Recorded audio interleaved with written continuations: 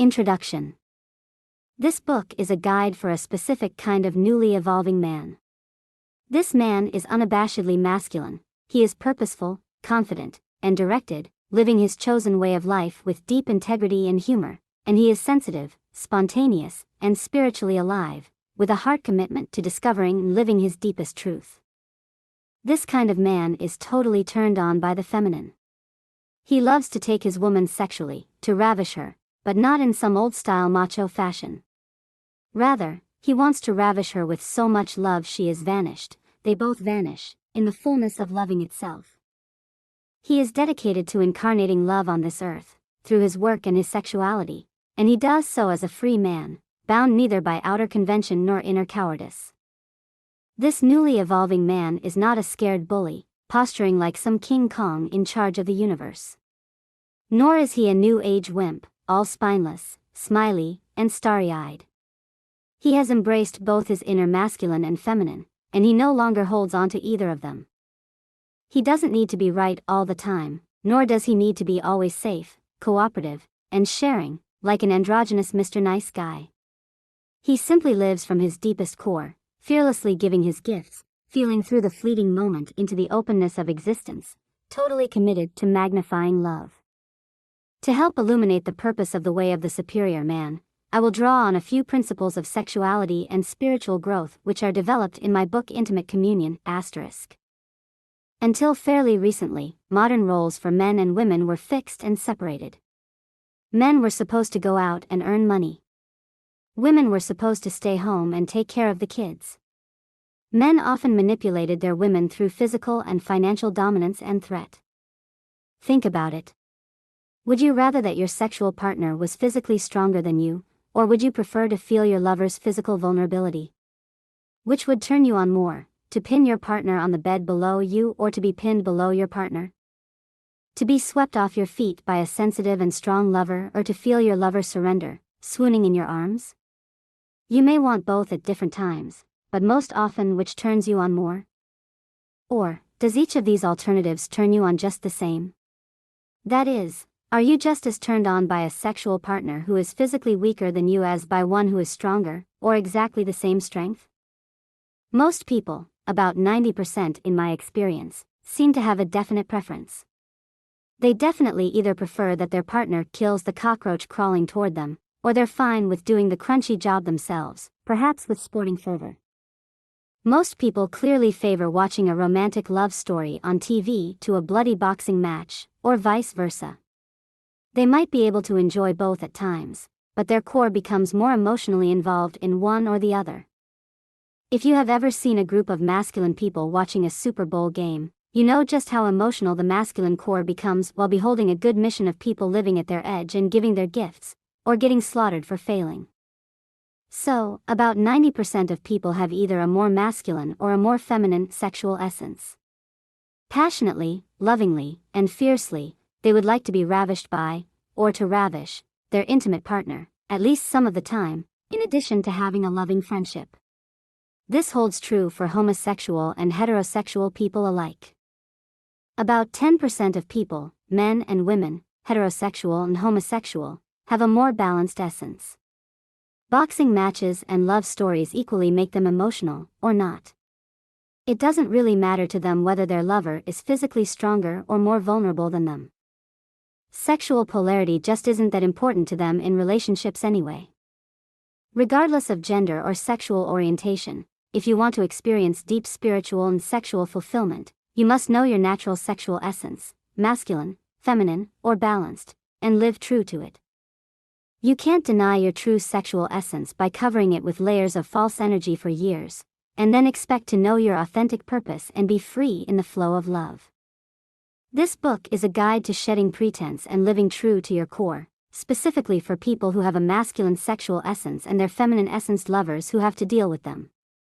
In a well-intentioned effort to provide equal opportunity and rights for men and women, many people are inadvertently squashing their true sexual essence. They don't have to. It's certainly possible to provide equality while also living true to your masculine or feminine core. But most people don't. So they suffer. Most people are forgetting that the sameness that works in the office does not work in intimacy for about 90% of couples, those couples composed of partners with masculine and feminine essences rather than balanced essences. If sexual passion is to flow in these polarized intimacies, masculine and feminine differences should be magnified, not diminished, in moments of intimacy. When these polarities are lessened due to family and work obligations, sexual attraction is diminished, along with spiritual depth and physical health. Stressing your masculine or feminine essence into a falsely balanced persona affects virtually every part of you. Many people with true feminine essences manifest a whole range of disturbed physiological symptoms as their feminine energy dries up due to running excess masculine energy through their body, year after year, in order to fit into the masculine style of work. And many people with masculine essences, seeking to fit in with the feminine style of cooperation and energy flow, disconnect from their sense of life purpose and inhibit their deep truth, afraid of the consequences of being authentic to their own masculine core. Hence, the frequent complaints about too many ballbusters and wimps. Furthermore, when you deny your true core, you deny the possibility of true and real love.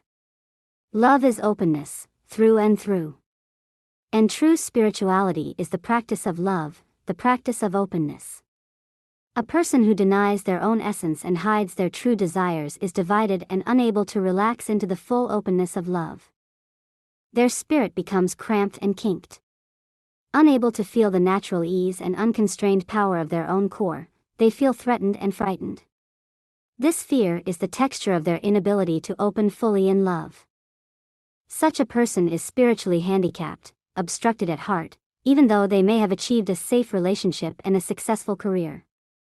So, as a culture, we have advanced in terms of personal freedom, sexual equality, and social rights, but we have remained spiritually thwarted and afraid.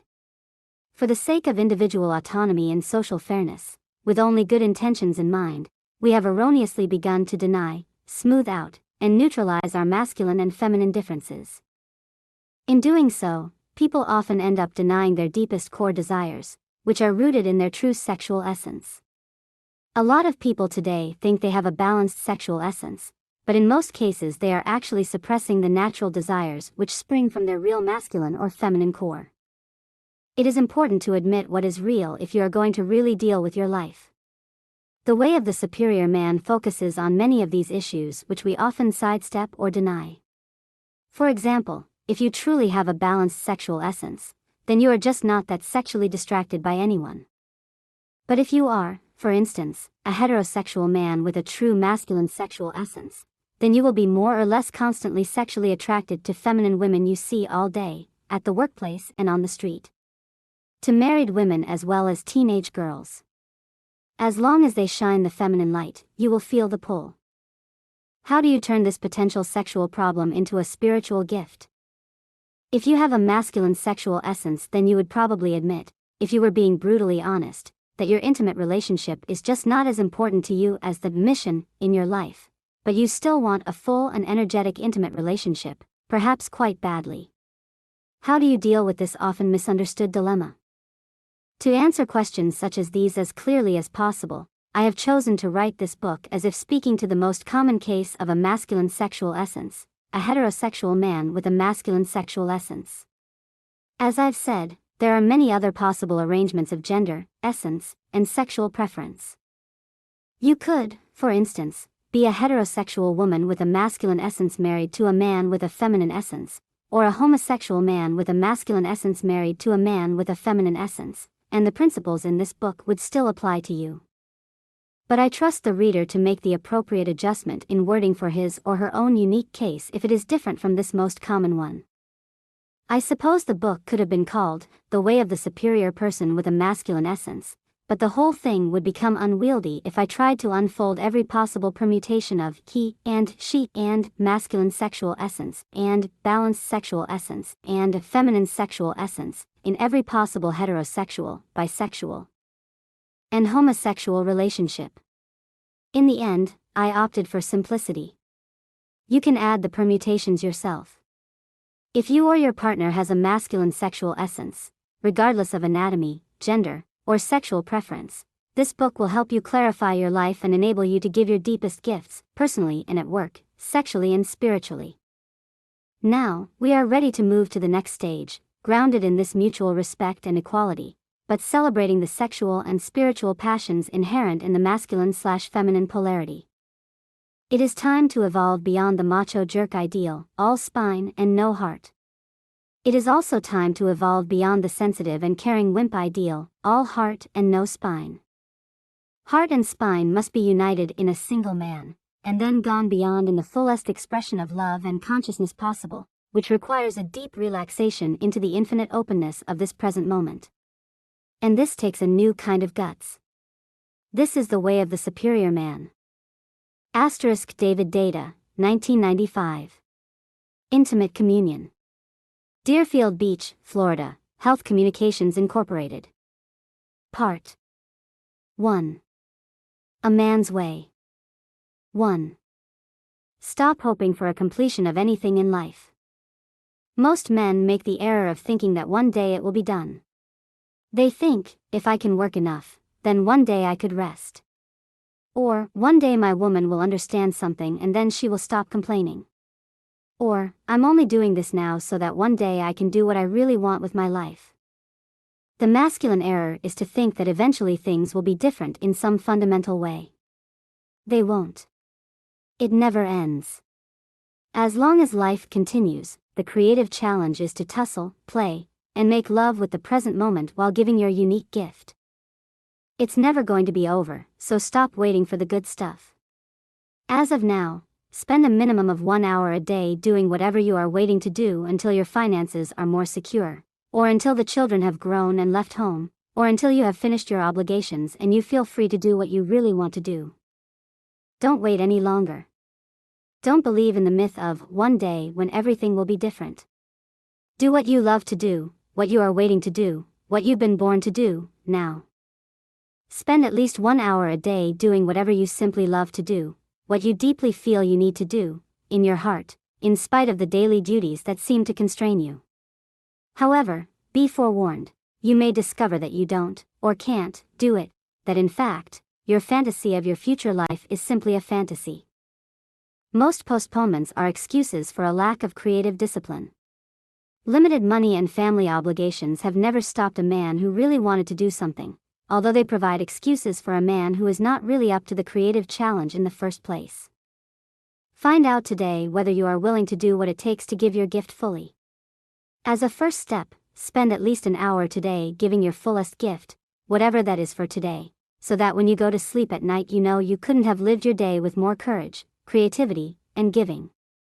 In addition to the myth that one day your life will be fundamentally different, you may believe, and hope, that one day your woman will be fundamentally different. Don't wait. Assume she's going to be however she is, forever. If your woman's behavior or mood is truly intolerable to you, you should leave her, and don't look back, since you cannot change her. However, if you find her behavior or mood is merely distasteful or a hassle, realize that she will always seem this way. The feminine always seems chaotic and complicated from the perspective of the masculine. The next time you notice yourself trying to fix your woman so that she will no longer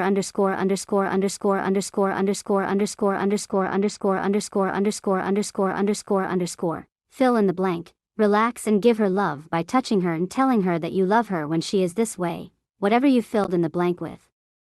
Embrace her, or wrestle with her, or scream and yell for the heck of it, but make no effort to bring an end to that which pisses you off. Practice love instead of trying to bring an end to the quality that bothers you. You can't escape the tussle with the feminine. Learn to find humor in the unending emotional drama the feminine seems to enjoy so much. The love that you magnify may realign her behavior, but your effort to fix her and your frustration never will. The world and your woman will always present you with unforeseen challenges. You are either living fully, giving your gift in the midst of those challenges, even today, or you are waiting for an imaginary future which will never come. Men who have lived significant lives are men who never waited, not for money, security, ease, or women. Feel what you want to give most as a gift, to your woman and to the world, and do what you can to give it today. Every moment waited is a moment wasted, and each wasted moment degrades your clarity of purpose. 2. Live with an open heart even if it hurts. Closing down in the midst of pain is a denial of a man's true nature. A superior man is free in feeling and action, even amidst great pain and hurt. If necessary, a man should live with a hurting heart rather than a closed one. He should learn to stay in the wound of pain and act with spontaneous skill and love even from that place. Imagine failing at a major project, lying to your woman and getting caught, or overhearing her joke about your shortcomings in bed.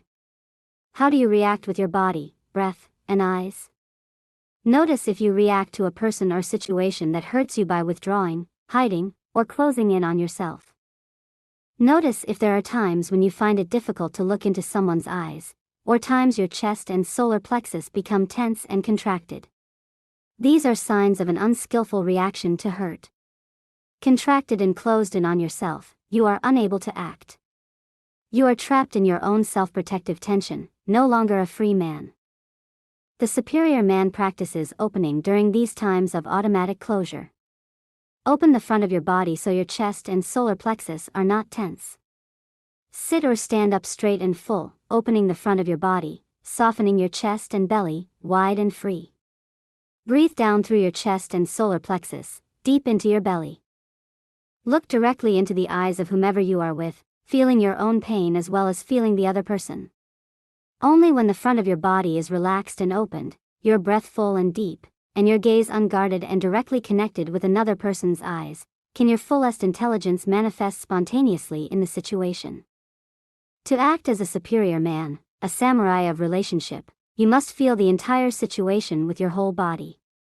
A closed body is unable to sense subtle cues and signals, and therefore unable to act with mastery in the situation. 3. Live as if your father were dead. A man must love his father and yet be free of his father's expectations and criticisms in order to be a free man. Imagine that your father has died, or remember when he did die. Are there any feelings of relief associated with his death? Now that he is dead, is any part of you happy that you need not live up to his expectations or suffer his criticisms? How would you have lived your life differently if you had never tried to please your father? If you never tried to show your father that you were worthy? If you never felt burdened by your father's critical eye? For the next 3 days, do at least one activity a day that you have avoided or suppressed because of the influence of your father. In this way, practice being free of his subtle expectations, which may now reside within your own self-judgment. Practice being free in this way, once each day for 3 days, even if you still feel fearful, limited, unworthy, or burdened by your father's expectations. 4. Know your real edge and don't fake it. It is honorable for a man to admit his fears, resistance, and edge of practice. It is simply true that each man has his limit, his capacity for growth, and his destiny. But it is dishonorable for him to lie to himself or others about his real place. He shouldn't pretend he is more enlightened than he is, nor should he stop short of his actual edge. The more a man is playing his real edge, the more valuable he is as good company for other men, the more he can be trusted to be authentic and fully present. Where a man's edge is located is less important than whether he is actually living his edge in truth, rather than being lazy or deluded.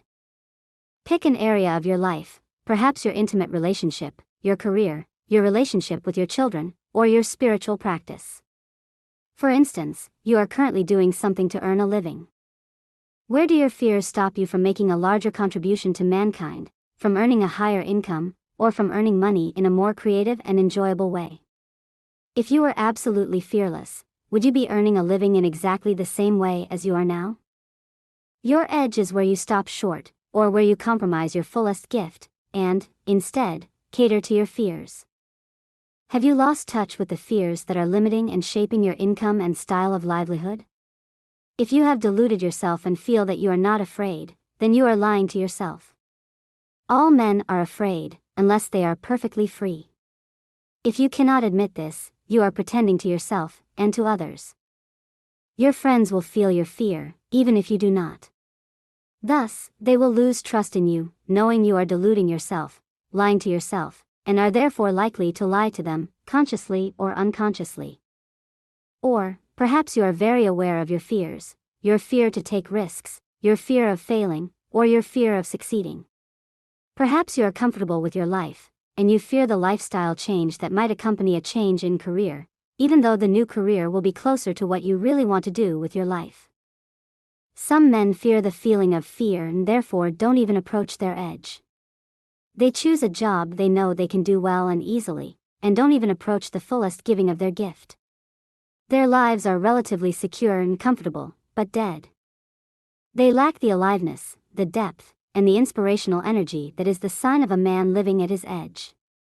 If you are this kind of man who is hanging back, working hard perhaps, but not at your real edge, other men will not be able to trust that you can and will help them live at their edge and give their fullest gift. As an experiment, describe your edge with respect to your career out loud to yourself. Say something like, I know I could be earning more money, but I am too lazy to put in the extra hours it would take. I know that I could give more of my true gift, but I am afraid that I may not succeed, and then I will be a penniless failure. I've spent 15 years developing my career, and I'm afraid to let go of it and start fresh, even though I know that I spend most of my life doing things I have no real interest in doing. I could be making money in more creative ways, but I spend too much time watching TV rather than being creative. Honor your edge. Honor your choices. Be honest with yourself about them. Be honest with your friends about them. A fearful man who knows he is fearful is far more trustable than a fearful man who isn't aware of his fear. And a fearful man who still leans into his fear, living at his edge and putting his gift out from there, is more trustworthy and more inspirational than a fearful man who hangs back in the comfort zone, unwilling to even experience his fear on a day-to-day level.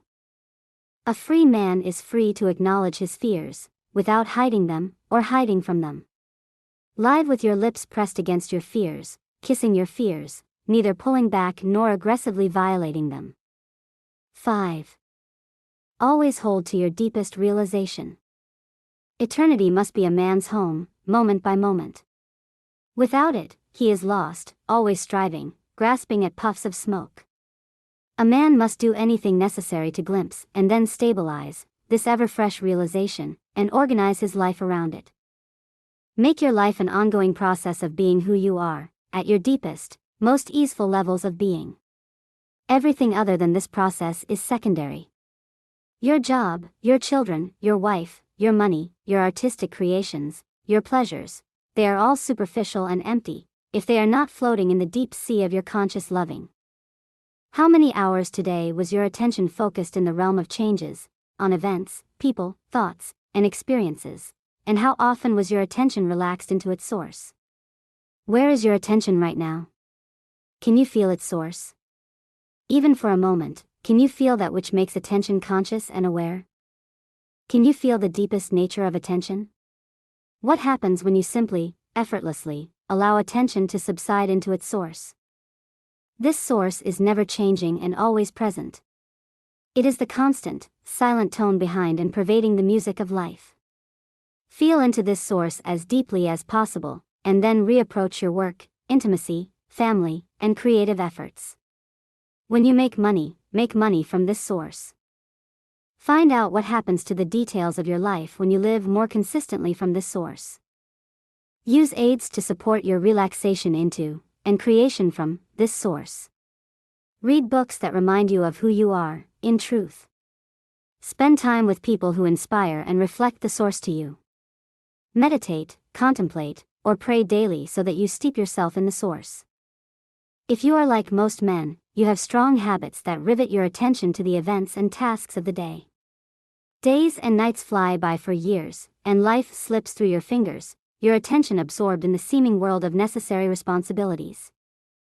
But all of it is empty if we do not live our responsibilities as expressions of our depth of being and heart truth. Know eternity. Do whatever it takes. And from this depth of being, live the details of your life.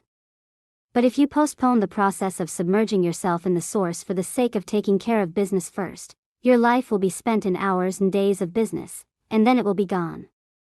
Only if you are well grounded in that which is larger than life will you be able to play life with humor, knowing that each task is a mirage of necessity. Even if you find yourself in some trivial moment, watching TV, or cleaning up a mess in the kitchen, feel the truth of who you are. Feel the boundless cognizance in which each instant seems and vanishes. All moments are the same intensity of clarity, completeness, and humor when you meet each moment with your deepest realization. Nothing that has ever happened has made any difference to the one who you are. 6. Never change your mind just to please a woman. If a woman suggests something that changes a man's perspective, then he should make a new decision based on his new perspective. But he should never betray his own deepest knowledge and intuition in order to please his woman or go along with her. Both she and he will be weakened by such an action. They will grow to resent each other, and the crust of accumulated inauthenticity will burden their love, as well as their capacity for free action. You should always listen to your woman, and then make your own decision. If you choose to go with your woman's suggestion even when deep in your heart you feel that another decision is more wise, you are, in effect, saying, "I don't trust my own wisdom." You are weakening yourself by telling yourself this. You are weakening your woman's trust in you. Why should she trust your wisdom if you don't? When you deny your deep truth to please your woman, everyone will feel your lack of authenticity. They will sense that your false smile hides an inner division. Your friends, children, and business colleagues may love you, but they won't trust you, since you don't trust your own core intent. And, more importantly, your own sense of inauthenticity will burden your capacity to act with clarity. Your actions won't jibe with your core. However, if you listen to your woman, taking everything she says into account and making your own best decision, then you are acting in accordance with your core. You are saying, in effect, "My deepest wisdom is leading me to this decision. If I am wrong, I will learn from it, and my wisdom will have deepened. I'm willing to be wrong, and grow from it. I trust this process of acting from my deepest wisdom." This attitude of self-trust engenders others' trust in you. You may be wrong, but you are willing to find out, and thus grow from the experience. You are open to listening to others, but in the end, you will take the responsibility for making your own decision. There is nobody else to blame. However, if you give up your real decision to follow your woman's, then you will blame her for being wrong if she is wrong, and you will feel disempowered if she is right, having denied yourself the opportunity to act from your core and grow from your mistakes. Be open to changing your feeling based on whatever your woman might reveal to you, through her words or her body language, and then make your own decision, based on your deepest intuitive wisdom and knowledge. You may make the right decision or the wrong one, but whatever happens, it is your best shot, and you will strengthen your capacity for future action. 7. Your purpose must come before your relationship. Every man knows that his highest purpose in life cannot be reduced to any particular relationship. If a man prioritizes his relationship over his highest purpose, he weakens himself, disserves the universe, and cheats his woman of an authentic man who can offer her full, undivided presence. Admit to yourself that if you had to choose one or the other, the perfect intimate relationship or achieving your highest purpose in life, you would choose to succeed at your purpose. Just this self-knowledge often relieves much pressure a man feels to prioritize his relationship when, in fact, it is not his highest priority. Your mission is your priority. Unless you know your mission and have aligned your life to it, your core will feel empty. Your presence in the world will be weakened, as will your presence with your intimate partner. The next time you notice yourself giving in to your woman, postponing your mission, denying your true purpose in order to spend time with her, stop. Tell your woman that you love her, but you cannot deny your heart's purpose. Tell her that you will spend 30 minutes, or some specific time, with her in absolute attention and total presence, but then you must return to carry on your mission. Your woman will be more fulfilled with 30 minutes a day of undivided attention and ravishing love than she will with a few hours of your week in divided presence when your heart really isn't into it. Time you spend with your woman should be time you really want to be with her more than anything else. If you'd rather be doing something else, she'll feel it. Both of you will be dissatisfied. 8. Lean just beyond your edge. In any given moment, a man's growth is optimized if he leans just beyond his edge, his capacity, his fear. He should not be too lazy, happily stagnating in the zone of security and comfort. Nor should he push far beyond his edge, stressing himself unnecessarily, unable to metabolize his experience. He should lean just slightly beyond the edge of fear and discomfort. Constantly. In everything he does. Once you are honest with yourself about your real edge, it is best to lean just beyond it. Very few men have the guts for this practice. Most men either settle for the easy path or self-aggrandize themselves by taking the extreme hard path.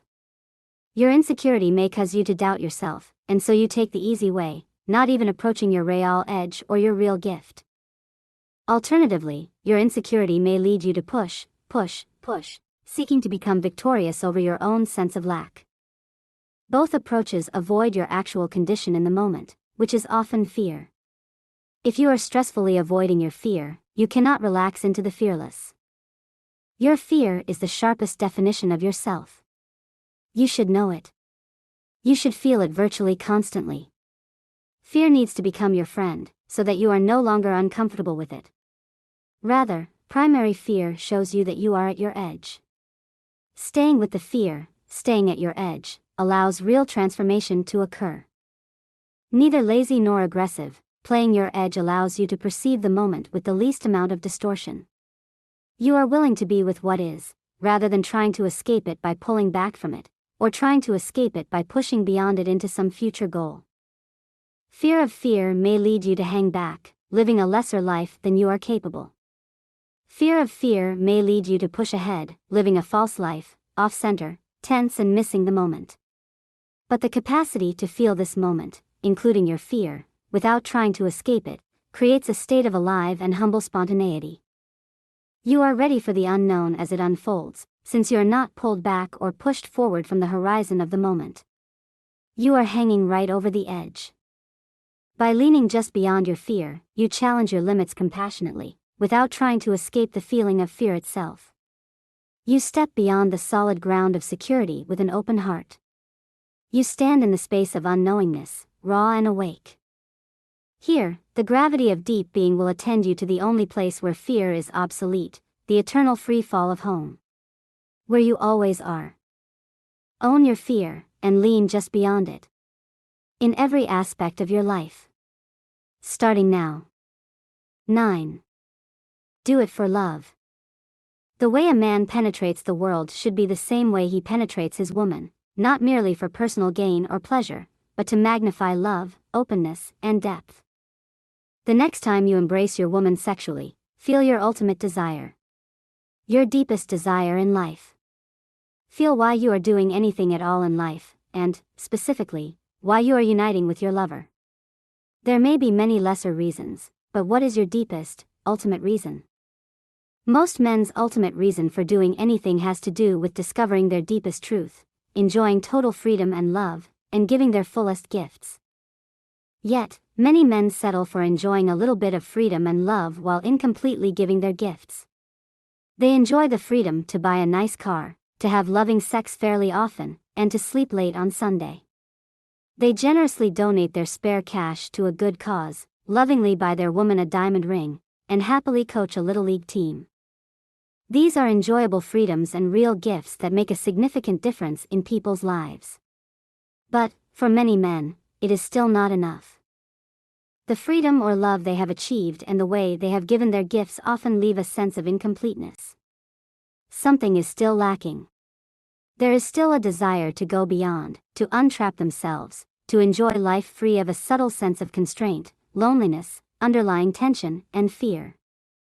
And, for many men, try as they might, the sense remains that their fullest gift remains ungiven. Their life feels somewhat false at its core, as does their sexing. When a man gives his true gift of sex to his woman, he penetrates and blooms her beyond all limits into love. It is the same with the world. To bloom woman and world for real takes authenticity, persistence, and courage of heart. A man must know the truth at his core and be willing to give his gifts fully. No holding back. The core of your life is your purpose. Everything in your life, from your diet to your career, must be aligned with your purpose if you are to act with coherence and integrity in the world. If you know your purpose, your deepest desire, then the secret of success is to discipline your life so that you support your deepest purpose and minimize distractions and detours. But if you don't know your deepest desire, then you can't align your life to it.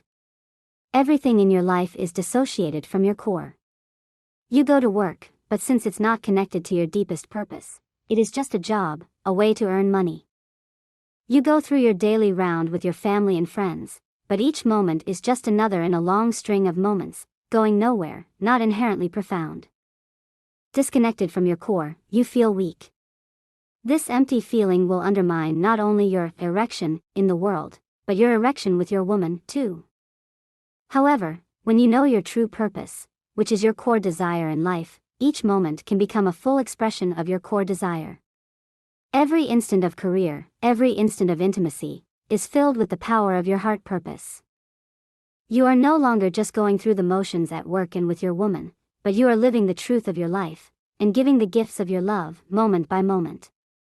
Such a life is complete unto itself in every instant. The superior man is not seeking for fulfillment through work and woman, because he is already full. For him, work and intimacy are opportunities to give his gifts, and be vanished in the bliss of the giving. 12. Be willing to change everything in your life.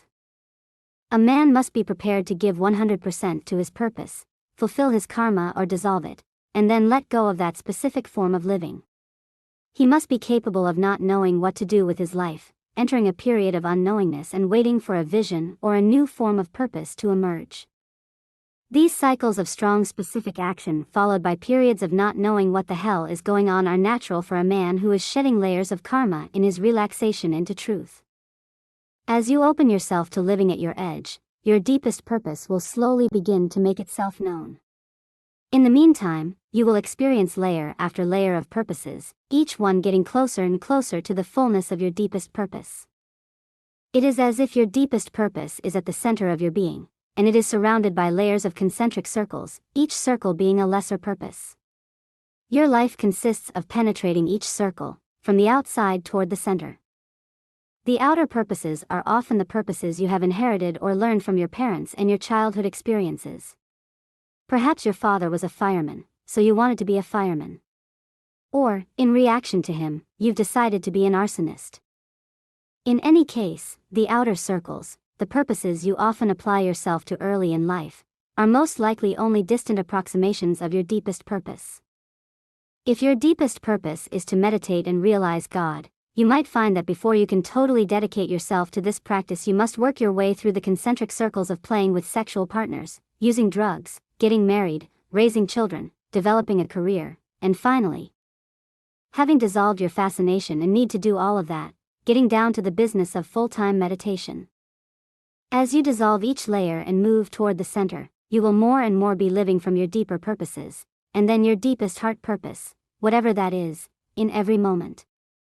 However, you probably are not living your deepest purpose yet.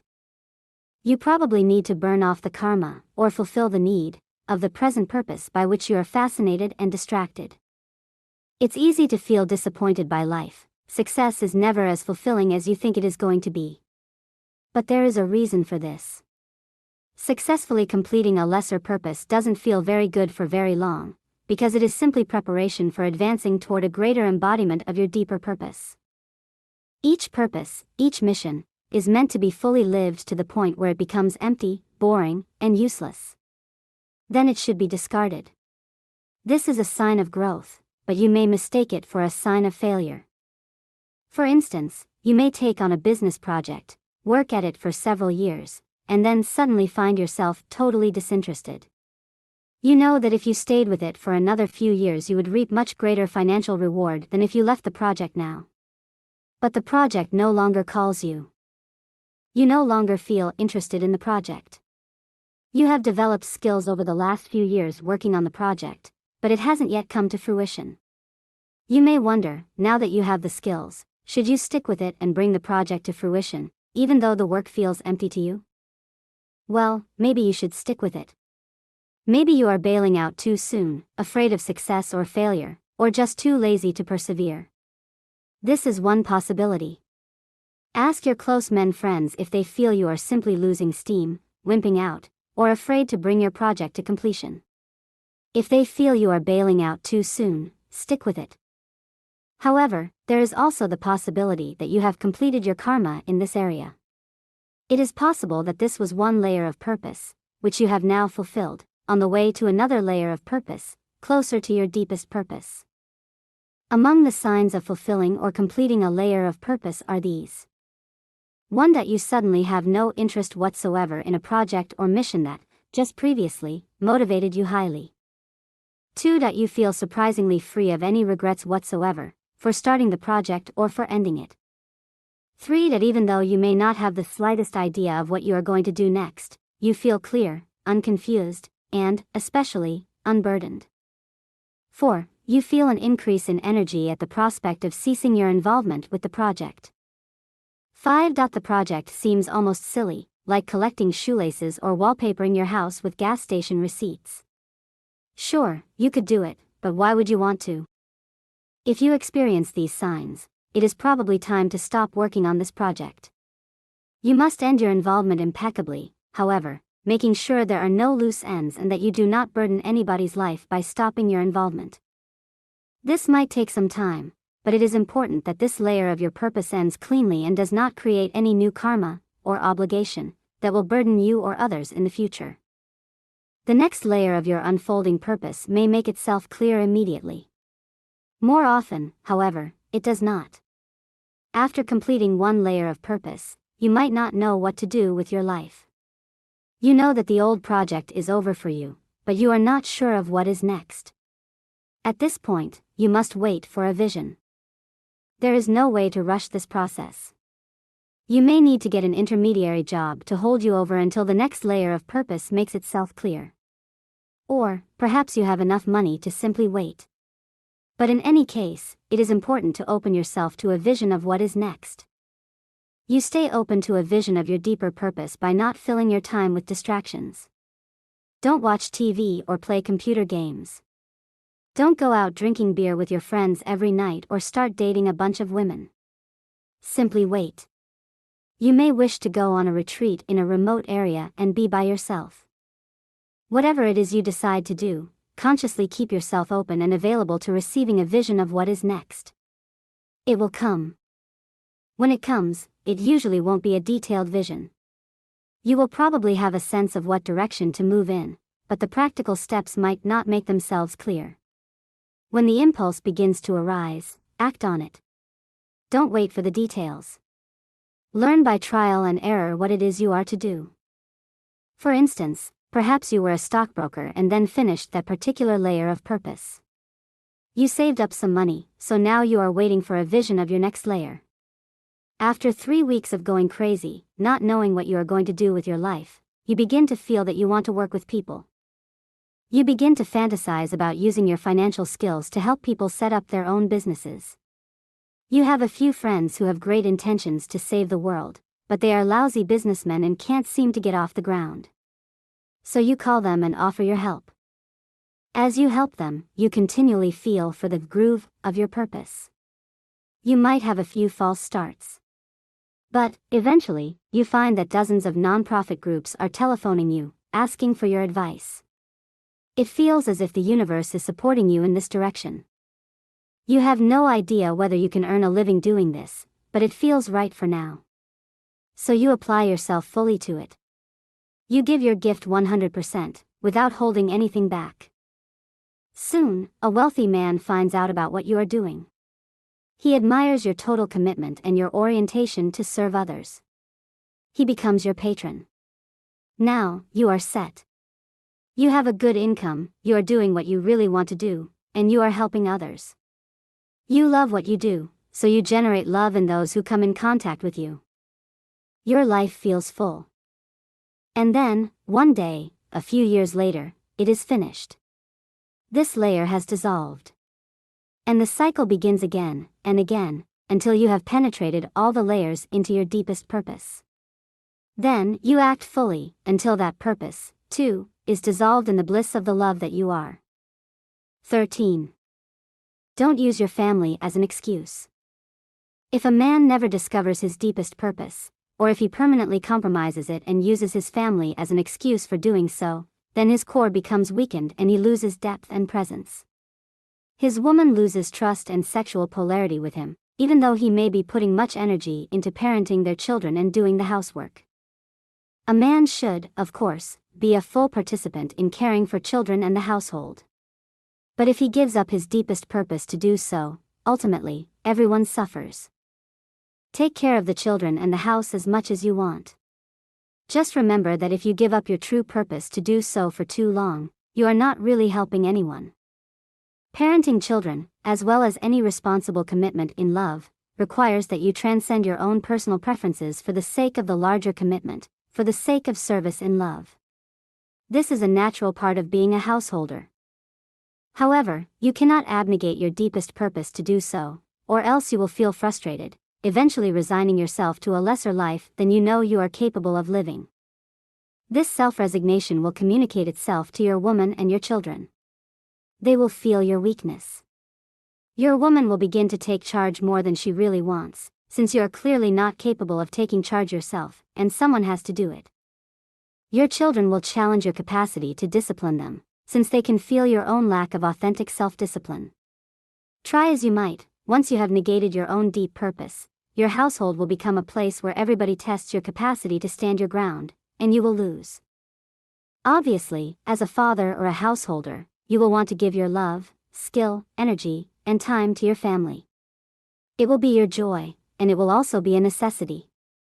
However, the motive to dedicate time to householding may or may not be symmetrical between partners, and this should be an ongoing discovery for each couple. This motive may change over time for both men and women as their lives grow through different stages. The priority of the feminine, in men and women, is the flow of love in relationship. The priority of the masculine, in men and women, is the mission which leads to freedom. Ultimately, true freedom and true love are the same. However, the journey of the masculine and feminine to this unity of love and freedom is very different.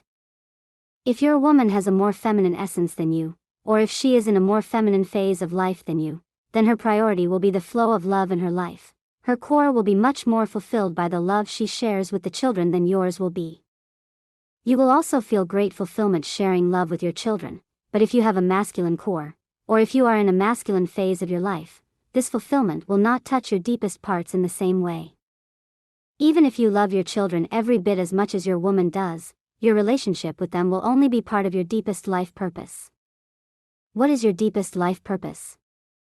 For some men, their deepest life purpose is their family. If you are one of these men, then you probably aren't concerned about the issue of whether or not you are using your family as an excuse. Many men, however, regardless of how much they love their family, also feel a deeper calling. If they do not live true to this calling, then their core weakens, even if they genuinely love and desire to serve their family. When you know your direction and are living it fully, your core is alive and strong. Your children will naturally feel this. They will respond to your clarity and presence differently than they will respond to your ambiguity, an ambiguity that results from having detoured from your deepest purpose because you think it's right or fair that you spend time with them. A short period of time with a father who is absolutely present, full in love, undivided inside, and sure of his mission in life, will affect your children much more positively than if they spend lots of time with a father who is ambiguous in his intent and has lost touch with his deepest purpose, no matter how much he loves his children. Children learn most from their parents by osmosis. If their father is subtly weakened and compromised, this will flavor their experience of his love. Just as you did with your father, your children will unconsciously replicate or react to the emotional taste they absorb from you. Your essential emotional tone, at ease in your deepest purpose or fearful in the ambiguity of your intent, becomes part of your children's home. If you and your woman both work, it is better to make arrangements with other families to timeshare, childcaring, or to hire someone to help with your children, than to permanently compromise your deepest purpose and truth because you feel you must do so to spend more time with your children.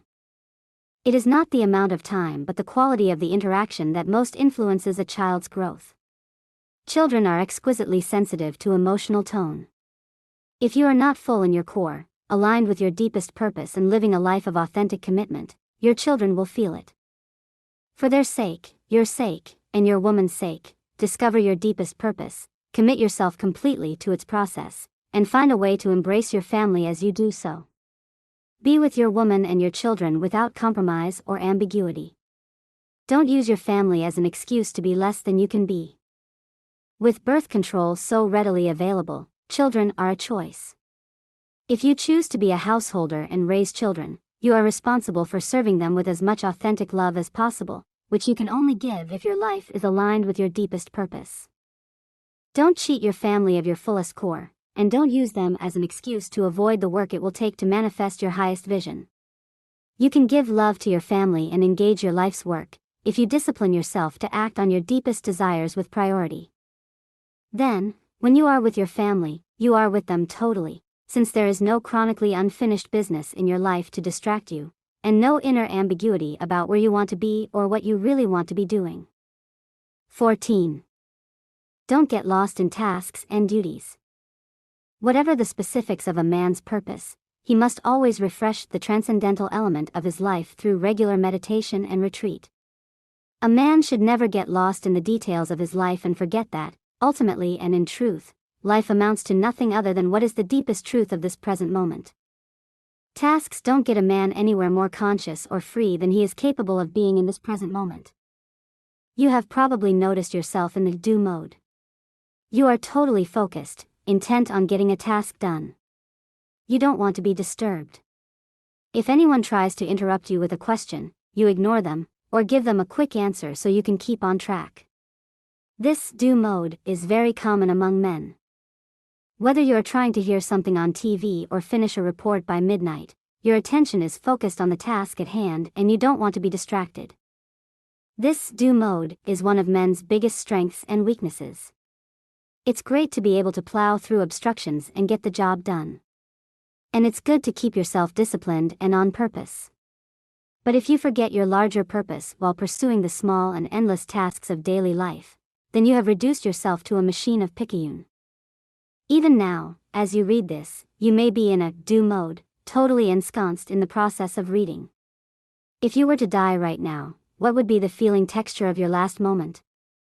Are you feeling the infinite mystery of existence, so that your last moment would be one of awe and gratitude? Is your heart so wide open that your last moment would dissolve in perfect love?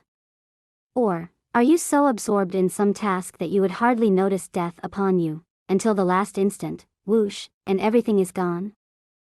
The test of your fullness in every moment is your capacity to die in free and loving surrender, knowing you've done everything you could do while alive to give your gift and know the truth of being. Have you loved fully? Or, do you have unexpressed feelings that would taint your last moment with regret? Do you consistently relax into the awe of immense mystery? Or, are you so absorbed in your work and projects that you no longer feel the miracle of existence, each moment emerging from and dissolving into the great unknowable? Has your task addiction built blinders that limit the vastness of your vision, even now?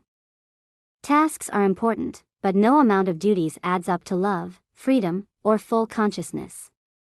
You cannot do enough, nor can you do the right things, so that you will finally feel complete.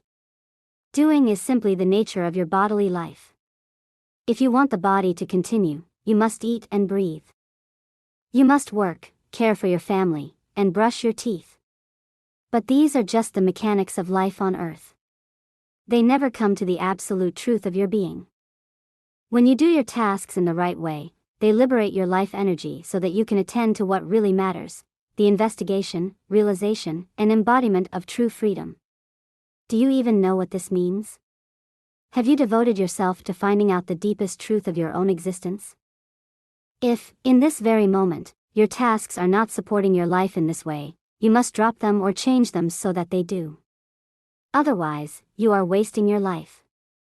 Whereas many women waste precious time swirling in emotional currents and eddies, many men waste their birth seeking the completion of tasks. Nose to the grindstone, day after day, year after year, and you become a robot of duty. Rather, raise your eyes, see to the horizon, and do your tasks in the spirit of sweeping out your house on a sunny day. To help you remember the triviality of your daily tasks, interrupt your schedule with refreshers. These refreshers should cut to your core and strip the fat off the moment. Consider your own death. Behold an image of the most enlightened being you know. Contemplate the mystery of existence. Relax into the deepest and most profound loving of which you are capable. In your own way, remember the infinite, and then return to the task at hand. This way, you will never lose perspective and begin to think that life is a matter of tasks. You are not a drone. You are the unbounded mystery of love. Be so, without forgetting your tasks. 15. Stop hoping for your woman to get easier. A woman often seems to test her man's capacity to remain unperturbed in his truth and purpose. She tests him to feel his freedom and depth of love, to know that he is trustable. Her tests may come in the form of complaining, challenging him, changing her mind, doubting him, distracting him, or even undermining his purpose in a subtle or not so subtle way. A man should never think his woman's testing is going to end and his life will get easier. Rather, he should appreciate that she does these things to feel his strength, integrity, and openness. Her desire is for his deepest truth and love. As he grows, so will her testing. Every moment of your life is either a test or a celebration. The same is true about every moment with your woman, only doubly so. Not only is her simple existence a test for you, but one of her deepest pleasures in intimacy is testing you, and then feeling you are not moved off course by her challenge. The most erotic moment for a woman is feeling that you are Shiva, the divine masculine, unperturbable, totally loving, fully present, and all-pervading. She cannot move you, because you already are what you are, with or without her. She cannot scare you away, because you already penetrate her in fearless love, pervading her heart and body. She cannot distract you, because your one-pointed commitment to truth will not bend to her wiles. Feeling this hugeness of love and freedom in you, she can trust you, utterly, and surrender her testing in celebration of love. Until she wants to feel you as Shiva again. And then the testing will begin anew. In fact, it is precisely when you are most Shiva-like that she will most test you. Perhaps you have been working towards some financial goal, and finally you have succeeded. After months or years of effort, you have creatively earned a large amount of money. You feel happy, full, successful. You feel great. You come home to your woman and want to share the news with her. I just made $1 million today. That's nice. That's nice. You know how hard I've been working for this. I know. It feels like I haven't seen you in months. Did you remember to pick up the milk on the way home? Oh, sorry. I forgot. But who cares? We could buy a dairy farm now. I asked you to pick up the milk 3 times this morning, and I put a note on your briefcase. How could you forget? I said I'm sorry. Look, I'll go get the damn milk. Why is she being this way? Because she simply wants to deflate your success? No. She is challenging you because your success doesn't mean shit to her, unless you are free and loving. And if you are free and loving, nothing she says can collapse you. She wants to feel you are uncollapsible, so she pokes you in your weak spot. Of course she knows how much this moment of success means to you. This is precisely why she is negating it. Not because she wants to hurt you, but because she wants to feel Shiva. She wants to feel your strength. She wants to feel that your happiness is not dependent on her response, nor on you making $1 million. She wants to feel you are a superior man. It's a tall order to be this free, and in your more mediocre moments you will wish your woman would settle for less. But if you are a man who is living his fullest, willing to play his edge and grow through difficulties, then you will want her to test you. You may not like it. But you don't want her to settle for some bozo who depends on his woman's response to be happy. If you are aligned with your mission, you are essentially happy, even though times cycle between difficult and easy. You don't need your woman's strokes to fulfill your mission. It still feels good when she strokes you, but you don't need mommy anymore, telling you what a good boy you are. And your woman doesn't want you to need mommy. In fact, it sickens her. If your woman is weak, she may settle for a weak man, and therefore play into your need to feel like a good boy. But if she is a good woman, a strong woman, she won't tolerate your childish needs for a pat on the head, collecting bigger toys, and being king of the mountain. A good woman will love the childlike part of you, but she wants your life to be guided by your deepest truths, not your untended childhood wounds. She wants to feel that at your core you have grown beyond the need for kudos and million-dollar toys. She wants to feel your self-generated strength of truth. So she will test you. She might not be fully conscious of why she is doing it, but she will poke your weak spots, especially in moments of your superficial success, in order to feel your strength.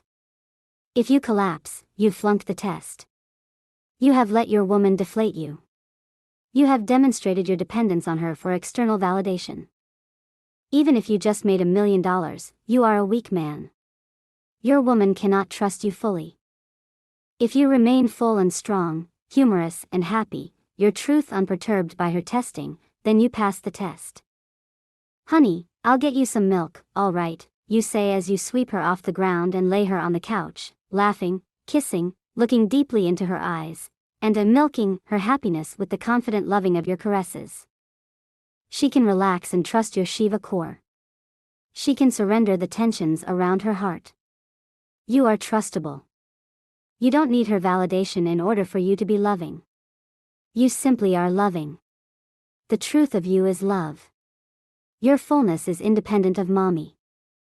You are not only a man, you are a superior man. A man who does his best to live as love in the world and in his intimacy.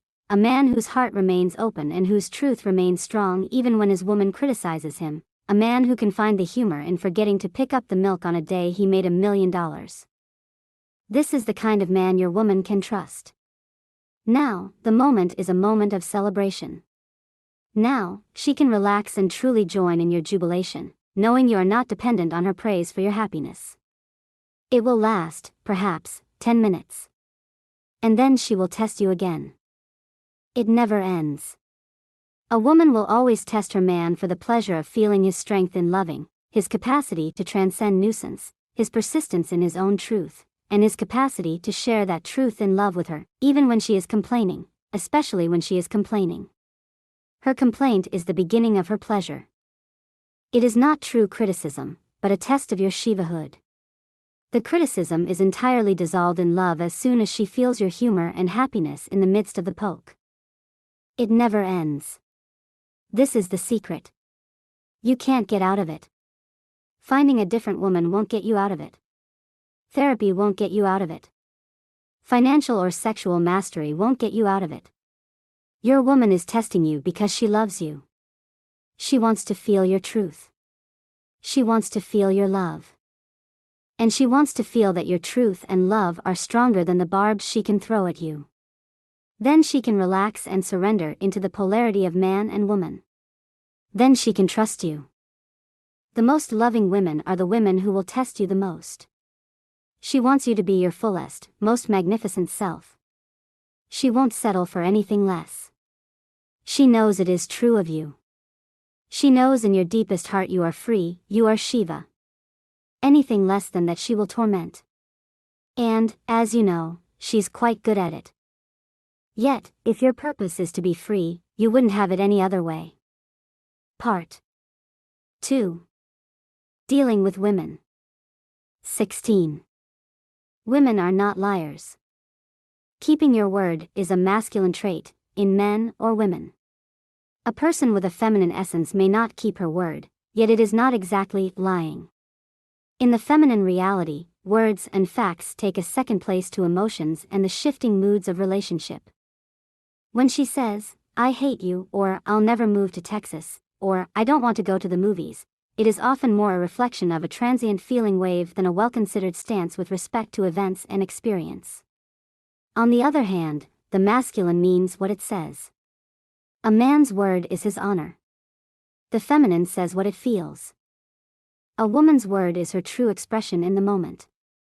When you listen to your woman, listen to her as you would the ocean, or the wind in the leaves. The sounds you hear from her are sounds of the motion of her feeling energy. Of course, there are times when she speaks in the masculine style of meaning exactly what she says, but more often, and almost always in emotional moments, what she says is the sound of her feelings. Her feminine speech is far more like poetry than like a clear-cut agenda for action. In an emotional moment, what she says she is going to do is actually an expression of what she feels like doing in the moment. Her feelings, and therefore what she is actually going to do, could change in 5 minutes. It could change every 5 minutes. Whenever you are surprised by your woman's actions, and you say to her, "But you said," you are forgetting that she has a feminine essence. What your woman says is like a cloud passing in the sky, well-formed, coherent, and unrecognizable moments later. The cloud is an expression of the precise physics of water, wind, and air. Your woman's words are expressions of the physics of her feelings, your relationship, and the nuances of the present situation, seen and unseen. A moment later, these factors will change, and so will your woman's expressions. You might ask her, "Do you want to go to the movies?" She might reply, "Not really." Then you hug her and spin her around and say, "Let's go to the movies." And she says, "Okay." She is not talking about her desire to go to the movies. She is talking about the feeling of your relationship in the present moment. If after she said she didn't want to go to the movies, you said fine and sat down to watch TV, you would be missing the point. She is not really saying she doesn't want to go to the movies, even though that is what she's saying. This is not lying. For a man, or for anyone speaking in the masculine style, to say something that is not true is lying. But, for the feminine, truth is a thin concept compared to the thickness of her flow of feelings. The truth of the feminine is whatever she is really feeling, in this present moment. So, when she says that she wants to move to Pittsburgh with you, and then, after you have sold the house, she says she doesn't want to move with you, don't start yelling, "But you said." When she first told you she wanted to move, she was feeling good about the relationship. When she then told you she doesn't want to move, she was feeling bad about the relationship. Instead of arguing about what she said or didn't say, establish love in the intimacy first. The basic rule is this: don't believe the literal content of what your woman says unless love is flowing deeply and fully in the moment when she says it. And even then, know that she is probably talking about her current feelings, not necessarily about the subject of whatever she is talking about. Never base your plans on what a woman says she wants to do, unless she is in the full flow of love when she says it. And then, expect her to change her mind at any moment when her feelings change. Remember that a woman's feelings may be more sensitive to an unseen realm of nature than are yours. Try to differentiate between your woman's shifting moods and her sensitive wisdom. Women are not liars, although they often seem that way to men. This is why a man must ultimately be responsible for making his own decisions, based on the deepest truth he can fathom. Otherwise, if he bends his course of truth to compromise for his woman's current and changing expressions, he will probably end up blaming her. You should hear what your woman has to say and feel her depth carefully. Then, after you have fully considered her input, make your best possible decision from your own deep core. This way, if your woman subsequently changes her mind, you won't resent her for compromising your path. Rather, you can enjoy her subtle sensitivity and changing emotional weather patterns. You can proceed with or modify your actions in full gear, knowing you are always making the best choice available to you, having taken her depth of wisdom, and her fluctuations of expression and mood, wholly into account. 17. Praise her. The masculine grows by challenge, but the feminine grows by praise. A man must be unabashed and expressed in his appreciation for his woman. Praise her freely. Men grow by challenge. As a boy, other boys would challenge you in order to inspire you. "I bet you can't jump over that fence." In a place like boot camp, you are told you are a worthless slime dog, and this kind of insult challenges you to be your best. So, as a man, you probably have a masculine habit of challenging people, including your woman, in order to get her to improve or grow. Only the masculine side of your woman will grow through challenge. The feminine side thrives on support and praise. Telling her, "I love the shape of your body," will be much greater incentive for her to exercise than telling her, "I hope you don't gain any more weight." Praise always magnifies the quality of your woman that you praise. "You're so beautiful when you smile," is much more effective than, "You're so ugly when you frown," although they both indicate your desire for her smile. When speaking to your woman, it is always better to call the glass half full than half empty. Praise is literal food for feminine qualities. If you want your woman to grow in her radiance, health, happiness, love, beauty, power, and depth, praise these qualities. Praise them daily, a number of times. It is a difficult practice for most men to learn, but you must learn to praise the very qualities you feel are not yet praiseworthy in order for them to become so. In other words, praise the tiny quality that you want to grow. If you know that your woman would be healthier if she exercised more, don't tell her that.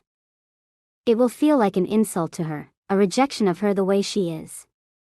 Instead, tell her how sexy she is when she sweats in her leotards.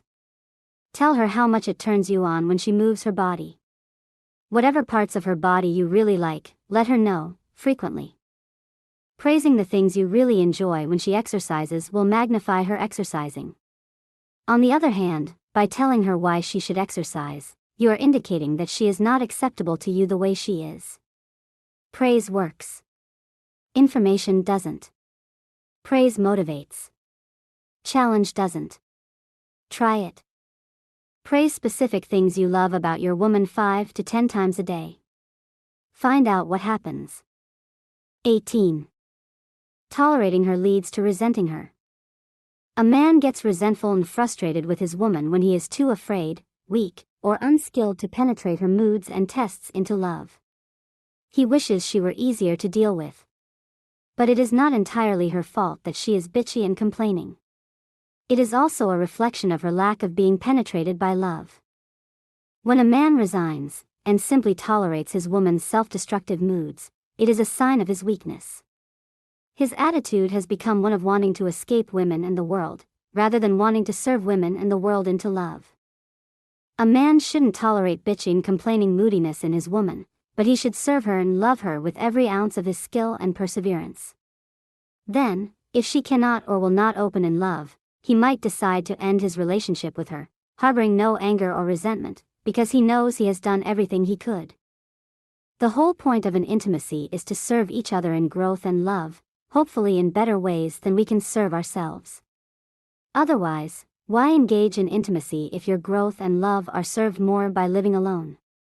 Intimacy is about growing more than you could by yourself, through the art of mutual gifting.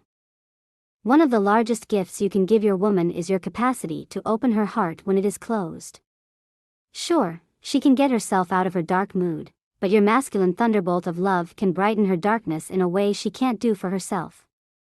If you are like most men, however, you probably end up feeling burdened by your woman's mood. You feel your woman is a pain in the ass. You wish your woman would leave you alone and take care of herself. Eventually you feel worn down, or frustrated. You end up simply tolerating your woman's moods, while resentment builds inside of you. You wonder, what's her problem? Why can't she just be happy? The feminine part of your woman is either opening in loving surrender, easy moments, or closing in what ends up being an emotional test of your capacity to open her, difficult moments. This cycle of the feminine is like all cycles in nature, it never ends. The sooner you learn to embrace and dance with these moods of closure, the sooner both of you will grow beyond the psychodrama and see the humor of the play. Instead of tolerating your woman's moods of closure and complaint, open her moods with your skillful loving. It is your gift to give. Both of you will grow more by your giving than by your tolerating. A superior man sees his woman's moods not as a curse, but as a challenge and an amusement. There are many ways to creatively deal with her moods and help her to open. Tickle her. Take off your clothes and dance the Watusi. Sing opera for her. Make animal sounds. Shout at her louder than you ever have and then kiss her passionately. Press your belly into her until she melts. Lift her off the ground and spin her around. Occasionally, talking with her helps, but not as often as humor and physically expressed love. If you have tried every creative, humorous, and powerful way of loving through her mood and she still refuses to let go of her closure, then simply relax. You have done everything you can. If you are not skillful enough to serve her, or she is not willing enough to receive your gifts, perhaps you are with the wrong woman. Just remember that any woman you are with, if she has a feminine sexual essence, will cycle through moods of closure every day which seem to have no reason to them. You cannot avoid this by changing women or waiting for the moods to stop. You can only develop your skill in serving your woman into openness. It never ends though, even if you are passionate, fearless, loving, and humorous with her. The weather continually cycles through rainy and dry spells, night and day cycle in their turn, and your woman will continually cycle through openness and closure, even when her life and relationship with you seem great. If you find yourself merely tolerating this feminine mood cycle because you have been frustrated by endless discussions that go nowhere, you can be sure that you and probably your woman are building up resentment toward each other. Don't tolerate her mood. And don't talk about it with her. Participate in it. Bloom her into fullness. Move her body with your body. Open her heart with your humor. Penetrate her closure with your fearless presence. Open her heart, again and again and again. She could do it by herself, but if she could grow more by herself than by receiving your gifts, perhaps she shouldn't be with you. 19. Don't analyze your woman. The feminine's moods and opinions are like weather patterns. They are constantly changing, severe and gentle, and they have no single source. No analysis will work. There is no linear chain of cause and effect that can lead to the kernel of the problem. There is no problem, only a storm, a breeze, a sudden change in weather. And the bases of these storms are the high and low pressure systems of love. When a woman feels love flowing deeply, her mood can instantly evaporate into joy, regardless of the supposed reason for the mood. As a man, you probably want to find the cause for the problems in your life. That way, you can eliminate the source of the problem. By getting to its root, you can solve the problem, hopefully once and for all. And so, when your woman seems to have an emotional problem, you want to know why. You want to know what is upsetting her. You assume there is a specific cause. You want to know what triggered her bad mood so you can fix the situation. Because you love her, you begin asking her questions to get to the root of the problem. What's wrong? Did I do something to upset you? What are you crying about? Are you about to start your period? Did somebody say something horrible to you? You are under the illusion that when you find out the cause of her affliction, then the cure will easily follow. But it doesn't work that way. Your questioning is probably making her mood worse. The amazing thing is this: 90% of a woman's emotional problems stem from feeling unloved. So don't stand back and analyze her, like a doctor diagnosing a patient, or like a therapist questioning a client. Give her your love, the same love that is motivating your questioning, immediately and unmistakably.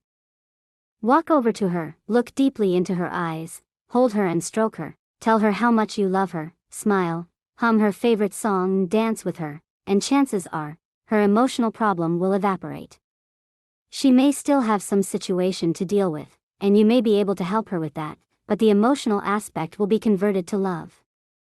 It is a very rare occasion when your analysis of her mood relieves her of it. Most often, your analysis and attempts to fix her will just piss her off more. Ask her if she would rather you give her love or analyze her when she is upset. It's so easy to give her love, it's what both of you really want anyway. But as a man, you are more likely to try to fix her. That's exactly not what she wants, and exactly what will make the situation worse, most of the time. The next time your woman is in a bad mood, try this: assume she is not feeling loved. Simply assume it, even if it seems that it can't be that simple, that there must be some underlying reason for her upsetness, a reason that you could fix. Assume she is more like a flower that needs watering than an engine that needs a carburetor adjustment. Don't assume anything is wrong at all. Assume that she wants love from you, in a deep, strong, steady, and sensitive way. Look into her eyes with love, touch her how she likes to be touched with love, and speak or sing to her with love. Discover what happens to her mood. Then, after her mood has been dissolved by your loving and she is happy and relaxed, you can talk about anything that still needs to be talked about. If you ever find yourself asking your woman questions about her mood while she is still in it, you are already on the wrong road. First, give her love through your eyes, touch, movement, and tone of voice. Then and only then, after the connection of love has been made, find out what remains to be talked about. 20. Don't suggest that a woman fix her own emotional problem. Asking a woman to analyze or try to fix her own emotions is a negation of her feminine core, which is pure energy in motion, like the ocean. She can learn to surrender her mood to God, she can learn to open her heart in the midst of closure, she can learn to relax her edges and trust love, but she will never fix anything by analyzing her problem. As a man, you can learn a lot about yourself by clearly analyzing your problems. One of the best ways for you to grow is to use your discrimination, feeling what is causing unnecessary pain in your life, and then changing whatever you need to change. You may notice, for instance, that you are unhappy with your job. You think about it. You realize it is because your boss is taking advantage of you, and you haven't said anything to him.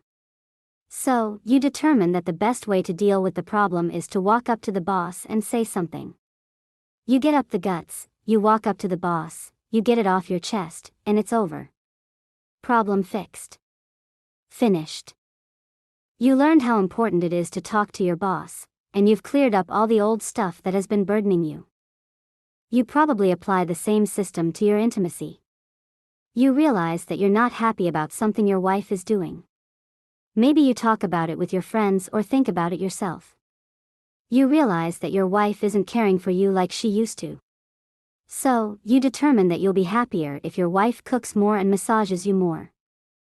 You then think maybe your wife wants you to do something more for her. So you tell her what you want from her, and then you ask her, "What do you want from me?" You tell her to think about it and let you know. This seems fair to a man, but it is not. It is a no-win situation for your woman. Why? Because what she really wants is a man who can figure it out for himself. She wants a man who loves her, and escorts her with his loving, without having to ask her what she wants all the time. One of the deepest feminine desires in intimacy is precisely not to have to always figure it out for her man and guide him. She wants to be able to trust him in his direction. There are some times when she does want to figure it out for you, but far more often she feels your gift when you offer her a direction in your intimacy without her having to ask you for it or tell you what she wants. Suppose it's your woman's birthday. If it were your birthday, you'd love it if your woman would do anything you wanted. So you think she'd like that, too. You say to her, "Happy birthday. For your birthday, we can do anything you want. We can go anywhere and do anything. And I'll do anything for you. What do you want to do?" This is exactly the opposite of most women's idea of an ideal birthday present. Most women would get far more excited if you were to say, "You've got 30 minutes to pack your bags. Don't ask me where we're going, but we'll be gone for the weekend. Everything is taken care of. Just pack your bags, and leave the rest to me. I'm going to give you the best birthday you've ever had." One of the deepest feminine desires in intimacy, though not in business or simple friendship, is to be able to relax and surrender, knowing that her man is taking care of everything. Then, she can simply enjoy without having to plan it all herself and tell her man what to do. She can be pure energy, pure motion, pure love, without having to analyze all the options and decide which ones are best. She can enjoy her man taking responsibility for the direction, so she can be what the feminine is, pure energy. Like the ocean, the native state of the feminine is to flow with great power and no single direction. The masculine builds canals, dams, and boats to unite with the power of the feminine ocean and go from point A to point B. But the feminine moves in many directions at once. The masculine chooses a single goal and moves in that direction. Like a ship cutting through a vast ocean, the masculine decides on a course and navigates the direction. The feminine energy itself is undirected but immense, like the wind and deep currents of the ocean, ever-changing, beautiful, destructive, and the source of life. This same principle applies to problems in intimacy. Any time you try to force your woman to be more like a ship than an ocean, you are negating her feminine energy. Any time you talk to her and expect her to analyze her mood and situation to the point of being able to fix it, you are talking masculine with her. She can do it, she might even be better at it than you, but it won't make her a happy woman. A happy woman is a woman relaxed in her body and heart, powerful, unpredictable, deep, potentially wild and destructive, or calm and serene, but always full of life, surrendered to and moved by the great force of her oceanic heart. When you ask her to analyze her heart's emotions, it's like building walls around a part of the ocean and turning it into a swimming pool. It's safer and more predictable, but far less alive and enlivening.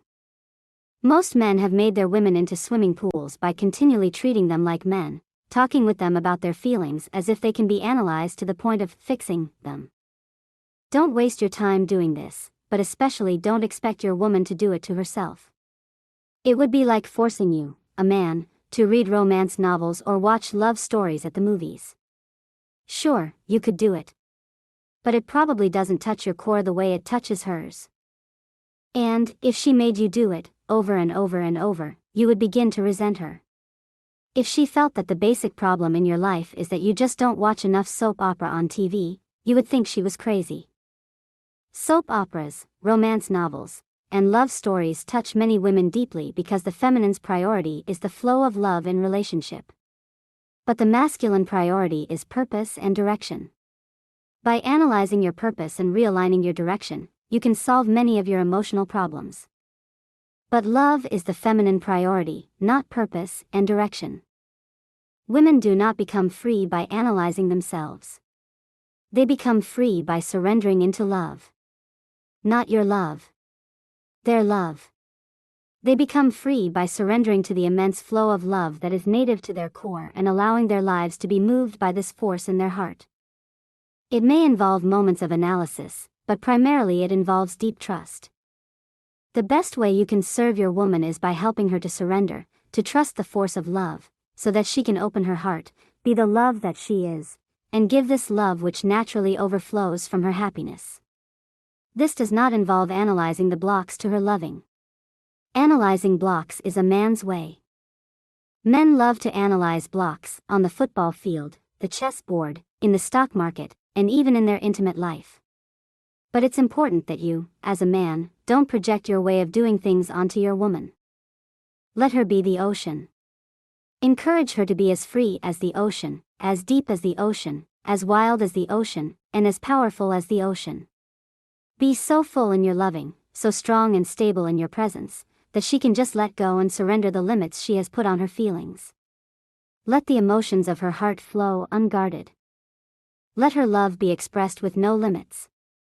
Let her go mad with love. Love has its own intelligence.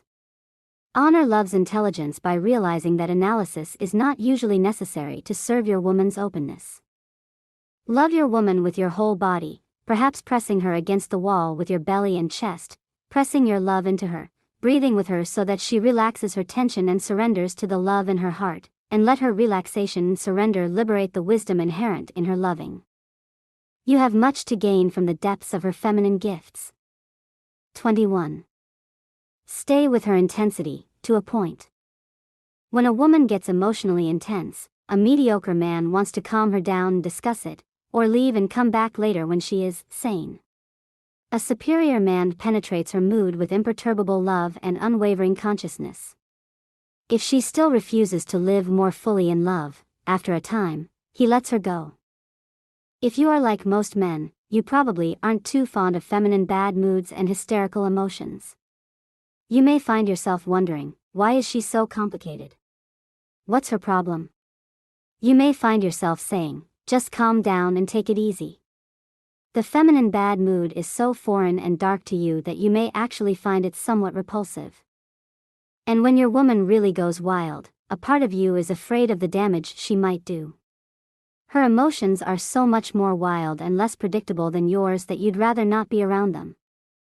Basically, most men are afraid of, or disgusted by, feminine emotions.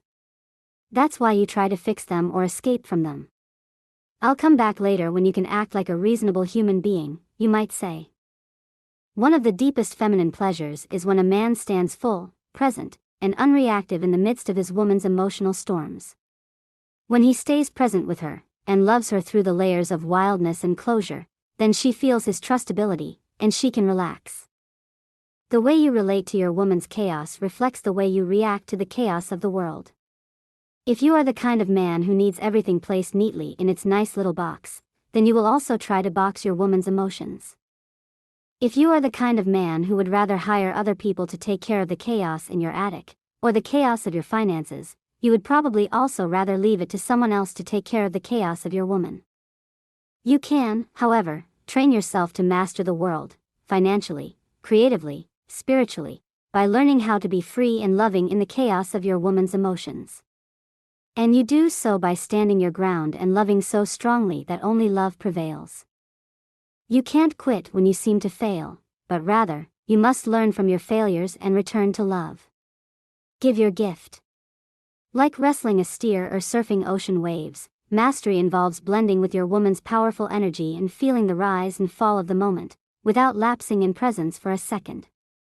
You're going to get stamped on by the steer, you're going to get swamped by the ocean, and you're going to get hurt by your woman. This is how you learn. You get up, dust yourself off, swim to shore, and turn and face your woman again. The only options are fear or mastery. You can quit, you can choose small steer in tiny waves, you can wait for your woman to calm down, or you can even threaten her. Or, you can take the moment as a challenge to your ability to conquer the world, and your woman, with love. Keep your breath full. Keep your body strong. Keep your attention present. No matter what your woman says or does, give her love. Press your belly into her. Smile. Scream and then lick her face. Do whatever it takes to crack the shell of her closure, get your love inside that crack, and touch her heart. Learn to enjoy her anger, her tears, her silent hardness. The world will give you the same at times. The game of life is to find each situation workable, to transform each occasion through the magnification of love, to give your fullest gift in every moment, and to have no attachments to the outcome, knowing it's all going to rise and fall and rise again.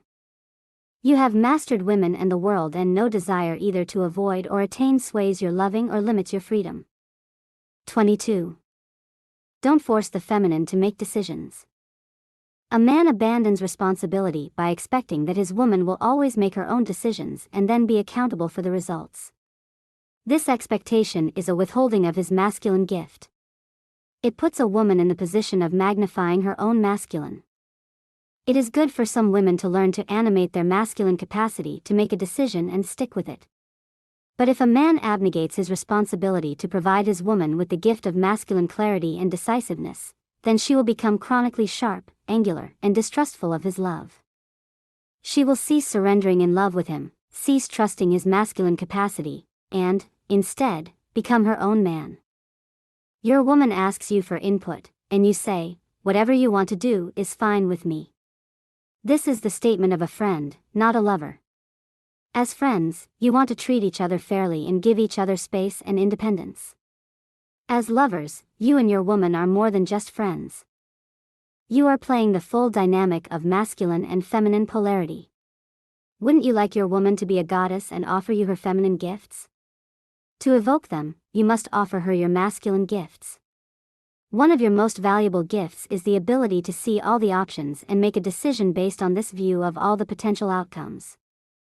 Feminine decisions are based on what feels right, and often this is the best way to make a decision. However, the point in intimacy is not simply to make the best decision, but to make the best decision while maintaining the force of masculine/feminine polarity that attracted you together to begin with. If that polarity begins to diminish, conflicts will begin to increase. When that polarity disappears, attraction disappears, and the life of the intimacy disappears with it. You need to play the masculine pole if you want your woman to play the feminine. Offering your perspective on decisions is one way to give your masculine gift. Even on the most trivial decisions, never say, "Do whatever you want." If she asks you which shoes you think look better on her, make a decision and tell her. Don't just say, "They're both nice." Say something like, "I'd like the red shoes, but what's the most important to me is that you're happy." She is of course free to wear whatever she wants, but she is also the recipient of your masculine gift of decisiveness. Perhaps your woman is trying to make a career decision, something that will affect her for many years. She might feel into it, and do what feels best to her, which would be a feminine style of making a decision. Or, she might be trying to make a decision based on the different possible outcomes of her choices, which would be a masculine style. Because you have a masculine sexual essence, you will naturally be able to contribute to her masculine decision process. And, more importantly for the intimacy, if you don't contribute to her masculine decision-making process, the two of you will become depolarized by each other's energy. She'll be in the masculine, you'll be neutral, and there will be nobody in the feminine pole. This is fine for short periods of time, but if it becomes chronic, then the two of you will begin to feel like friends rather than lovers. The attractive juiciness of polarity will be replaced by two buddies discussing options. If you refuse to offer your masculine gift by saying things like, "I don't really care. It's up to you," then she will have to learn to depend on her own masculine capacity. Another way to say this is that she will begin to trust her own masculine more than yours. Then, you will find that she trusts you less and less across the board. She will refuse to surrender to you even sexually, because she hasn't been able to relax and trust you all day. You haven't offered her your masculine clarity and perspective, so she has to be her own man and give it to herself. As a practice, always help your woman make decisions by giving her your perspective and telling her your choices, while letting her know that you love her regardless of the decision she makes. Often her feminine feelings will be a much better basis for a decision than your masculine analysis. So, encourage her to feel into the situation and trust her feelings. But, for the sake of polarity and happiness and intimacy, always tell her what you would do and why, even if you think she should make her own decision. Part 3. Working with polarity and energy. 23. Your attraction to the feminine is inevitable. Masculine men are attracted to forms of feminine energy, radiant women, beer, music, nature, etc. If a man tries to hide his attraction, it reveals some degree of shame with respect to his own sexual core. If you are like most men, you probably hide the amount of sexual attraction you feel toward women every day. At work, on the street, and in the grocery store, you see women that turn you on. Sometimes you might want to have sex with them. But many times the feeling is more of a wave of refreshment washing through you. Seeing an especially radiant woman can fill your whole day with delight. A woman's exquisite scent can transport you to an enchanted paradise. A woman's smile can melt the moment into sheer beatitude. There are two ways to deal with your daily awe of attraction to the feminine, wisely and foolishly. To respond wisely, you must understand why you are attracted to whom. Your sexual essence is always attracted to its energetic reciprocal. Masculine men are attracted to feminine women. Feminine men are attracted to masculine women. Balanced men are attracted to balanced women. About 80% of all men have a more masculine sexual essence. These men, of which you are probably one, are attracted to all things feminine. Not just feminine women, but anything with feminine energy, anything which is radiant, alive, enlivening, relaxing, and moving. Feminine energy gets you out of your head and into your body. Music, beer, nature, women, they are all forms of feminine energy. It is not just a visually gorgeous woman who attracts you. If a woman is free and radiant in her feminine energy, you are probably attracted, sometimes more attracted, sometimes less attracted, but always attracted, at least enough to steal a glance at her form. This attraction is not only natural, but healthy. It is a sign of polarity, the same kind of natural flow of polarization by which electricity flows between the positive and negative poles of a battery. It's nothing to be ashamed of. It's why there are men and women. The nature of nature is polarity, from the magnetism that flows between the north and south poles of the earth, to the attraction that flows between your masculine core and the feminine radiance of a woman. If you feel uncomfortable with your attraction to women, you are probably uncomfortable with your own masculine essence. If you feel it is demeaning for a woman to be the object of your polar attraction, then you have probably disowned your masculine core. You have energetically emasculated yourself by condemning and suppressing your native desires. You are negating your sexual essence, rather than being at home with it. Any negative attitude you have about your attraction to women is a sign of fear. Somewhere along the line you learned that such attraction was bad or evil.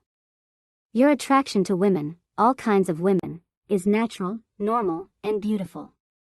In fact, it is an aspect of the same desire that will ultimately lead you towards spiritual freedom. Your desire for a woman is an aspect of your desire for pleasurable oneness. Your confession of desire is a confession of your desire to embrace life.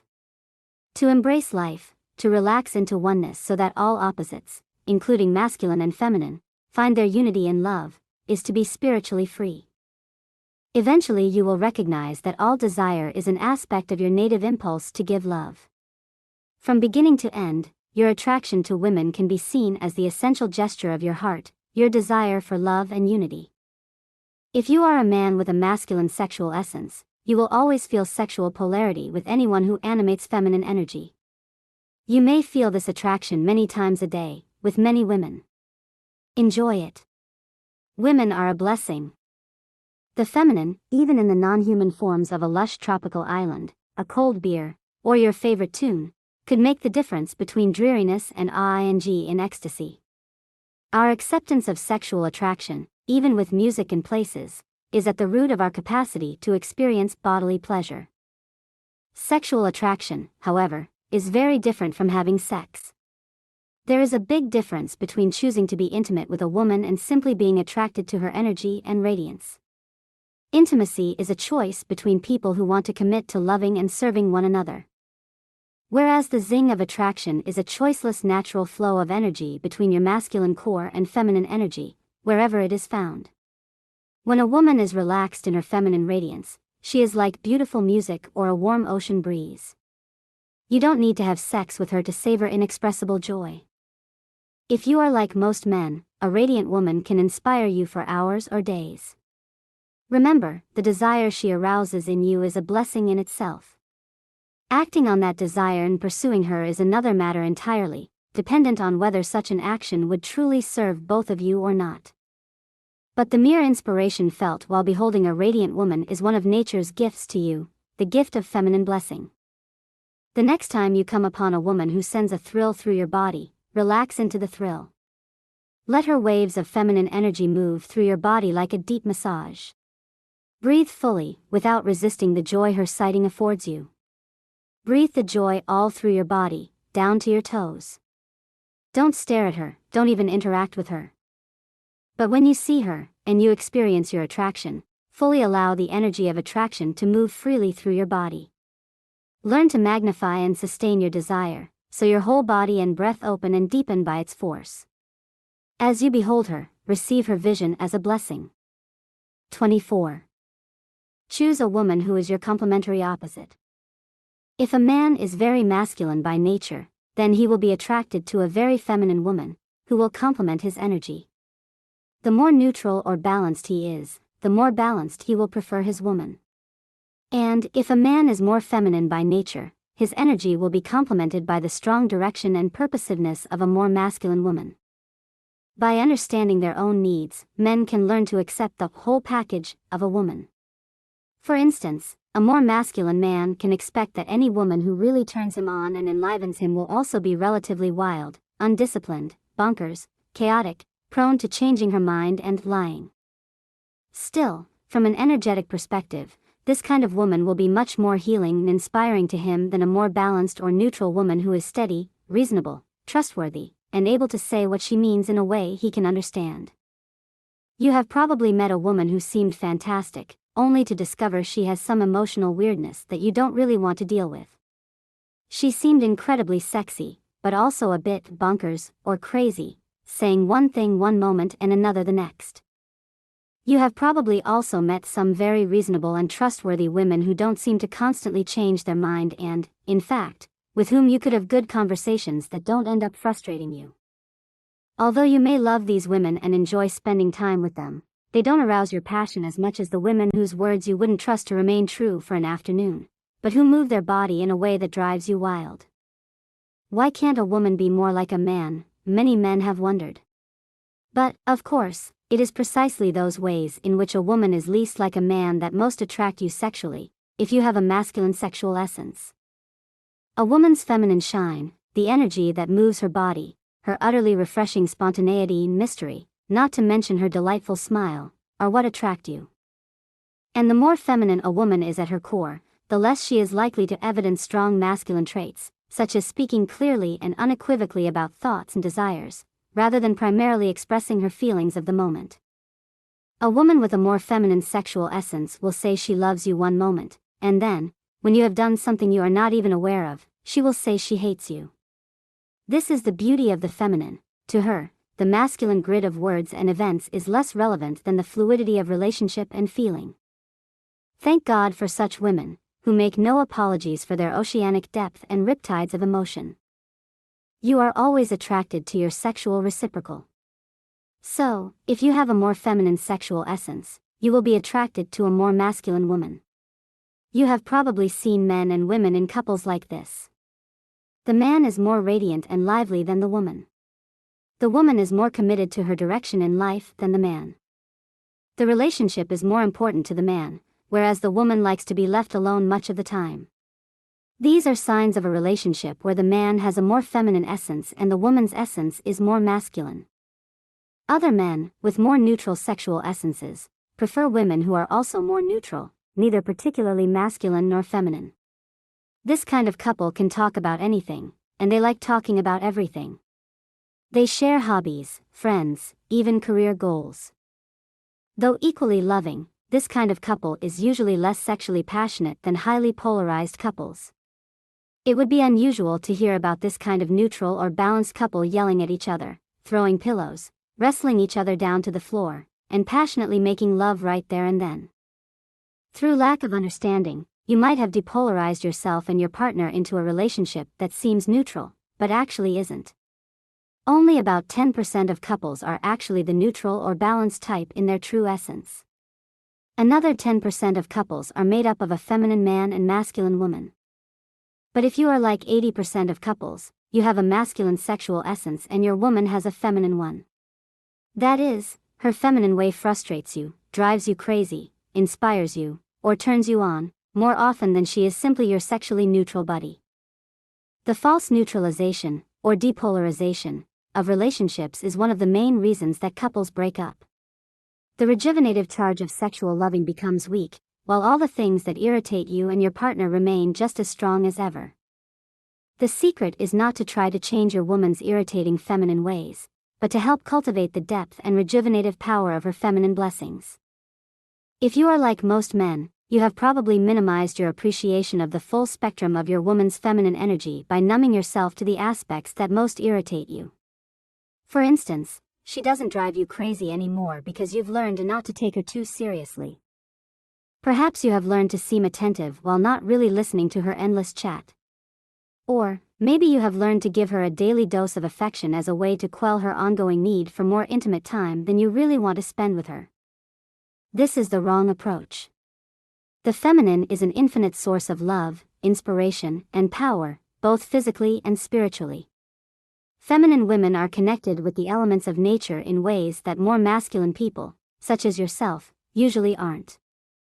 Feminine women may seem wild, untrustable, or even irresponsible from a man's perspective, but such women are simply free of the masculine need to live in a world governed by reason and control. Feminine women are free to feel flows of natural livingness that you are unable to feel. They are free to be moved by currents of energy of which most men are unaware. They are free to allow their bodies to be transparent to the flow of their hearts, uncontrolled and undirected by goals and structure. The feminine body is free to be moved by love, and by life itself. And this is highly valued by most men. To behold a woman free in her expression of bodily ecstasy is one of the most awesome visions most men have had. Men will even pay to watch a woman's body express ecstasy, even if she is only faking it, like in a porn movie. In our secular culture, most men are only familiar with sexual ecstasy, and so it is this form of free bodily expression that men pay to see, in movies, on the stage, and in private rooms around the world. However, in cultures that admit a greater degree of spiritual revelation, women's bodies are viewed with the same masculine awe, but for a different kind of expression, not merely for their capacity to express sexual ecstasy in a way that is foreign and unbelievably attractive, but also for their capacity to express spiritual ecstasy. Temple dancers in India, for instance, are traditionally feminine women trained from an early age to combine skill and heartfelt devotion in a style of dance which frees their bodies to be moved by divine force, bringing tears to many men's eyes and openness to their hearts. A woman who is at home with her feminine essence is at home with energy, be it sexual or spiritual. For such a woman, there is no disconnection between sex and spirit. Her sexual surrender, if she is with a worthy man, is the same as her devotional or spiritual surrender. She opens from head to toe, receiving divine love force deep throughout her body, so that she is rippled, arched, and undulated by its boundless flow. More masculine or neutral women are less likely to allow such freedom of bodily expression. Yet it is a woman's expression of this kind of ecstasy that invites a masculine man to leave his heady world of thoughts and goals and celebrate the moment, in the flesh, through the heart. Whether in a strip joint or a sacred temple, men have been attracted for thousands of years to witness the feminine embodiment of ecstasy. Women are literally worshipped in such occasions. Men shout their praises to the goddess dancing before them in ways they would never do in public. The fullest of such occasions is completely sexual and completely spiritual at the same time. Men leave such an event transformed and inspired by the blessing power of free feminine embodiment. This is one of the unique gifts of the feminine form of woman. This is what you get in a woman with a feminine sexual essence, a woman who is all over the place emotionally. A woman whom you can depend on to change her mind. A woman who is much more sensitive than you are to the flow of subtle energies in your relationship. A woman who brings you delight and awe in the ecstasy, both sexual and spiritual, that her body expresses so freely and beautifully. It is all one package. You can't have a woman who is always logically consistent, reasonable, and on time, and who also fills your heart and flesh with energy, instantly and throughout the day, with her bodily expressed love and ecstasy. She can animate reasonable masculine energy when she wants, but if she has a feminine core, much of the time she will want to dance, in wrathful anger or enchanting joy, beyond the need for reason.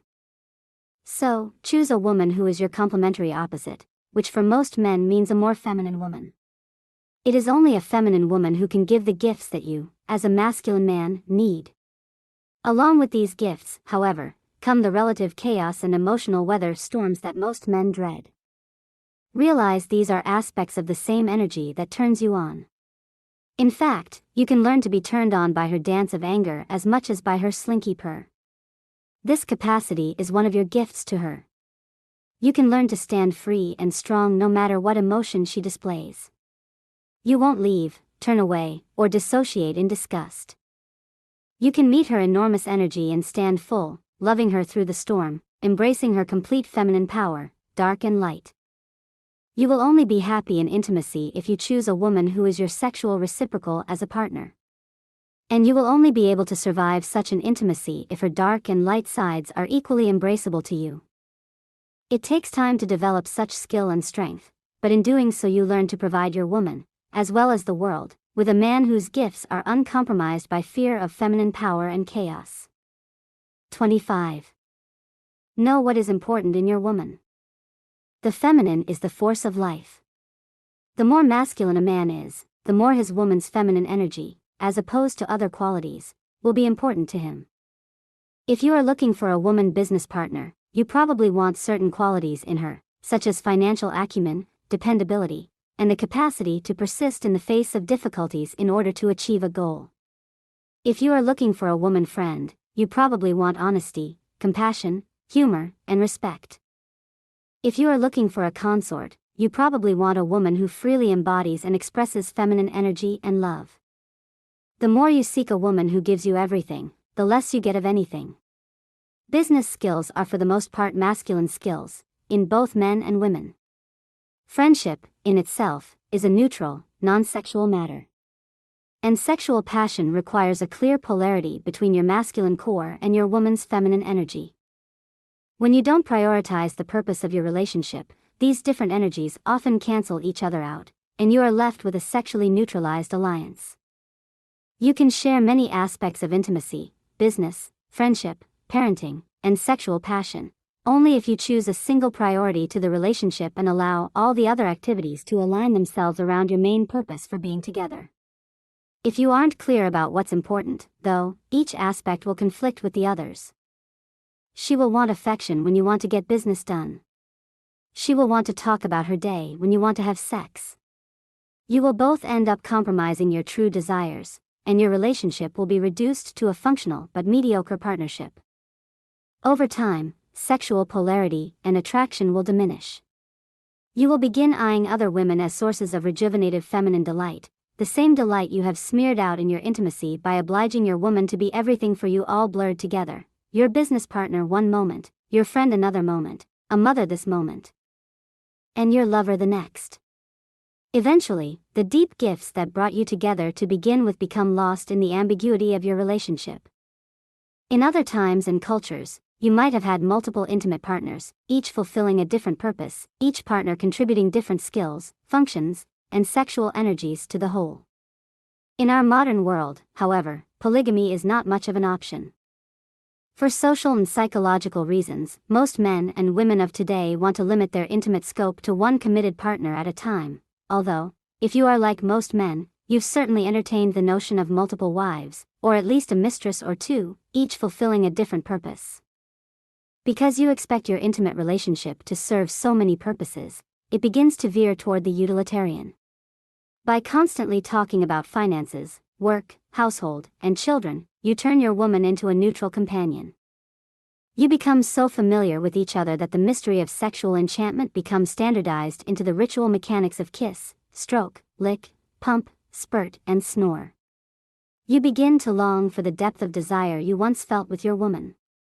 Domesticity replaces mystery, and talk replaces tumble. Yet, if you have a strong masculine sexual essence, you will need frequent refreshment by the power of strong feminine energy, or else you will begin to feel weary and burdened by life. You may seek this rejuvenative feminine energy in a few beers, a few rounds of golf, or a few girly magazines. Or perhaps you favor long massages and walks on the beach. Although these and many other means can temporarily relax you and put a smile on your face, few of them can arouse you as deeply in heart and body as the uncompromised force of feminine sexuality offered by your radiant woman in love. You are the only one who can decide what is important to you in your relationship. You are the only one who can clarify for yourself what the purpose of your intimacy is. If you decide, however, that the purpose of your intimacy is the passionate transmission of love, the rejuvenative healing of sexual energy, and the cultivation of heart through your mutual commitment to spiritual awakening, then be careful. Don't force your woman to be your on-call accountant. Don't expect her to always help you with your financial problems, like a career consultant. Don't emphasize the daily chores while disregarding the bodily transmission of love for days and days. Don't squash the fullness of her feminine energy into merely functional roles. Your woman has the capacity to awaken your heart and fill your body with life. You, however, must give her the opportunity, as well as the fullness of your masculine transmission of love. If you want your woman to be your spiritual and sexual consort, not just your housemate, you must skillfully maintain your household and livelihoods so that the potency of your union is not diminished. She can be the mother of your children as well as your business partner, as long as these functions do not cut into the primacy of your purpose, to serve one another's enlightenment through your unwavering commitment to love, and to enliven one another's core by the bodily transmission of love via sexual polarity. When these two aspects of your loving, spiritual awakening and sexual transmission become diminished by your daily duties, you will both begin to seek elsewhere for daily refreshment and fulfillment. You will seek feminine energy in the form of a six-pack or a mistress. Your woman will seek masculine direction in the form of a social cause or a masculine-style career. Your relationship will become relegated to a well-meaning partnership of domestic duty. This may be exactly what you want. Or it may not be. In any case, you must know what is important for you, what is the purpose of your intimacy, and align all other activities around this central priority, if you want your intimacy to maintain and increase its potency for both of you. 26. You will often want more than one woman. Any man with a masculine sexual essence will desire sexual variety. Even if he loves his intimate partner and is completely committed to her, he will naturally want sexual occasions with other women besides his chosen intimate partner. How a man deals with his desire for other women is up to him. He should know, however, that there is no way to avoid such desires. He should also know that acting on such desires, though temporarily enlivening and exhilarating, often ends up complicating his life far more than the occasion itself is worth. Even if you are totally committed to your intimate partner and love, you probably think about having sex with other women. Even if you are totally fulfilled by the sex you share with your woman, you probably still desire sex with other women. Your desire for other women is not a reflection of any lack in your intimacy, it is a reflection of your nature as a masculine sexual being.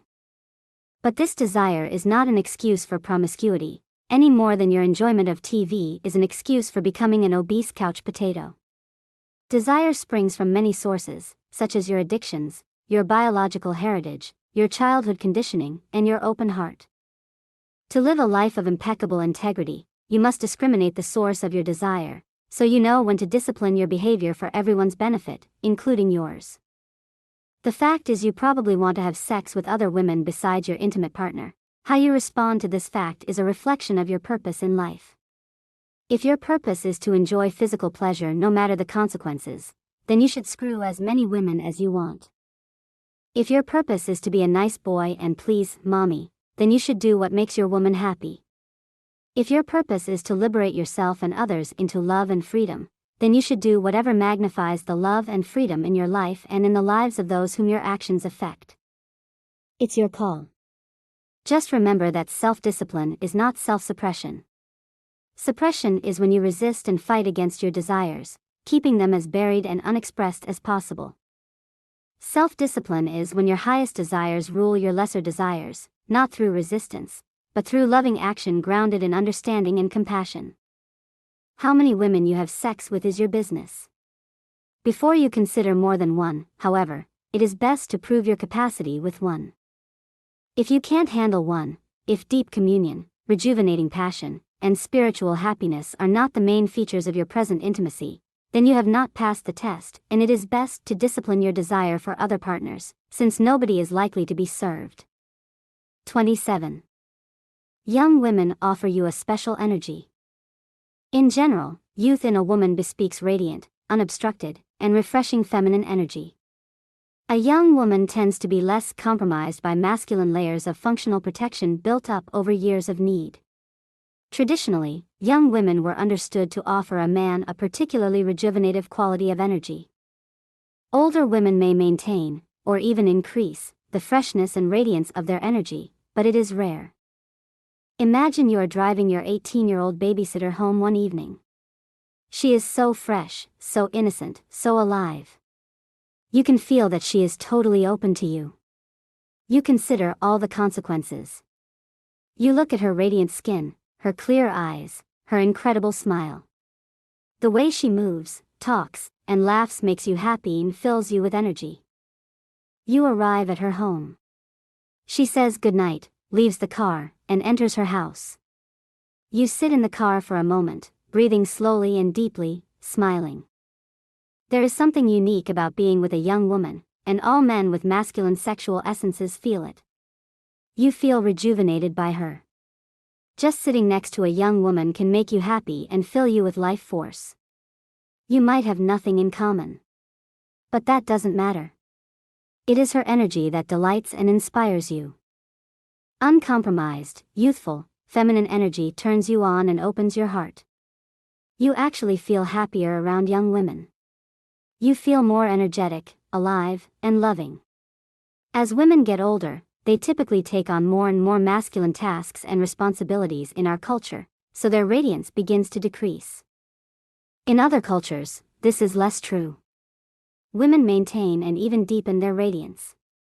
But even in these cultures with more wisdom, it is understood that young women provide a special energy that is fresh, uncompromised, and enlivening. Our culture reduces this youthful energy to a sexual thing, whereas it is actually a whole body transmission of energy, affecting the heart as much as or more than the genitals. In other cultures, young women were honored for their gifts of spiritual rejuvenation, tending to holy sites and performing sacred arts, not just ogled for sexual titillation. As a man, it is your responsibility to honor the heart-rejuvenative gift of a young woman, without violating this honor by imposing your sexual desire on her. If sexual desire arises, fine. Circulate it through your body. Learn to conduct the magnification of desire without needing to throw it off in a spasm of release. A major part of mastering sexuality is learning to sustain greater and greater degrees of pleasure and desire in the body, without needing to rid yourself of the force because you can't handle it. When you find yourself really enlivened by a young woman, breathe in her fragrance. Breathe in her energy. Relax your body and allow your heart to open in her presence. Take in her beauty through every pore in your body. Allow love to radiate from your heart toward her. Maintain a respectful formality so that she is free and empowered to give her gift, without being complicated by your personal agenda. Use the energy she has given you in your own service to others, passing the gifts of heightened aliveness and passionate heart into all of your relationships, so that all beings may benefit by the delight you have received from this woman. For now, manifests the youthful gifts of uncompromised radiance and life force. 28. Each woman has a temperature that can heal or irritate you. Some women are hotter, some are cooler. In general, blonde, light-skinned, Japanese, and Chinese women are cooler. Dark-skinned, brunette, red-headed, Korean, and Polynesian women are hotter. Even though a man might choose to remain in a committed intimacy with one woman, his needs for different temperatures of feminine energy may change over time. A hot woman who aroused his passion several years ago may irritate him now. A cooler woman who soothed his heart several years ago may seem tiresome to him now. By understanding how different temperatures of feminine energy may affect him, a man could make more skillful life choices without confusion. You probably have certain tastes in women. You might prefer blondes. Or Asian women. Or perhaps you have a special preference for redheads. Your tastes come from many sources: your early childhood experience, cultural influence, and perhaps even your genetics. But one aspect of taste has to do with how a woman affects you with her energetics. Some women are cooling. Being in their company feels like a cool drink of iced tea on a hot sunny day. You might have referred to a woman, for instance, who is an icy blonde or who has cool blue eyes. Other women are hot. They are fiery, tempestuous, and quick of temper. You might have spoken of a fiery redhead or a hot-blooded Latina. Of course, not all redheads or Latinas are hot, nor are all blondes cool. Nevertheless, there is something true enough to be said about a woman's temperature. Most men have a good intuitive sense of the difference between a woman who is cool and soothing and a woman who is hot and exciting, regardless of how they describe it. And this difference has a lot to do with why men have different tastes for women, and why your taste could change over time. To help understand this, you could look at your relationship with food. Some men thrive on hot Mexican peppers or spicy Szechuan food, while other men are healed by soothing and cooling food, like salads, sweets, or milk. And any man's needs for different kinds of food may change over time. The same is true of his needs for feminine energy. If you are a particularly easygoing man, perhaps a man who has difficulty getting motivated, then a hot woman is probably better for you. Her fiery nature can heat up your system and get you moving. On the other hand, if you tend to be quick-tempered and hot yourself, you might find that a more cooling woman heals you and brings a balance to your body and psyche. Depending on your health, your lifestyle, your work demands, and your emotional state, you may need different types of energy at different times. The important thing is to know there is a difference, so that you can be conscious of the choice you are making and how it might affect you. You may begin to doubt your current intimate relationship if you don't understand how your needs for feminine energy change. When your life seems dreary and boring, a more spicy and hot woman will probably appeal to you. She will provide you with the fire you are missing. However, when your life is extremely challenging and you feel burnt out, a hot woman might be too much. You may be more attracted to the soothing gaze and touch of a cool woman. Imagine you are married to a hot woman. For years you have enjoyed her passion, been amused by her anger, and been delighted by how quickly she responds sexually. Then, your career takes a turn. You begin working with people all day, under a tight deadline. You are dealing with people's emotions and resistance 50 hours a week. You notice that you are sweating most of the day. You are under the gun. Your life has become quite hot, as if you are spending the day in a pressure cooker. You go home to your hot wife. She is rubbing herself all over you, eager to get it on. You feel like relaxing. You tell her you need a few minutes to take it easy, so she changes into her workout clothes and goes to the spa to flex and pump her supple body. Meanwhile, her best friend comes to visit. You open the door and invite her in the house. She moves so much more slowly than your wife. Her presence seems soothing and relaxing to you, even though she's not the kind of woman you are usually attracted to. The quality of this woman's voice seems so refreshing. She sees you are tired and, because she's known you for years, she asks if she can rub your shoulders. She puts her hands on your shoulders, and, before she even begins to gently massage you, you feel waves of cool, rejuvenating energy pour into your body. You sigh with relief. After a brief massage, she says goodbye. She'll come back and visit your wife another day. Your wife comes back home, full of energy, and she begins bouncing around the house taking care of things. She yells at you for not telling her friend to stay and wait. Then, seeing your fatigue, she apologizes and begins kissing you passionately. Her hands quickly go to your crotch, but you're still thinking about her friend, remembering how refreshing her energy was, wondering what the heck you're going to do about it. What you should do about it is this: understand what is happening. You used to really enjoy your wife's spicy temperament, but now that you are boiling all day at work, you need to be balanced by a cooler energy.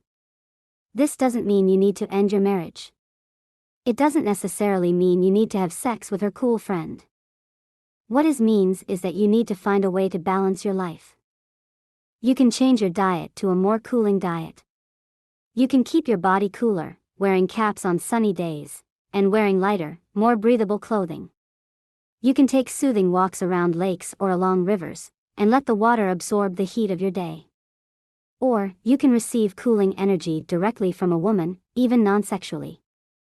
You could get a professional massage, for instance, from a woman with cooling energy. Sometimes all you need to do is spend a little time in the same room with a cool woman. In any case, it's important to realize that your needs for different kinds of energy will change throughout your life. It's something you will need to learn how to deal with. It's important that, in the meantime, you don't mistake a changing energy need for a reason to end your marriage.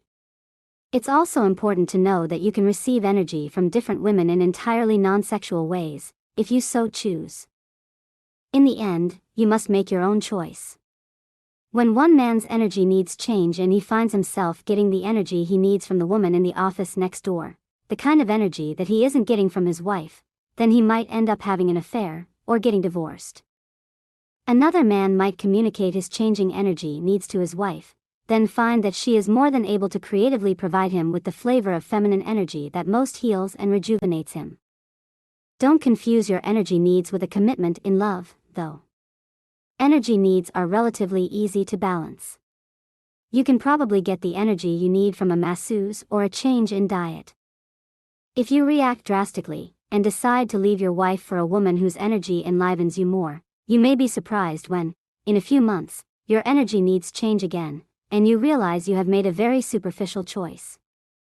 You must decide for yourself how to deal with your need for the particular feminine energy that fills your body with life, heals your rough edges, and soothes your warrior spirit.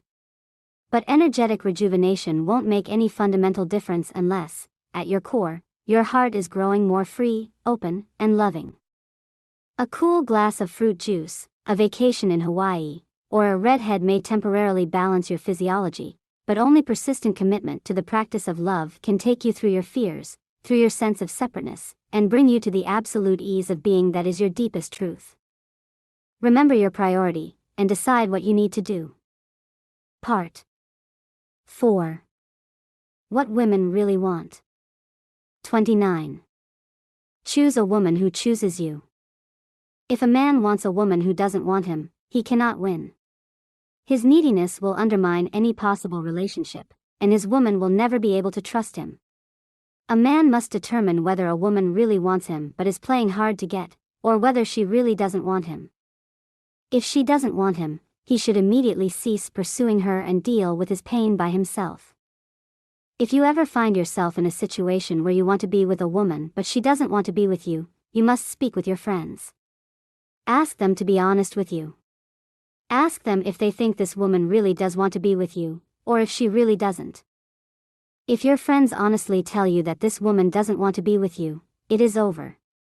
You cannot enjoy a good relationship with her, even if she changes her mind.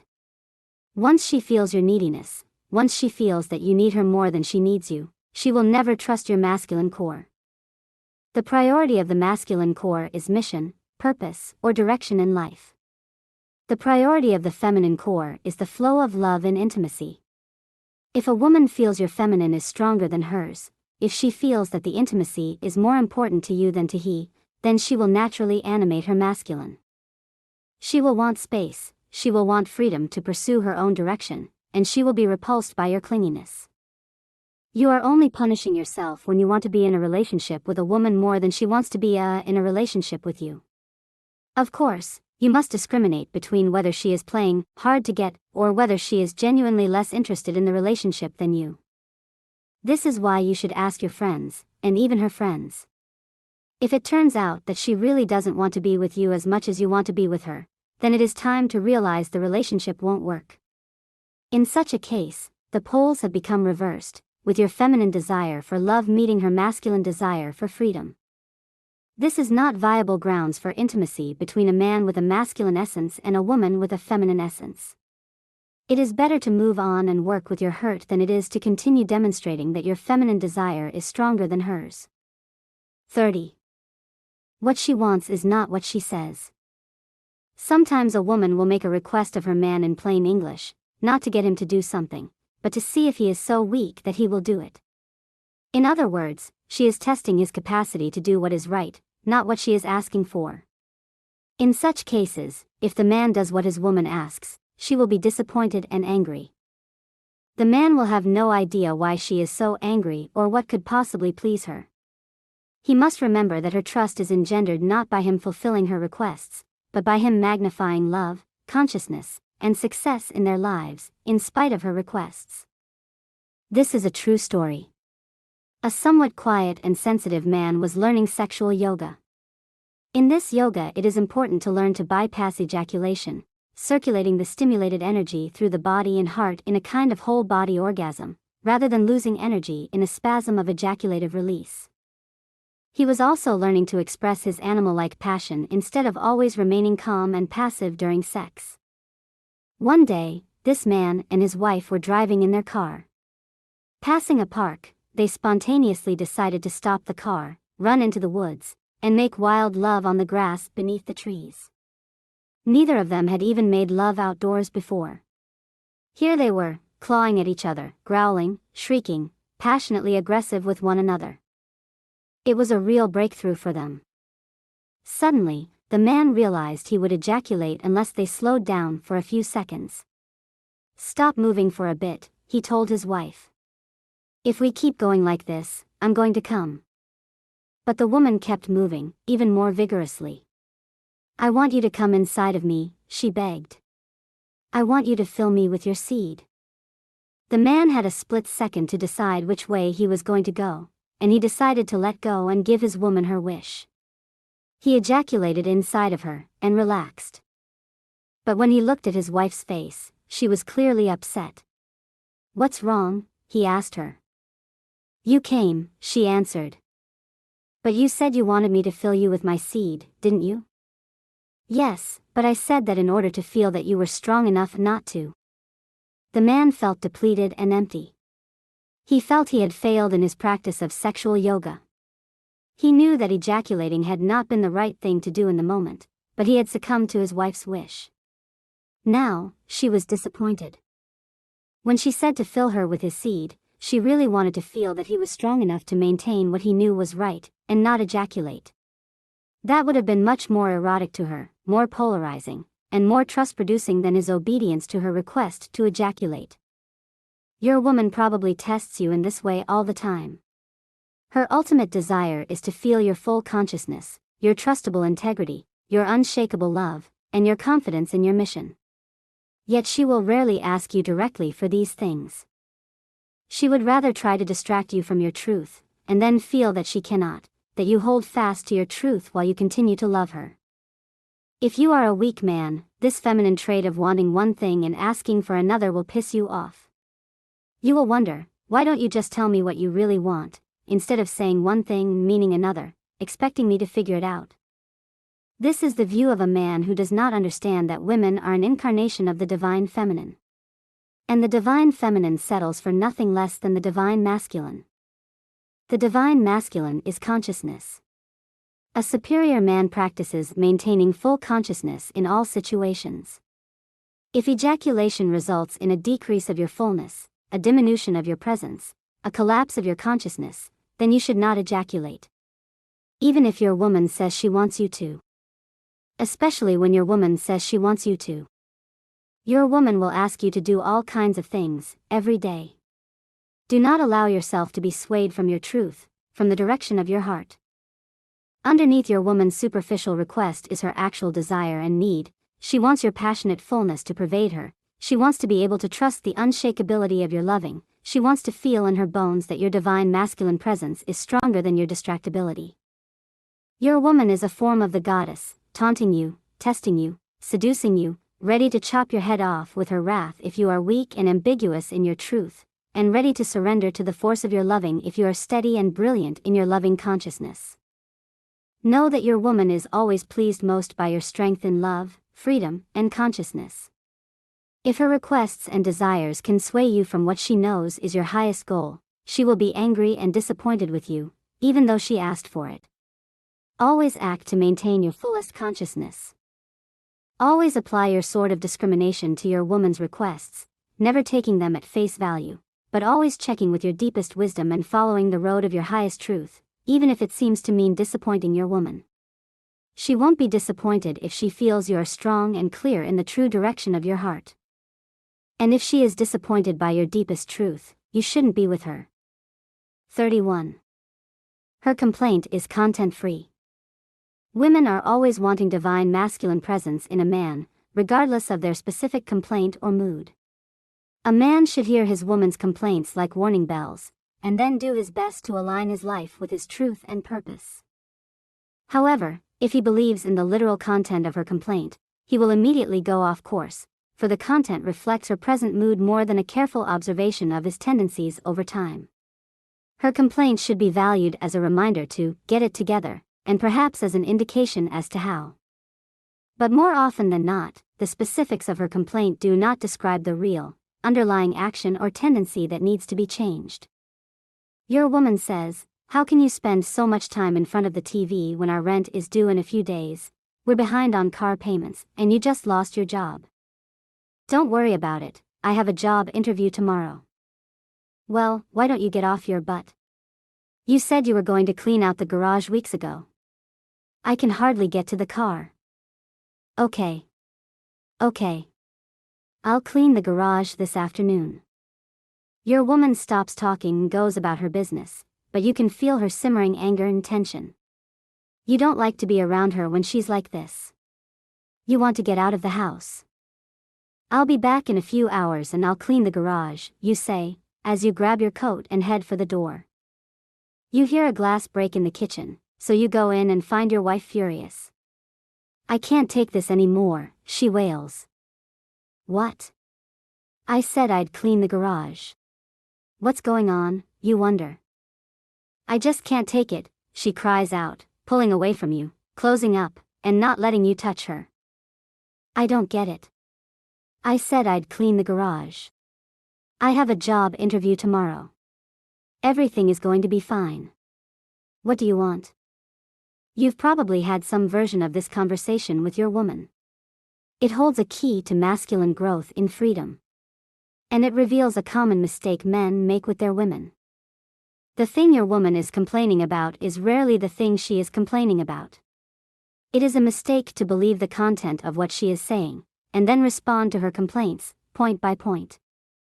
When she complains about financial issues, she is usually feeling a lack in your masculine capacity to direct your life with clarity, purpose, integrity, and wisdom.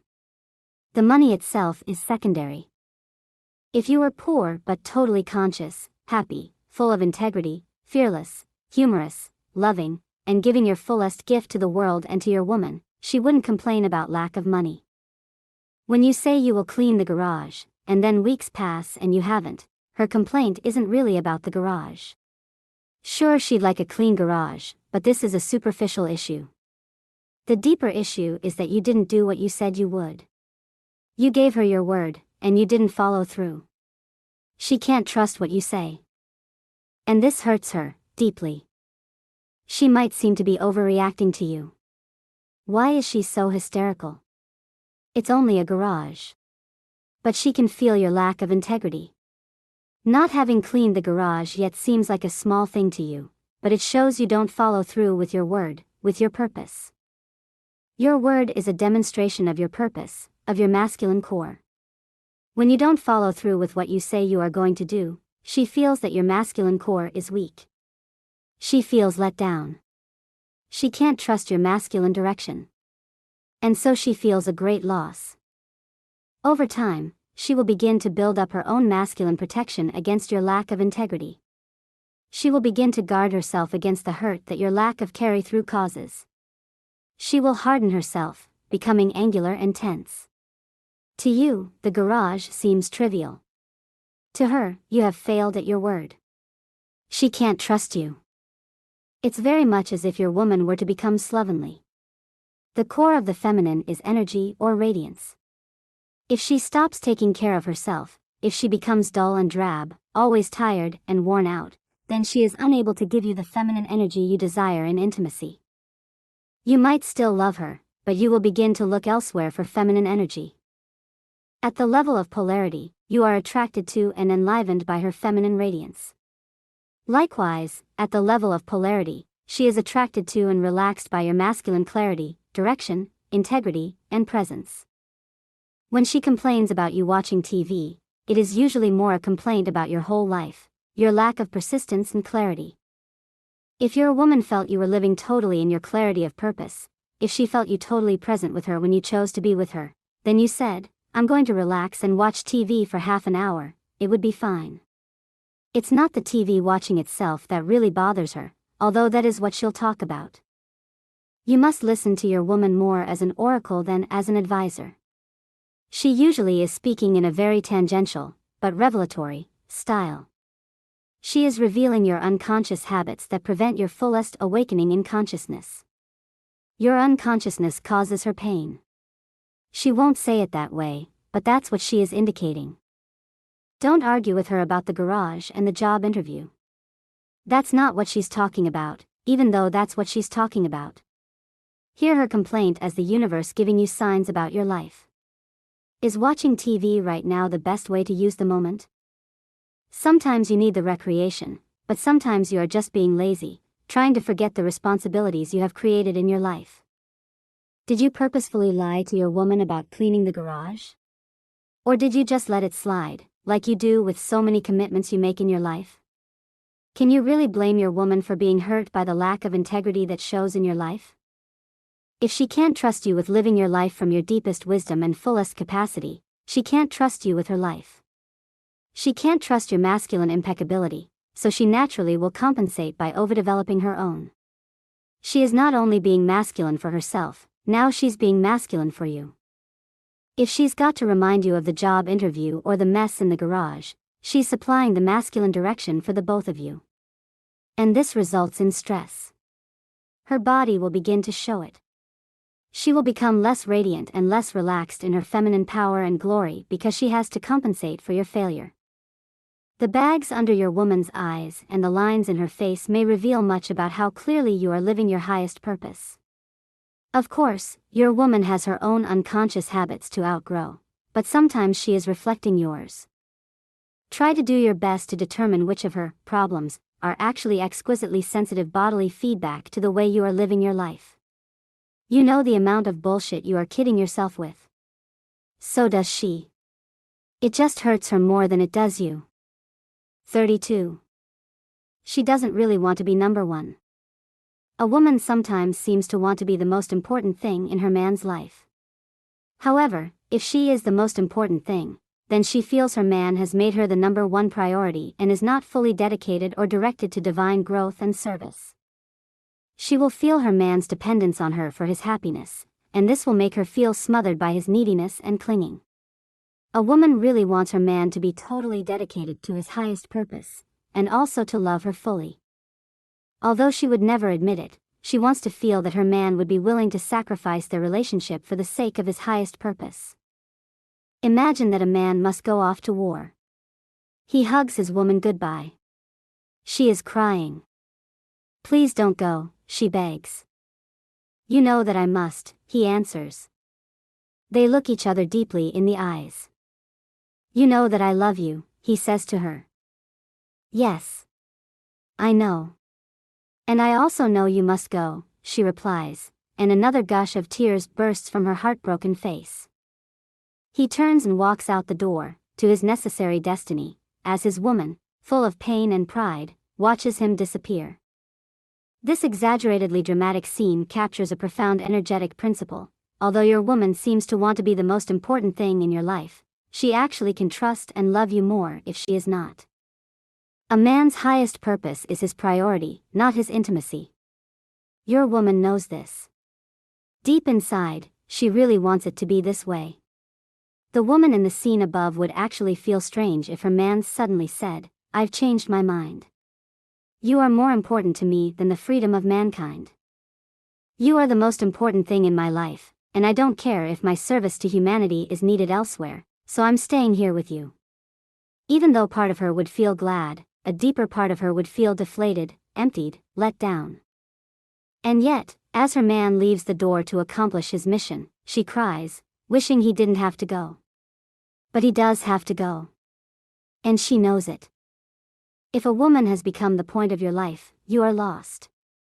You have a gift to give, a purpose to fulfill, a deep heart impulse that moves you. If you have lost touch with this impulse, then you will begin to feel ambiguous in your life. You will make decisions because you have to, but they won't be guided by a deeper sense of purpose. You may take on your woman's purposes because they are stronger than yours. You may adapt your need for direction to externally regulated purposes, becoming a cogwheel company man or a dead-ended husband and parent, without leaving yourself open to your own greatest vision. Be careful not to substitute default responsibilities for true purpose.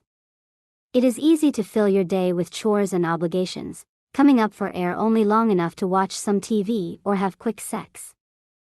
It's also easy to give up entirely on living a life of absolute commitment to truth, settling for the common life of absolute commitment to work, family, intimacy, and friends. Yet, you can only be a superior professional, father, husband, and friend when you're living these relationships as gifts given from your core, not as what's left over because you don't have the guts to discover your core impulse and live on its basis. If you aren't living from your core, giving your fullest gifts, everyone will feel your lack of true purpose. Your kids will challenge your authority. Your colleagues will take advantage of you. Your friends won't expect much of you. And your wife won't trust you. Even though she may seem to want to be the center of your life, she doesn't. She wants you to know the center of your life, however, so she can trust you. Even if you must go off somewhere without her to fulfill your purpose, like a man going to war, she will be able to trust you and love you, as long as your purpose is real and true. If you are always watching TV, reading magazines, or gambling, your woman will feel your trivialization of life. She will feel you settling for less, and will resent the frivolity of your will. But if you have discovered the purpose springing from your deepest core, and if your entire life is aligned by this deep purpose, your woman will feel the truth of your choices. Though she may not always like your choices, she will love them, and she will love you for having the courage to live your truth. She can relax and trust you because, even if you are enjoying watching TV, reading magazines, and gambling now and then, she knows that you would never compromise your highest purpose in life, which includes, but is not centered nor dependent on, your relationship with her. 33. Your excellent track record is meaningless to her. A man's track record means nothing to the feminine. A man could be perfect for 10 years, but if he's an asshole for 30 seconds his woman acts like he's always been one. The feminine responds to the moment of energy, forgetting her man's history of past behavior. A man's past behavior is irrelevant to his woman's feeling in the moment. But men base much on another man's history of behavior, so they think their own track record should count for something. But to a woman, it doesn't. It's been a tough and late day at work. You finally come home, and your woman is upset. You forgot that you were supposed to have dinner with another couple that night, and the time has passed. Your woman is furious. "I'm sorry I'm late, but this was an unusual day," you say. "I haven't worked late for months, but I had to today. You probably can't even remember the last time I forgot a date together we had planned. I hardly ever forget those kinds of things." Well, you did today. And that's what counts. There is no use trying to mitigate her anger by referring to your great track record. To the feminine, history is irrelevant. What counts is the feeling in the moment. If you let her down now, it doesn't matter that you haven't let her down for months or even years. Your past successes mean nothing to her present feeling of your failure. For you as a man, it is probably easier to forgive and forget an occasional mistake made by another man who has a great track record. What pisses you off is when a man lacks integrity and continually fails at his word. But even big mistakes are fairly easy to let go of when made by a man who is otherwise impeccable. You know he really does the best, and this mistake was a rare exception. But, for the feminine, the past is entirely irrelevant. One wrong word in the midst of a 5-hour lovemaking session that was otherwise perfect could collapse your woman as completely as if you had spent 2 hours making mistakes. Instead of getting angry because she's so upset that you made one little mistake in a long series of successes, instantly shift the energy between you. Remember, history is irrelevant to the feminine, so your mistake is as easily forgotten as your successes. As soon as you see she's upset, immediately assume happiness. Shock her with your love. The typical masculine desire for freedom involves the feeling of death, which is the ultimate masculine fear and freedom, in one way or another. Orgasm is actually called petite mort or little death, in French. You say that you hope your favorite football team kills the other team, and you celebrate your financial killings with great glee. You are probably also familiar with darker aspects of the masculine desire for freedom. War, which is motivated by the desire for freedom, is a quintessential masculine pursuit. Most sports are ritualized war, but actual war itself resonates with the core of most men. Even movies about war, men being at their edge, giving it all they've got, up against death itself, motivated by a higher cause, evoke intense emotion in men. The capacity to face death for the sake of freedom, whether actually in war or ritually on the football field or chessboard, is the ultimate masculine act, evoking men's deepest emotions. The same capacity to face death is necessary for spiritual freedom. To live free in spirit, you must be willing to face your fears and let go of anything that limits your love. The attachment to comfort and security is what limits most men in their capacity to make a spiritual touchdown. The other team is your own need for private security. You are fighting a war with your own self-sense. To be free is to die to your need to be a separate self. What, then, could be constrained? Ego death, absolute surrender to the point of oneness, is the ultimate freedom. Few men ever release themselves enough to relax in this depth of freedom because they are afraid of absolutely no stress. No stress means no thoughts, no sense of protected self, no mission to accomplish. The end of the masculine game. Yet, this stress-free, unprotected end of the game is exactly what you are always seeking, through orgasm, financial killings, or winning a war. You are willing to experience lesser forms of masculine death and ecstasy, but you are unwilling to face the death of your separate self-sense, and finally be the freedom you have only allowed yourself to taste in moments. Men will always enjoy facing forms of death and coming out the other side into freedom, whether in the form of boxing matches, cop movies, martial arts, orgasm, philosophy, the stress-releasing of insight, or ego death. You must own the primacy of your desire to be free. Then, you can enjoy the lesser forms of masculine ecstasy, but dedicate yourself to its highest form, transcendence of the fear of death by facing the limiting stress of your own self-sense, and relaxing through it, into the absolute freedom you have always intuited at your core, but sought through only temporary means. The feminine, on the other hand, is not seeking freedom, but love. A woman's bliss is not in emptiness, but in fullness. Her means is not release, but surrender. This is why a woman is upset when a man begins snoring after orgasm. He has finally achieved, in post-ejaculative emptiness, the blissful freedom from stress he has been seeking all day, one way or another. She, however, is hoping to experience love and fullness through sex, and a snoring man just doesn't do it for her. The feminine seeks fullness and abhors emptiness. She will fill her empty shelves with knickknacks, seashells, and pebbles collected from special places. When she does not feel full of love, she seeks to fill herself with ice cream, chocolate, or conversation, rather than empty her stress through TV or ejaculation, as men often do. Her dark side enjoys the emotional aggression in soap operas and romance novels, rather than the physical aggression of boxing matches and porno movies. She longs to fill her sense of spiritual emptiness by surrendering her heart and being filled with love. Her basic means towards spiritual unity is surrender into the devotional fullness of unbounded love, rather than breaking through the fear of ego death into the unconstrained infinity of absolute freedom. In the end, the feminine search for love and the masculine search for freedom reach the same destination, the unbounded and infinite ground of being who you are, which is both absolute love and freedom. But until you finally relax into the place you always are, your woman will continue to surrender to you, chocolate, and shopping, in the hope of being filled with love, and you will continue to release yourself, through television, orgasm, and financial success, in the hope of being emptied of stress into unconstrained freedom. 36. Own your darkest desires.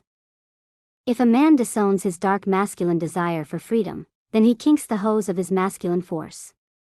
His energy will not flow freely, and his attention will be bound by unfulfilled yearnings. Most importantly, if his hose is kinked in this way, he weakens his masculine capacity to stand fearless in the death that is conscious life. He will not be able to face the unknown, the groundless ground of being, and still function from his heart in love. When was the last time you really ravished your woman? That is, when was the last time you really took her, savagely, lovingly, with no inhibition whatsoever? Or, has it been so long that you are fascinated and even turned on by rape scenes on TV or in the movies? When you are unable to express your dark passions with love, then they go underground in your psyche. Your dark desires become disconnected from your heart. Instead of being moved to embrace your woman with masculine force and aggressive passion, throwing her down on the bed, ripping off her clothes, and pinning her down beneath your body as you both yield yourselves in ecstatic loving, you begin to fantasize about controlling and dominating women in unloving ways. The desire to ravish is the sexual aspect of the same masculine desire that wants to break through opponents on a basketball court, break through philosophical barriers to intellectual insight, or break through the fear of death into spiritual freedom. The desire to ravish is the desire to break through a woman's resistances to open her heart and body into ecstatic loving. The pleasure is in releasing her from all the conventional restraints of her psyche, so she has no choice but to surrender in love. When this masculine desire to ravish becomes dissociated from your heart, then you will settle for breaking through a woman's resistance without love, through violence or coercion. Although few men will readily admit it, most men have entertained fantasies about forcing a woman to have sex against her will. In fact, most women have entertained fantasies of being forced to have sex against their will. The dark feminine desire, to be forced to surrender, is as strong as the dark masculine desire to penetrate through a woman's resistance. The difference between rape and ravishment is love. Your woman surrendering to receive your strong love, or you lovingly forcing your woman to surrender into greater ecstasy, is the basis of ravishment. When you are unwilling to play these dark masculine and feminine poles in love and humor, then they will appear in loveless ways, such as rape fantasies, obsessions with soap operas, tragic stories of loss and brutality, and violent pornography. Sexual energy is at the root of your bodily force of life, and your relationship to ravishment reveals your relationship to life altogether. This is also true of your woman. If your woman is afraid to surrender completely and receive your loving in all of her parts, she will also be afraid to surrender completely and receive the loving of the divine through and through her. She will feel essentially empty, and so seek to be filled with the love of food, shopping, social events, and conversation. If you are afraid to yield yourself completely in the ecstasy of physical love with your woman, going beyond all sense of control and separate self so your heart and her heart are one in the midst of absolutely abandoned passion, then you will also be afraid to yield yourself completely in divine freedom. You will grasp onto your sense of self and control instead of yielding through your fear into the boundless, unknowable infinity of existence. You will feel full of your own tension, and so attempt to empty yourself in the conventional masculine habits of TV, ejaculation, and work. You must learn to let go, absolutely, in love with your woman. Unless you choose to live your life as a celibate, there is no way around this. You must be as fearless with your sexual desire as you are with your spiritual desire. The essential masculine fear is loss of self, which is also the essential masculine desire. So, if you are like most men, you are willing to lose yourself in controllable ways like sports, newspapers, and orgasm, but you remain fearful of losing yourself, for real, in love ecstasy with your woman, surrendered in the unknowable infinity beyond mind. As an experiment, the next time you make love with your woman, feel through your own physical and emotional boundaries into her. Feel into her so deeply that you become unaware of yourself and totally aware of her. Feel yourself move into her, your boundaries dissolving so that you become her, utterly aware of her breath, her movements, her emotions. Love her with more abandon than you've ever allowed yourself before. Feel through not only your boundaries, but also her boundaries, so that you are both dissolved in the immense force of your loving.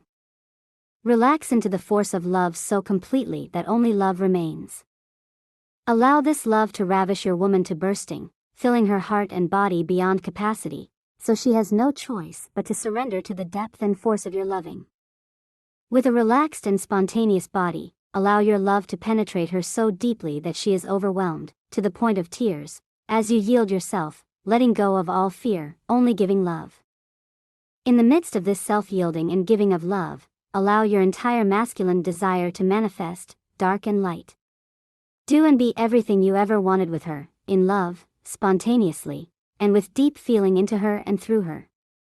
From time to time, take special care to allow space for her energies and desires to take you to places you would never have gone on your own. By reclaiming the full force of your dark masculine loving, you will not only re-own your capacity to ravish your woman in selfless ecstasy, but you will also re-own your spiritual guts. You will develop the courage to let go of yourself in the face of ego death. You will unkink the hose of your masculine spiritual force by opening to the dark side of your sexual desiring, allowing the force of love itself to draw you beyond the need for control and fearful grasping. You will cultivate your capacity to die into love, with no need to hold on to yourself.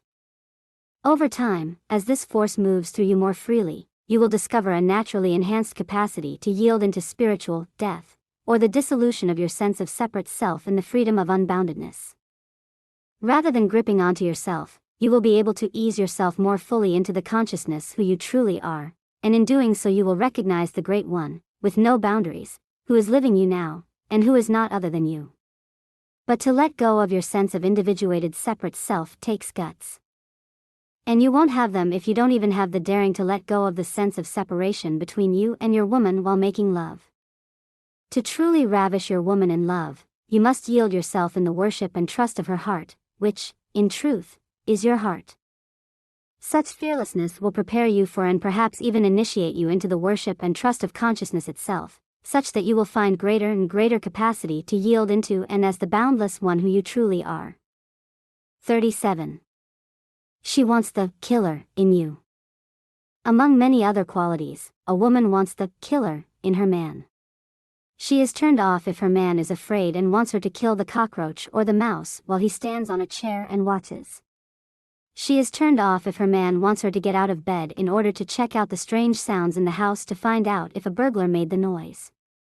Fearlessness, or the capacity to transcend the fear of death for the sake of love, is a quintessential form of the ultimate masculine gift. Although your woman doesn't want you to be a killer, she is turned on by your capacity to kill. And she is turned off by your lack of this capacity. For instance, imagine that a big cockroach crawls into the living room. You jump on the couch and scream to your woman, "Kill it, please, kill it." she would probably not be turned on. Or, imagine that you are in bed with your woman at night. You hear some strange noises downstairs in the kitchen. You are afraid. So, you ask your woman to go down and check it out. She is not going to become excited by your masculine valiancy. In both of these cases, your woman will feel your fear. She doesn't want you to be a killer, but she does want to feel that you are capable of facing death, if necessary. In fact, she wants to feel you are capable of killing, if necessary. If an insane maniac broke into your home and was about to murder your children, your woman would not be particularly happy if you had the opportunity to do something about it, but instead you said, "Well, okay, Mr. Maniac, whatever you want to do is fine with me."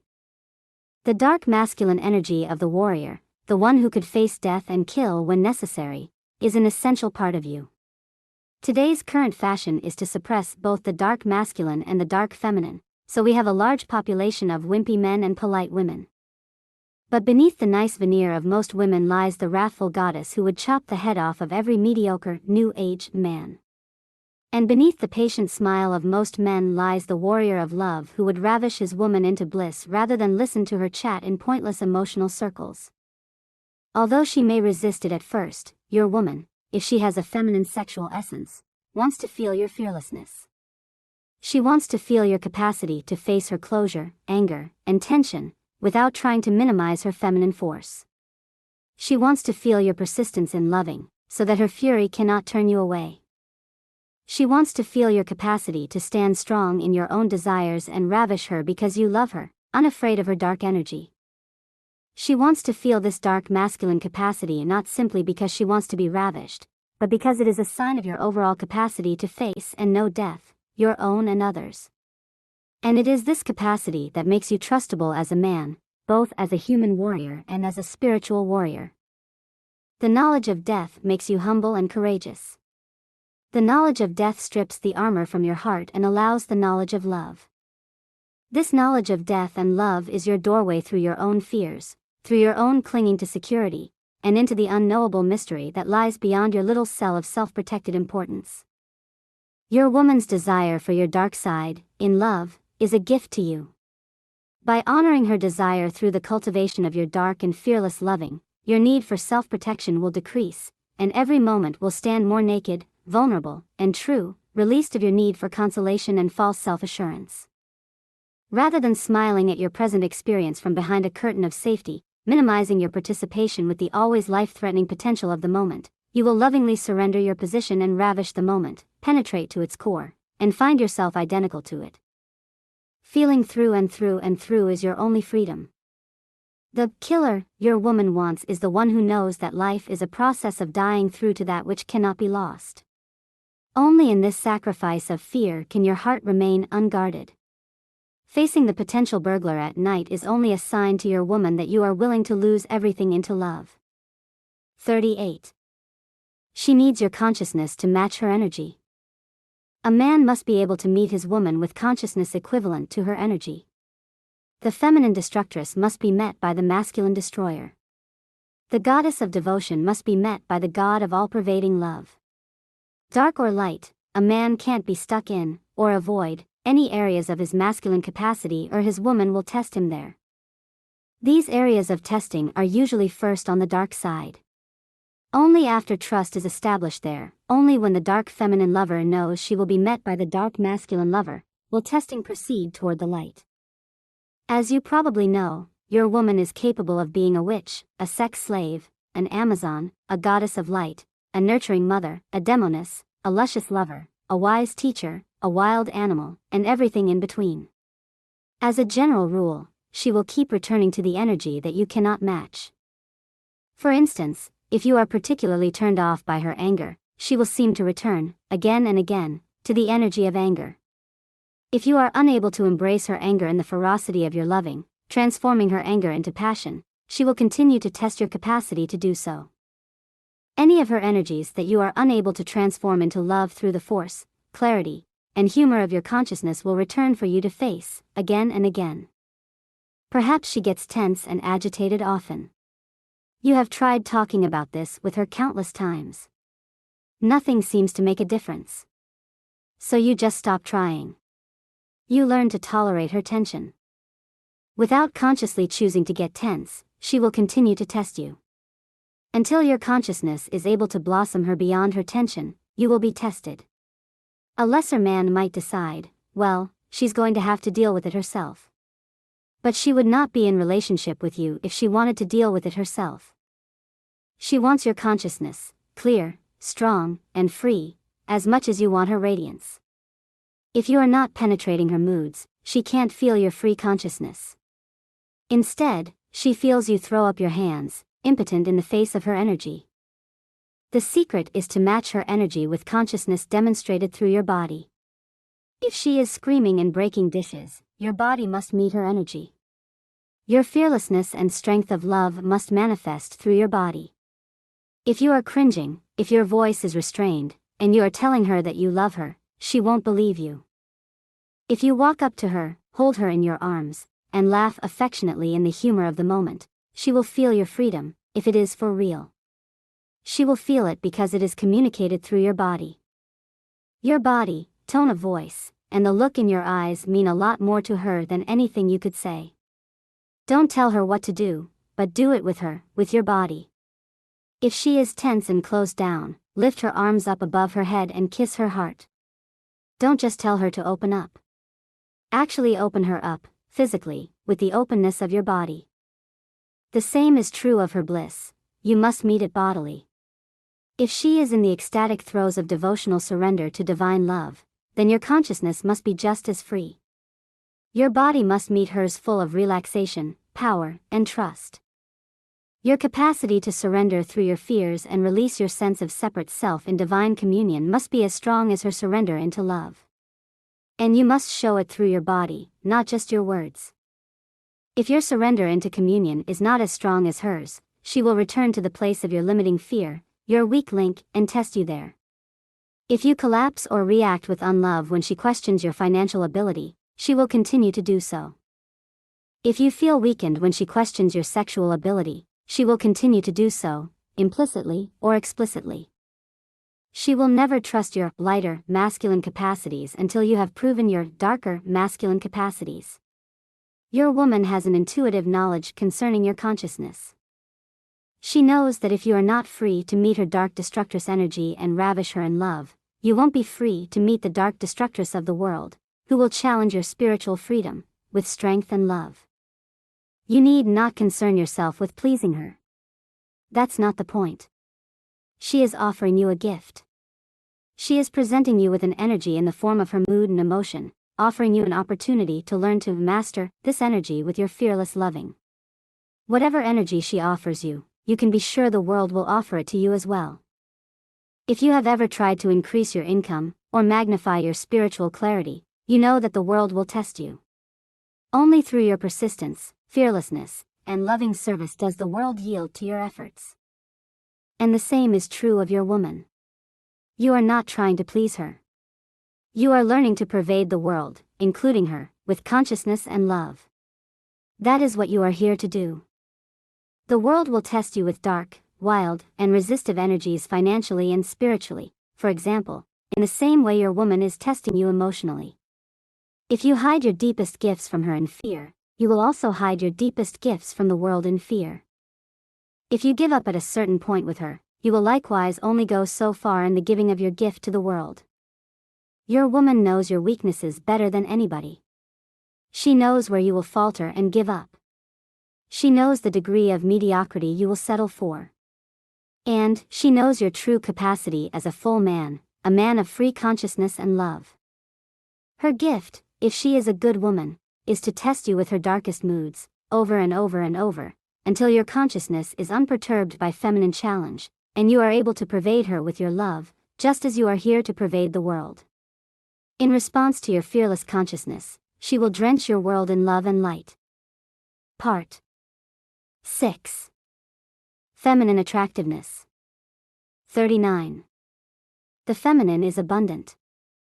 There is never a shortage of women or feminine energy. If a man feels that there aren't enough women, or that life isn't giving him what he wants, he is simply negating his relationship to the feminine. This sense of starvation, life is not sustaining me, or there are no good women, is usually rooted in a man's early childhood relationship with his mother. Life itself is the feminine. There is never a shortage of feminine energy, only a resistance to receiving, trusting, and embracing it. You must actually refuse feminine energy in order to feel tired, dry, and hungry for a woman. You are living in an ocean of feminine energy right now. Feminine energy is filling your body with life, beating your heart, and breathing your breath. There are women all around you who, with the proper initiation into mutually surrendered loving, would feed every cell of your body with juicy, enlivening, rejuvenative feminine energy. If you feel stranded on your own masculine island of weariness and hunger, it is because you are refusing to embrace the energy in women around you.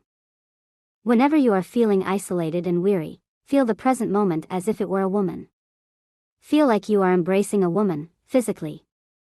Feel the front of your body as if it were pressed against the front of a woman's naked body, being filled with the delight of her feminine softness and liveliness. Feel her breasts and belly against you. Breathe deeply as if you were inhaling her intoxicating fragrance. And, while inhaling, receive deeply into your body not just her scent, but the very essence of feminine deliciousness, as if it were nourishing food for your masculine soul. Relax your body and feel the ocean of feminine energy around you. Feel your surroundings as her form, the sounds around you as her moans and laughter, and the light around you as her smile. Actually relax with the moment as you would relax with your lover, not metaphorically but literally, bodily, with full intention and presence. Do the same in the company of human women. Feel them not merely as friends, co-workers, or sisters, but as walking blessings of energy. Receive their anger as a jolt of awakening energy. Receive their sexiness as a blessing of enlivenment. Receive their happiness, even when you are depressed, as a light shower of refreshment. Open your breath and body and fully receive each woman's unique flavor of feminine energy, so your day becomes a feast of plenty. You need not show the women you meet throughout the day that you are doing anything special at all. Continue to treat them in whatever way is appropriate for the situation. But through it all, relax and enjoy the bountifulness of feminine energy that surrounds you, both in the form of human women and in the form of the moment together. 40. Allow older women their magic. Men should support older women in their wisdom, power, and intuitive and healing capacities. Men should not degrade older women by demanding or desiring them to be like young women. There should be no such comparison. Each age of woman has its own value, and the transition from superficial shine to deep radiance is inevitable. For many reasons, from biological to yogic, you are probably more sexually attracted to young women than older ones. Walking down the beach or street, your head is more likely to turn for a 20-year-old woman than a 60-year-old. This is quite natural. But there is more to feminine energy than this. Youthful sexual attractiveness is a temporary aspect of a much deeper and more fundamental quality of feminine energy, radiance. Feminine radiance is not only the flush of a young woman's cheeks or the glow of her skin, but is the shine of life force itself. A woman's true radiance reveals the degree to which she is open, trusting, connected, and loving.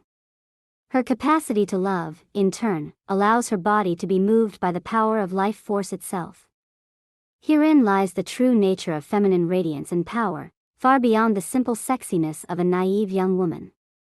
When a woman is young, her body more easily conducts life force, and so she appears more radiant, in general, than an older woman. But even amongst young women there are those who are pretty just on the outside, and those whose beauty springs from their depths. As a woman ages, her skin begins to lose its youthful capacity to conduct life force. What remains obvious of her feminine radiance is primarily her beauty of depth. In fact, it is this deep beauty that you find most attractive even in young women. There is a difference between your knee-jerk response to a cute babe and the open-hearted awe and mindless swoon you feel in the company of a woman who moves, breathes, smiles, and shines radiant feminine energy like a goddess. When looking into such a woman's eyes, you feel an almost breathtaking depth of compassion, love, and mystery. This deep feminine beauty or radiance need not be diminished by age. Actually, it can be magnified, deepened, and glorified. If you are disconnected from your deep masculine core of purpose and consciousness, then you will also be disconnected from a woman's depth. You will see only skin deep, and you will be attracted to the superficial display of a woman's radiance, which often disappears with the passing of youth. You will inadvertently dishonor the true and deep forms of feminine radiance, and so contribute to the social cult of youth, wherein women try to look and behave younger, and more superficial, than they truly are, denying the power and radiance springing from their depths. The natural sexiness of a young woman will always give you energy. You never need to deny this. But the awesome beauty and radiant ease of a deep woman can stop your mind, widen your heart, and suspend your body in the mystery of feminine grace, all in an instant, with a single gaze or touch, regardless of her body's age. And in relationship with such a woman, there are no bounds to the rapture which may resonate through your union. Boundless feminine love radiance and temporary physical sexiness are both blessings. You must decide, moment by moment, and year by year, which qualities you will invoke and venerate with your attention, praise, and union. As a woman grows older with wisdom, her psychic weight increases. She becomes a bigger woman, able to influence her surroundings with stronger magic than a less developed woman. She is able to read the signs of nature with great accuracy, as well as sway events with almost shocking rein. A superior man honors and appreciates this kind of magic, and knows that it complements his masculine style of accomplishment. An older woman will also tolerate less of your bullshit than a younger woman. Although this might be one of your reasons for preferring younger women, you must choose your priority. If you find yourself attracted to younger women, be careful that you aren't trying to find an easy relationship with a woman who will let you slide. If your purpose is to become ever more free of your self-burdens and give your true gift to the world, then a spiritually mature woman, who won't let you slather in your comfy habits of security and distraction, may be an excellent ally for your journey. 41. Turn your lust into gifts. When a man sees a beautiful woman, it is natural for him to feel energy in his body, which he usually interprets as sexual desire. Rather than dispersing this energy in mental fantasy, a man should learn to circulate his heightened energy. He should breathe fully, circulating the energy fully throughout his body. He should treat his heightened energy as a gift which could heal and rejuvenate his body, and, through his service, heal the world. Through these means, his desire is converted into fullness of heart. His lust is converted into service. His desire is not converted by denying sexual attraction, but by enjoying it fully, circulating it through his body, without allowing it to stagnate as mental fantasy, and returning it to the world, from his heart. If you are like most men, sexual energy tends to go directly to one of two places.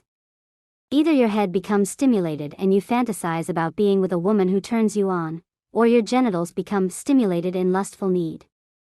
Your head and genitals, however, are just the north and south poles of the whole body. A superior man circulates the energy of arousal throughout his body, taking particular care not to let it stagnate in swollen fantasies or appendages. The purpose of sexual desire is creation. Reproduction is but the biological aspect of creation. As a man, you probably have much more to give the world than your children. Just as beautiful women inspire biological procreation, they also inspire artistic, social, and spiritual creativity. When it comes down to it, most creative men will admit that, one way or another, women are their muse and inspiration.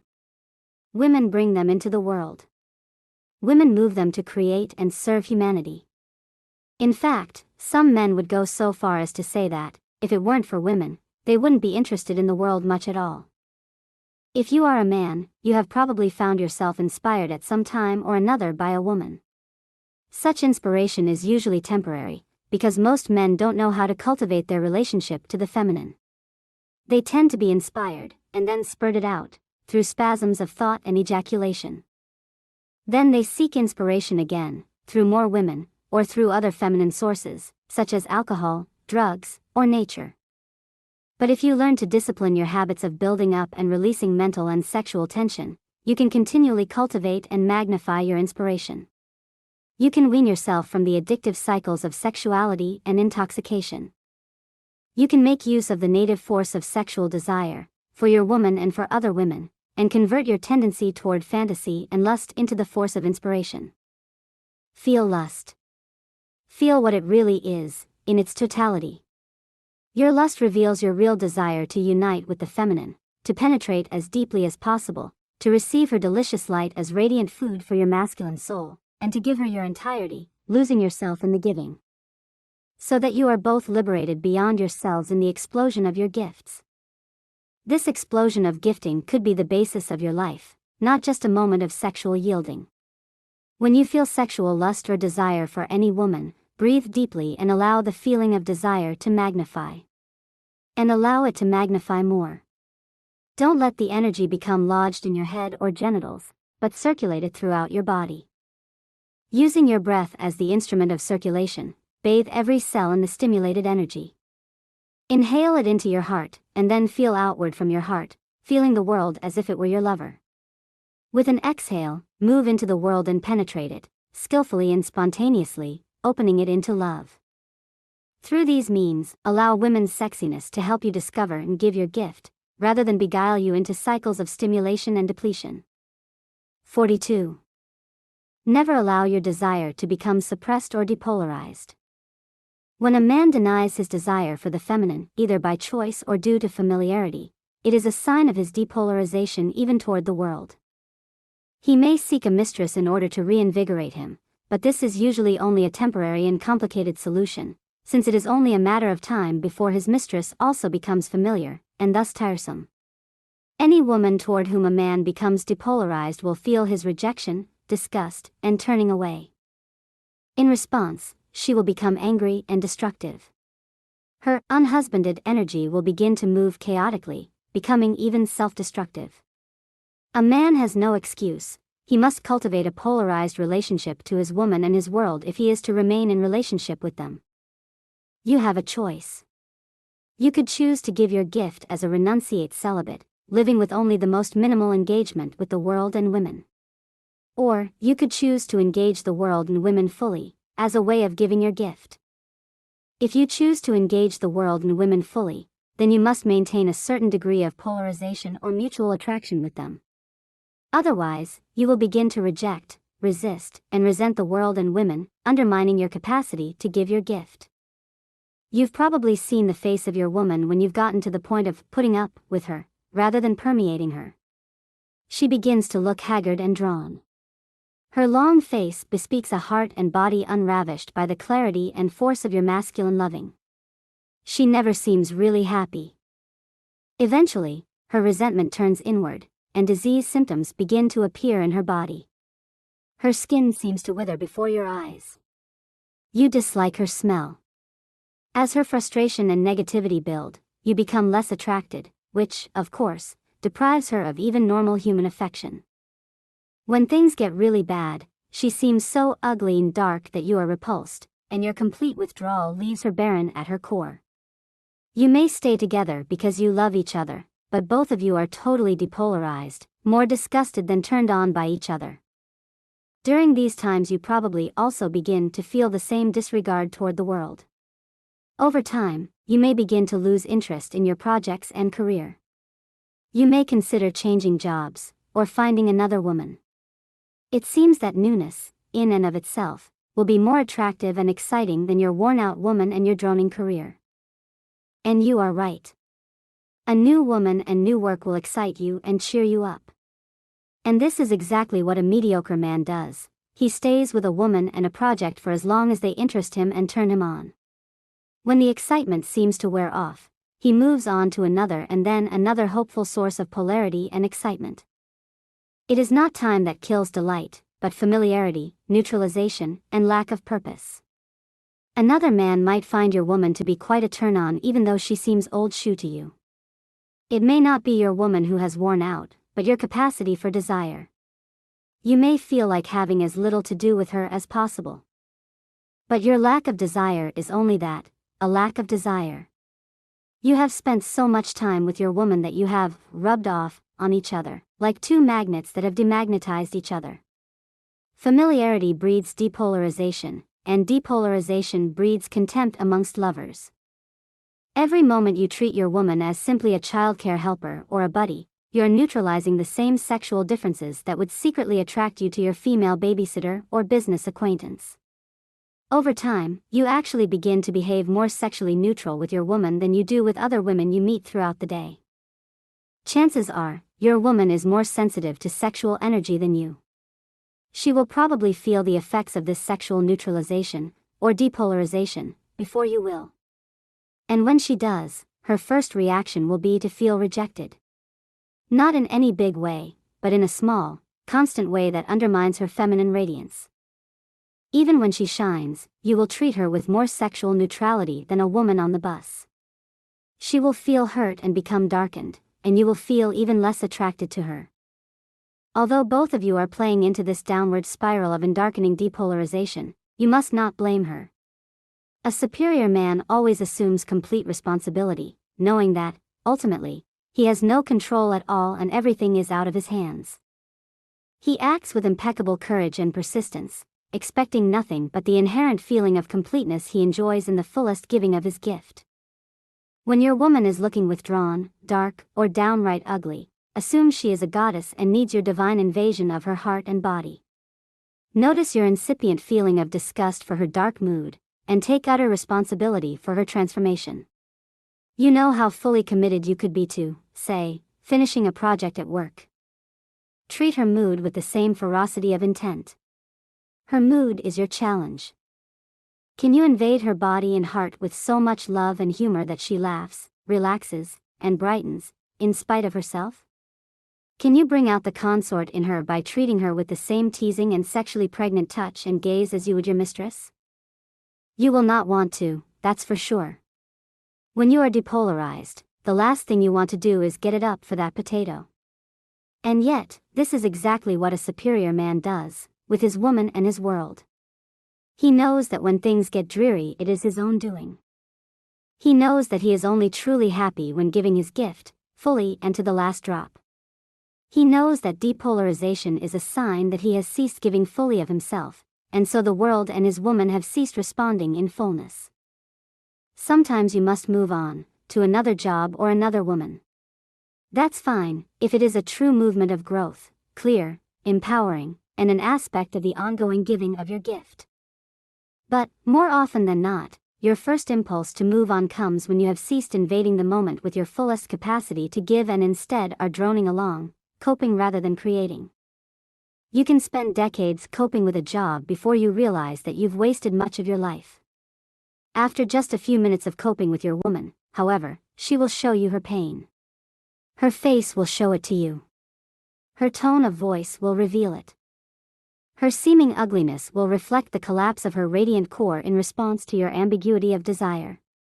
Her dark mood is as ugly and repulsive to you as your ambiguity is to her.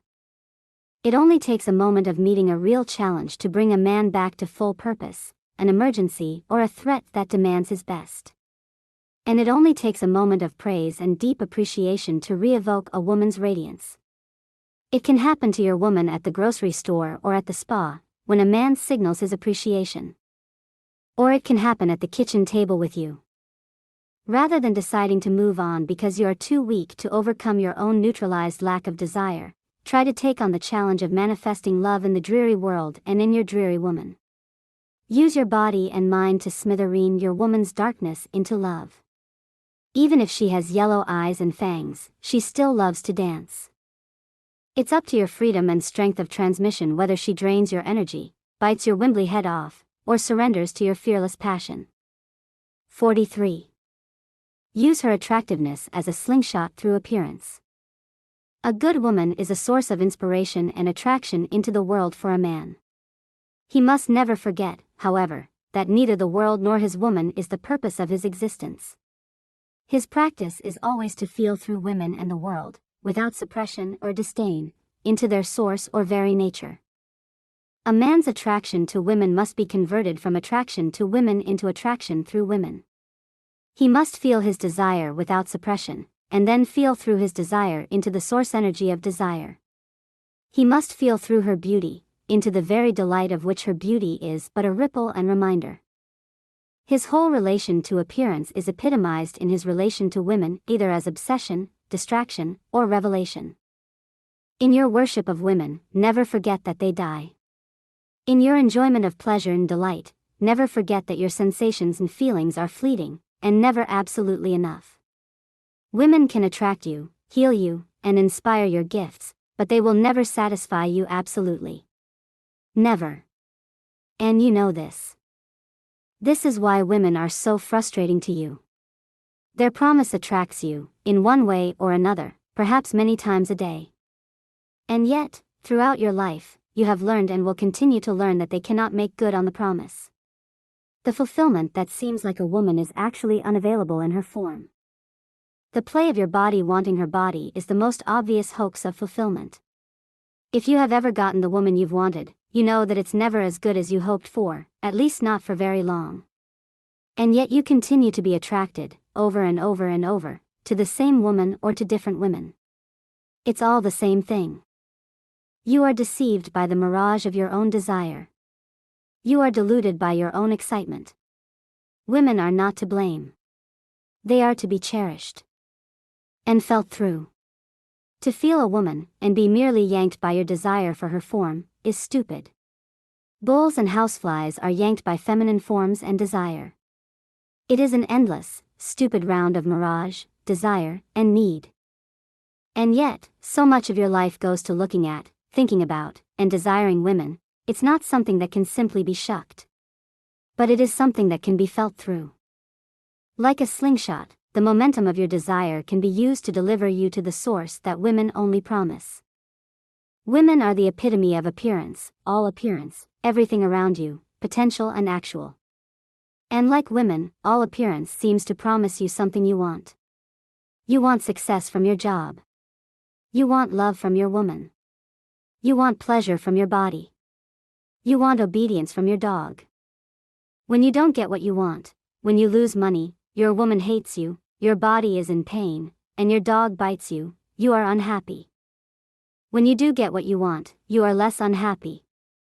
You are least unhappy when you are relieved of the need to get anything at all from appearance. Just driving in your car, wanting nothing, watching the trees go by, can be an epiphany of perfection. Deep sleep, orgasm, a day of fishing, looking into an infant's eyes, these occasions can relax you from your search long enough to realize that you already have what you seek, that what appearances promise is a revelation of your own deep and inherently blissful nature. You are that which you seek, but you have left your own deepness and are looking elsewhere. The stress of not finding it creates its own need to be released. And so the cycle continues. You are chasing your own tail, and much of the time that tail looks suspiciously like a woman. But you need not stop chasing. Instead, chase. Allow yourself to feel how badly you want her. Feel how deep is the itch you want scratched. Feel the need that drives you, for most of your adult life, to yearn for a woman, in flesh or in fantasy. And discover what it is you really want. You've had tit. You've had pussy. You've had nurturing. You've had wild passion. And none of it lasted. It wasn't even that good as long as it did last. Your need is far deeper than any woman can provide. So what is it? Your ultimate desire is for the union of consciousness with its own luminosity, wherein all appearance is recognized as your deep, blissful nature, and there is only one. Your desire for union with a woman is a step-down version of this ultimate spiritual need. You can use your desire as a doorway to spiritual oneness. Magnify your desiring to the brink of madness. Sustain it with full breath, relaxed body, and open heart. Embrace your woman, if you have one, and give her what you want from her. Give it all to her. Give it away to her. Give her so much of what you want from her that you can't tell who is who, the chaser has become the tail, and all motion stops in the intensity of self-release. There is only one. The very light of your consciousness shines as the world, and it is looking back at you, appearing as woman. She often appears as what you most fear and desire. She is the goddess, ready to fuck you, murder you, and enlighten you. Her appearance and your desire can be an endless drama of need, or they can merge, becoming a doorway to your divine source. In a moment of attraction, let your desire feel to her, but don't stop there. Feel through her. Do this constantly. Feel through her body when you are having sex with her. Feel through her anger when she is raging at you. Feel through her darkness when she seems ugly. Feel through her beauty when she most attracts you. By feeling through all of her forms, the superior man is not distracted or obsessed. Rather, his attention feels through the mirage of other, and he is released of need in the revelation of oneness. Desire can be a doorway to deep oneness. Sexual union is a fractal, or step-down, reflection of the ever-present wedding of consciousness and its inherent luminosity. The superior man embraces his woman as his own form. The revelation of deep oneness is love. Women can seem to bring you to your true nature. Or they can seem to take you away from it. Each moment of appearance and of woman may be a distraction, an obsession, or a revelation. Notice the distractions, tits, ass, wealth, and fame, and practice the revelation of oneness by feeling through the distractions. Notice the obsessions, tits, ass, wealth, and fame, and practice the revelation of oneness by feeling through the obsessions. Practice it with your woman, for real. Bow down to her, and then bow down through her, into the deep which only seems to have been another. Part 7. Body Practices. 44. Ejaculation should be converted or consciously chosen. There are many physical and spiritual reasons why ejaculation should be converted into non-ejaculatory whole body, brain, and heart orgasms. But there are also relational reasons. When a man has no control over his ejaculation, he cannot meet his woman sexually or emotionally. She knows she can deplete him, weaken him, empty him of life force. She has won. When a man ejaculates easily, he creates ongoing distrust in his woman. At a subtle level, she feels he cannot be trusted. She, and the world, can deplete and depolarize him easily. This subtle distrust will pervade the relationship. She will not only doubt him, but actually act to undermine his actions in the world. By undermining him, she demonstrates and tests his weakness, but she also hopes that through such tests he can learn to remain full. You won't be willing to bypass ejaculation until you have experienced the much greater pleasures which lie beyond it. In the meantime, notice how you feel in the minutes and days following ejaculation. If you have accumulated a lot of tension in your daily life, ejaculation will afford you with temporary release and relaxation. But as you live your life with more and more true purpose, you won't accumulate so much tension during the day.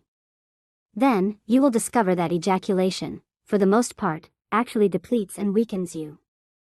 It feels great for a few moments, but the price you pay for the genital sneeze of ejaculation is a much higher level of mediocrity in your daily life. You will find that you just don't have the extra gusto necessary to live your life with utter impeccability. Excess ejaculations pave the road to living a good life, but not a great life. In a subtle way, excess ejaculations will diminish your courage to take risks, professionally and spiritually. You will settle for doing enough to get by, to be comfortable, but you will find that you would rather watch TV than write your novel, meditate, or make that important phone call. You will have enough motivation to live a decent life, but ejaculations drain you of the cutting-through energy that is necessary to pierce your own wall of lethargy and slice through the obstructions that arise in the world. Your gift will remain largely ungiven.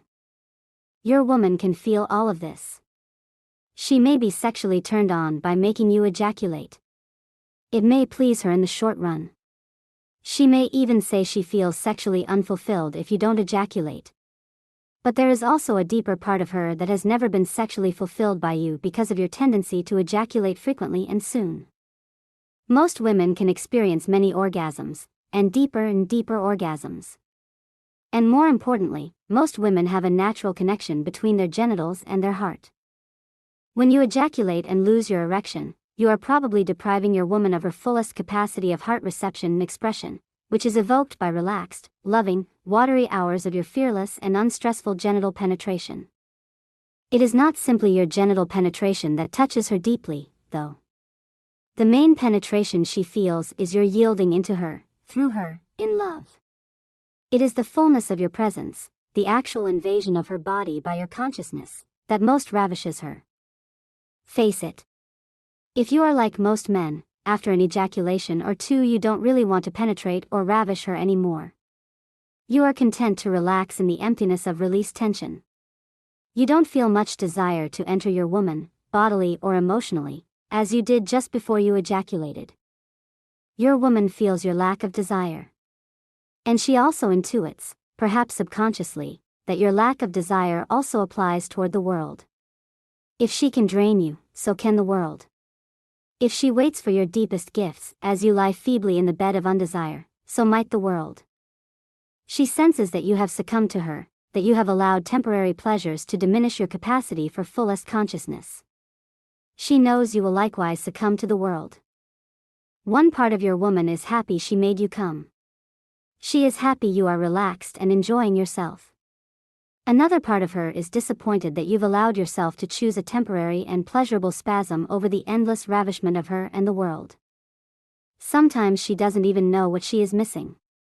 If she's never been with a man who has the capacity for full consciousness during sex, without conceding to the mechanical reflex of ejaculation, then she doesn't even know the extent of her capacity. She doesn't realize how deep and ecstatic sexual loving can be. She has never been utterly dissolved in loving. Surrendered beyond a shred of closure. Ravished through and through until there is nothing left to ravish. Just openness, love, radiant and alive, in all directions. Some women, because of their need to guard and protect their wounded heart, would actually prefer that you ejaculate. That way, they never have to open all the way, or expose their depths to your touch. They know that after some oral sex and maybe a half hour of intercourse, you will ejaculate, and it will be over. They don't want to feel you persist beyond their habitual closure. They would rather stay in control and draw out your ejaculation whenever they want. It is especially this kind of woman who would most benefit from your undiminished capacity to lead her beyond all closure. And it is especially with this kind of woman that you can cultivate your capacity to persist in the giving of your love. The world will constantly test your capacity to give your gift in the face of refusal. A woman who refuses your loving is simply a manifestation of this aspect of the world. Deep down, your woman only wants love, as do you. Her refusal is a form of her fear. She may have childhood wounds that she is afraid of feeling. She may have been hurt as an adult and is afraid that if she opens she'll be hurt again. But in the present moment, all emotional resistance comes down to the same thing, a refusal to love. Your masculine sexual gift is to coax, humor, shock, and caress her love into melting through her layers of fear. Without imposing your own needs on her, let your love penetrate to the deep part of her that is totally open to love, that is love itself, and coax it to the fore. Do this slowly, over time, not through conversation, but through bodily communicated presence, care, consciousness, and the liquid loving of sexual intermingling. When she feels the absolutely trustable nature of your loving, that you are truly with her, committed to loving, and you're not going to get lost in the self-enclosed spasm of your own pleasurizing, she will begin to trust you with her most vulnerable core. But not until then. Every time she feels you contorting into your own sensations, she feels you gone, not present, not trustable. She may enjoy giving you an ejaculation, but a deeper, perhaps unexpressed, part of herself will not trust you. Why should she? Why should she expose her deepest part, her most vulnerable heart, only to have you convolute in a paroxysm of self-possessed gratification, followed by your withdrawal into post-ejaculative relational non-interest? Every time she sucks you into an uncontrollable need to ejaculate, she has conquered you. She controls you and masters you. She is in charge, sexually, no matter what manly gestures you make before ejaculating. With a simple flick of her tongue, a silky moan, or a slurping tilt of her pelvis, she can drain you of life. He does not settle for less than the total surrender of his woman's heart, as well as his own, into the fullness of divine union. The pleasures of this dissolution into love so far exceed the typical genital spurt that ejaculation is easily bypassed or postponed once a man and woman have expanded their sexual capacity. Just as your woman tests you emotionally, so she will test you sexually. Even when you are trying not to ejaculate, she may energetically begin to pull the ejaculation from you. As always, her deepest pleasure is in feeling your fullness, your strength, and your love, even while she is testing you. When you don't ejaculate, but demonstrate that the fullness of loving is more important to you than the quick thrill of genital release, then she can truly trust you. But she will continue to test your capacity for loving, even once you've demonstrated your capacity to bypass ejaculation for the sake of a much more profound bliss. The bottom line is this: if ejaculation is not completely a matter of conscious choice for you, your woman knows she controls you sexually. And as long as she knows she's in charge, she won't trust you enough to relax fully in the force of your loving. She will always keep her heart somewhat protected. Rather than surrender so deeply in your embrace that she is splayed into divine brightness, she will go for whatever moist pleasure she can get before you lose interest. Your woman will be sexually, emotionally, and spiritually unfulfilled to the extent that you are addicted to ejaculation. And, in many ways, the world will be just as unfulfilled by your gifts. Your addiction to cycles of release will stop you short of full and conscious dissolution in your deepest source, and so your true gifts will not emerge. By strengthening your capacity for the fullest communion sexually, you also strengthen your capacity to dissolve into the source of life and re-emerge soaked in gifts, erect with purpose, and full of desire to give your deepest gifts in the face of worldly resistance to you. A superior man dissolves into the mystery and re-emerges full of love to give, again and again, without petering out, in his sexual relationship with his woman, and in his creative relationship with the world. 45. Breathe down the front. All men tend to have blocks in the front of their body, along an imaginary line that runs from the top of the head, through the tongue, throat, heart, solar plexus, navel, and genitals, down to the perineum. The principal bodily key to mastering the world and women is maintaining a full and open front of the body at all times. The best method is through full and relaxed breathing, drawing energy down the front, and freeing attention from neurotic self-concern. When you get nervous, your stomach tightens. When you are saddened, a lump forms in your throat. When you are threatened, your solar plexus feels queasy. When you think hard, your forehead wrinkles. When you consider the unsure future, you tense your jaw. For much of the day, you are tightening, tensing, and contracting the front of your body, from the top of your head, through your chest, and all the way down past your gut. The front of your body, especially your belly, is the place where your energy meets the energy of the world. When the front of your body is open and relaxed, your power flows freely, and your presence fills the room. You've probably been with people who seem to occupy more space in the room than most people. They seem to command attention, even though they are not doing anything obvious to attract it. The front of their body is so open that their energy flows freely through the room, magnifying their presence. Such people are remarkably relaxed, poised, and attentive. They are not all wrapped up in their own self-concern, hunched over a sunken chest, gritting their teeth, and hardly breathing. This is the picture of a closed belly and chest. If the front of your body has accumulated tension, throughout the day and throughout the years, you will hardly be able to sit up straight. Your belly and chest will be tight. Your thoughts will center on yourself. Your energy will remain constricted in your head and your awareness limited to self-concern. Your powerful presence won't fill the room at all. You might not even be noticed. Right now, notice your breath. Are you inhaling so deeply you feel your genitals bulging slightly? Is your belly rising and falling with your inhale and exhale, like a mighty bellows? Your belly and lower abdomen are special places of power. If your breath does not reach these areas, you can't recharge your batteries. You will feel weak and unsure of yourself. Your effect in the world will be minimal, less than your full potential. Inhale deeply, through your nose, and breathe through whatever tensions you notice in your body. Inhale deeply into your lower belly. Then exhale. On your next inhalation, breathe into your lower and upper belly. Then exhale. On your next inhalation, fill your entire belly, then your solar plexus and lower chest. Then exhale.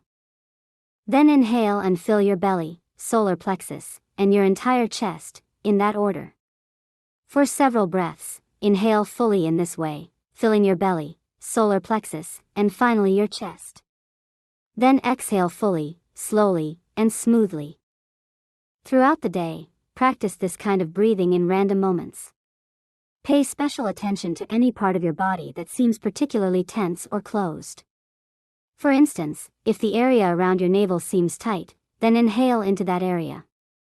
Literally inhale right into that area and open it with the force of your inhaled breath. Like filling a balloon, you can stretch open the entire front of your body with your inhale.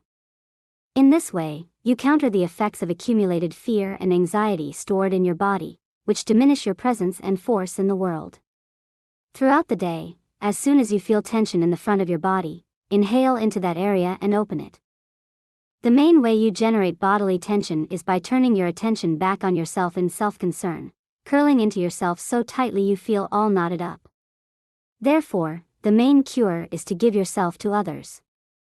Whenever you notice that you are mulling over your own problems, knotting energy into your body as tension, take that energy and create a gift for others.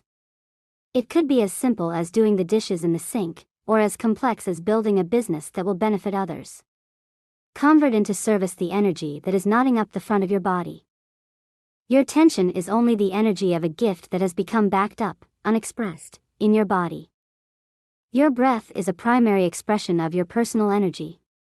Therefore, your breath is one of the primary ways to give your gift to the world. You can use your breath to open other people's knots of tension, just as you open your own. Suppose you are with a person who seems a little tense. You can allow yourself to feel his tensions, and then inhale into his tensions, just as if they were yours. Inhale and open his tensions with the force of your inhalation. Then, exhale and release all tensions, yours and his. Inhale and open his knots with the force of your breath, then exhale and release all contraction, leaving only relaxation and love. All of this occurs without any physical contact. In fact, he probably won't have any idea that you are doing anything unusual whatsoever. You could do this practice at work, with your lover, or with a whole crowd on a bus. If you are alone in your home, you could imagine all the tension in the world and inhale the force of life into this tension to open it up. Then exhale, releasing the tension into love to be dissolved, like a handful of salt released into the ocean. By practicing this form of breathing, you uncoil your attention from yourself, alleviating the knots of contraction in the front of your own body. And at the same time, you assume your true status as servant to others, who also, in their own way, are serving you. These kinds of practices may seem odd to some people. But before you write such practices off as whimsical hokiness, try them. Do them, and find out the results for yourself. The next time you are in a meeting with others, inhale into the front of your body and open all the knots, letting your force expand out into the room as a blessing, feeling all stress dissolve in the ocean of love on your exhale. Feeling the unease of others, open their knots with the force of your inhale, and then let the knots dissolve with the release of your exhale. Pervade the room with your conscious loving in this way. Even now, in this moment, inhale down into the front of your body, fully expanding your belly and opening your solar plexus and heart. Allow your fullness of force to expand outward, through the room and beyond the room, so as to pervade all others with the conscious force of your breath. Make love with the world in this way, all day, pervading and dissolving all unease. Feel the world against your body like a naked woman, vulnerable and alive, and allow the front of your body to press into and through the world's body, liberating the knots of accumulated pain. Also, when sexually embracing your woman, use your breath to open her body and heart, in exactly the same way. Fill her with the force of your loving, inhaling down through the front of her body as if it were yours, filling her genitals, belly, and heart with love energy. Then exhale, and let both of you dissolve in the ocean of your loving. Always pervade through her with your breath, inhaling and exhaling, so that her tension and closure dissolve in the force of your loving, and you dissolve in the giving. For a book-length treatment of superior sexuality, see The Enlightened Sex Manual, by David Deida, Sounds True, 2004. 46. Ejaculate up the spine. For most men, ejaculation involves spewing their energy and semen out through their genitals. Afterward, they feel they have released stress. The superior man's orgasm more often explodes up his spine and into his brain, from there raining down through his body like an ambrosial bliss of rejuvenation. The technique for converting depletive orgasms into rejuvenative orgasms involves contracting the pelvic floor, the genitals, and drawing energy upward along the spine, though the use of breath, feeling, and intention. What is premature ejaculation? Some men ejaculate before entering their woman's vagina. Others ejaculate after 10 minutes of sexual intercourse. What matters is not when you ejaculate, but how deeply you are able to commune in love, with no boundaries, through the form of sexual embrace. If your ejaculation signs the end to your session of loving before both you and your woman have fully opened yourselves, then your ejaculation is premature. If you are like most men, your first sexual experiences as a teenager involved masturbation. Masturbating over and over ends up conditioning your body and nervous system to an habitual sequence: genital stimulation, mental fantasy, building up tension, and ejaculating. Teenage masturbation is essentially an exercise in fantasy, done alone, without much love or even human intimacy. By the time most men are having sex with women, they repeat the same sequence they learned while masturbating. Sex has become a road toward ejaculation, a road paved with internal imagery, self-enclosure, and the desire to release tension. To realize the full potential of sex, you must learn how to recondition your body and nervous system. You must learn how to unhabitualize the mechanics of your ejaculation, and convert your orgasm into a massive profusion of energy which deepens, not ends, the lovemaking session. The first step is undoing the habits you learned while masturbating as a teenager. Instead of tensing your muscles as you become sexually stimulated, learn to relax them. When you notice your face squinching up, relax it. When you notice your breath getting fast and shallow, slow it down and deepen it. When you notice your belly tight and your chest hard, open your belly and soften the area around your heart. The next step is to redirect your attention. Learn to feel your partner more than your own sensations during sex. Rather than curling attention into yourself and feeling the pleasures moving in your own body, feel outward, into, and through your partner. Feel your partner more than you feel yourself. Feel her movement, her moans, and her internal energy. Eventually, with practice, you will be able to feel through your partner, as if your partner's body were a doorway into a vast open space of energy, light, and awareness. This unobstructed feeling is the basis for true lovemaking. Extend your love out beyond yourself and, in time, through and beyond your woman. This takes practice, since there is a strong tendency to focus on your own physical sensations, especially during times of intense sexual stimulation. Counteract this tendency by practicing to feel beyond yourself and through your partner as if there were no obstructions to your loving at all. Besides relaxing and loving into and through your partner, you must become very sensitive to the force of your breath. Breath moves life energy through your body as well as your partner's. If your breathing becomes too shallow, the life force cannot be conducted through your body. Instead, this force builds up, usually in your head or in your genitals. If it builds in your head, you will begin to spend more and more time fantasizing about sex and women. If it builds up in your genitals, you will feel the need to ejaculate, either through sex or masturbation. Therefore, if you have not breathed fully during the day, by the time you approach your sexual partner you will be filled with fantasies and ejaculative urge. So, a large part of avoiding premature ejaculation is to breathe fully, deeply, and with great force, throughout the day. Your inhales should feel like they are drawing energy down the front of your body, filling your belly and genital region. Your exhales should feel like they are moving energy from your pelvic floor, up your spine, into your head. By breathing fully in this circle, down your front and up your spine, your internal energy can flow freely. Your head and genitals don't get clogged or tense with energy. And your urge to ejaculate is diminished. Sex intensifies the life force in your body. As you become more and more stimulated, your breath quickens and your body begins to writhe with energy, which tends to become focused in the genital region. Unless you are careful to move this energy with your breath, it will build up in your genitals and cause a pressure that wants to be released through ejaculation. There is a specific exercise you can perform throughout sex and also during the approach to orgasm. By doing this exercise you will convert the direction of the orgasm, so instead of ejaculating out your penis, you will ejaculate up your spine, experiencing intense bodily bliss and emotional openness. far beyond the quick pleasure and depleted peace following an ejaculative orgasm. To practice this exercise, you must learn to consciously contract the muscles of the floor of your pelvis. This area includes your genitals, anus, and perineum, which is the space between your anus and genitals. This exercise of contracting your pelvic floor feels a lot like you are trying to stop yourself from going to the bathroom. In addition to contracting the floor of your pelvis, practice pulling it upward into your body and toward your spine. This upward pull will actually lift your scrotum slightly up toward your body. As a single movement, practice contracting and pulling upward the entire floor of your pelvis, including the anus, perineum, and genitals. You can practice this in sets of 15 or 20 contractions, holding them as long as you can. Do several sets like this, 3 or 4 times a day. Eventually, you will be able to contract and pull up your pelvic floor easily, holding it for as long as you want. This means you have developed the necessary muscular control. Now you can practice the more subtle work of moving the energy up your spine. At first, it may seem like you are just imagining internal energy moving in your body.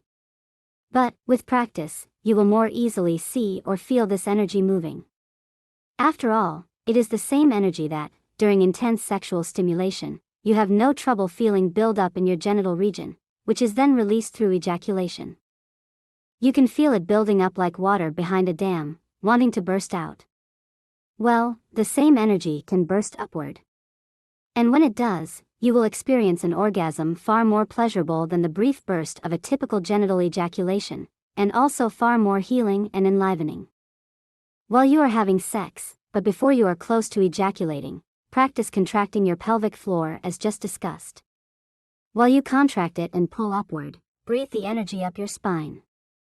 You will have to experiment to determine whether to inhale or to exhale the energy up your spine, although most people find that exhaling up the spine works best. If you combine the upward contraction of your pelvic floor with breathing up your spine, you should lose just a little bit of your erection as well as the need to ejaculate. As you continue making love, repeat this exercise as often as you need to in order to maintain relaxation and openness. Even while practicing this technique, you may notice that you occasionally come very close to having an orgasm. At this point, stop moving, apply the upward contraction of your pelvic floor, and breathe the orgasm energy up your spine. In addition to the upward contraction of your pelvic floor while breathing up the spine, some men find it helpful to clench their fists and teeth while looking upward with their eyes, especially when the urge toward ejaculation is particularly strong. With practice, however, all the muscular action becomes very subtle and gentle, until the entire exercise is done primarily through your breath, feeling, and intention. When the energy shoots up your spine, relax and enjoy the colors, feelings, and blisses that will fill your head and rain down through your body. Once you are proficient at this exercise, you can evoke the same sensations in your partner by feeling into your partner from your heart as the orgasm shoots up your spine. The upward movement of your energy will magnetize the same movement in hers. These practices will not be successful unless you are able to surrender as love in the midst of sexual embrace. Love is the governor of energy. More and more, you must practice being love in the form of sexual coupling. Regardless of how tough your day has been, regardless of the burdens you face in your life, sexing should be a time of practicing love. Like meditation or prayer, sex should be a special time of practicing opening your heart and giving love fully, into and through your partner, and in communion with that which you hold most sacred. If your heart is closed, your energy will be obstructed, and you will never be able to convert your spurt to a lightning bolt of love. If you don't practice love, your sexual energy will be governed by old habits of body and emotion, which are all about the tiny commotion of ejaculation. So, if you want to expand sexual bliss as fully as possible, remember that your emotional disposition is far more important than the technical exercises themselves. Because each individual is different, you must experiment and discover which techniques, done as exercises of love, work best for you. With practice, you will easily be able to experience deep non-ejaculatory orgasms that shoot up your body as light, leaving your heart wide open, your energy enlivened, and your body reverberating in bliss. You will be able to make love for as long as you want, and sex will rejuvenate, rather than deplete, your life force. In summary, This is what to remember as you experiment and discover which techniques work best for you. 1. Rather than fantasizing or entertaining inward sexual imagery of any kind, remain totally present, aware of your own body, breath, and mind, and especially attentive to your partner. Break the masturbatory habit of inward fantasy by consciously practicing sex as a relational play of love with your partner. 2. Keep your body and breath relaxed and full. Especially keep the front of your body relaxed, so that your belly is vast and your heart is soft and wide. This will help prevent too much tension from accumulating in any one area. 3. Learn to feel into, and then through, your partner, so that your attention is directed beyond your own sensations and even beyond your partner's sensations. Practice feeling outward, without limit, as if you were feeling to infinity. In other words, whatever you are feeling, feel it fully, and then feel through and beyond it, so that sex becomes a constant feeling through and beyond every sensation, rather than focusing on any particular sensation. 4. Throughout the day and during the sexual session, practice breathing so that your inhalation moves energy down the front of your body and the exhalation moves energy up your spine. Excessive, chronic thinking or addiction to ejaculation is often a sign that your energy is blocked and you are not yet breathing fully in this circle throughout the day. 5. During sex, occasionally practice the upward contraction of the floor of your pelvis while breathing sexual energy up your spine, so it fills your whole body. Especially as you begin to approach orgasm, you can combine the upward contraction of your pelvic floor with breathing up the spine in order to shoot your orgasm up into your brain, and even out through the top of your head, rather than down and out your genitals. This upward orgasm will then feel like it is gently seeping down through every cell of your body, saturating you with thick open light. These techniques will be less than effective unless you practice love during sex. The natural intelligence of love itself acts to circulate energy in the most healthy way possible. These techniques are mostly exercises to counteract years of poor sexual habits, usually initiated during teenage masturbation. After eliminating the mechanical habit of ejaculation and unobstructing your energy, the force of your heart will very naturally guide your orgasm so it explodes upward, throughout the body and brain, before raining down in a profusion of bliss, which not only rejuvenates you, but dissolves your edges like shadows in the sun. Part 8. Men's and Women's Yoga of Intimacy. 47. Take into account the primary asymmetry. Intimate relationship is never the priority in a masculine man's life and always the priority in a feminine woman's life.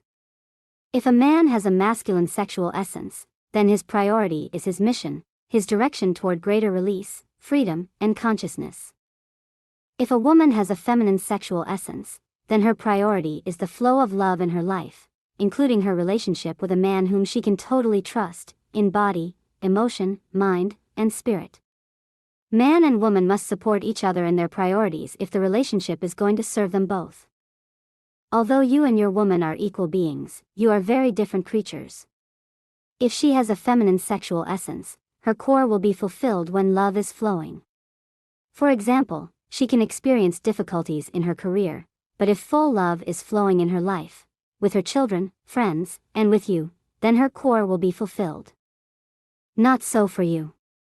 If you have a masculine sexual essence, then your woman and children can be loving you all day and night, but if your career or mission is obstructed, you will not feel at ease.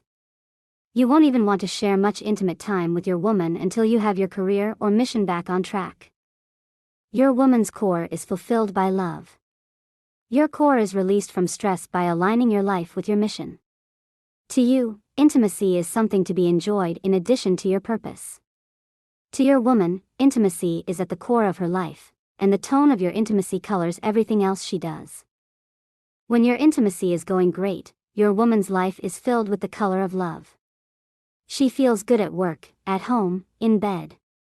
When the intimacy is not going so great, when your woman feels unloved, rejected, hurt, or abandoned by you, then her day will be colored by hurt. At work, at home, and in the bed, the pain of unlove will color her disposition. But, for you, things are different. When your intimacy is going bad, you can't wait to leave the house and go to work. There, you can be in your element, aligned with your purpose, and happy. For you, the intimacy is just one aspect of your life. When you are absorbed in your mission, you often forget entirely about your intimacy. For your woman, the intimacy is at the core of her life and colors everything else she does. This is the primary asymmetry in intimacy. It goes much farther than this, though. For most men, their woman is replaceable. Harsh, but true. If you are like most men, you know, deep down, that if you were to lose your present woman, you would deeply grieve, but you could eventually find another. Many times, in fact, you have probably fantasized about finding another woman even before you lose the one you have.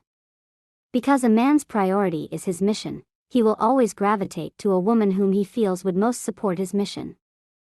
If he feels another woman would enliven him and give him more energy for his work, he might desire her as an intimate partner. However, you are lodged in the heart of your woman. She feels you all day. She senses where you are at.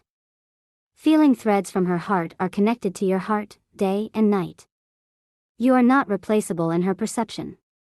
She does not frequently consider other options, as you probably do. Whereas you live in a world of relational possibility, she lives in a world of relational actuality. Your relationship with her is not only at the core of her life, but is also the main determinant of her mood. If your woman has rejected her own feminine core, then she will struggle against her inherent heart connection with you. She will try to identify with her masculine side, attempting to deprioritize you and your relationship. She will think that she must live her own life and put more energy into her own career, for instance.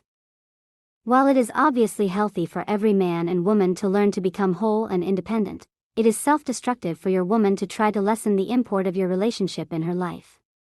If she has a feminine sexual essence, the desire for the flow of love is at her core, no matter how dedicated she is to her career or other activities.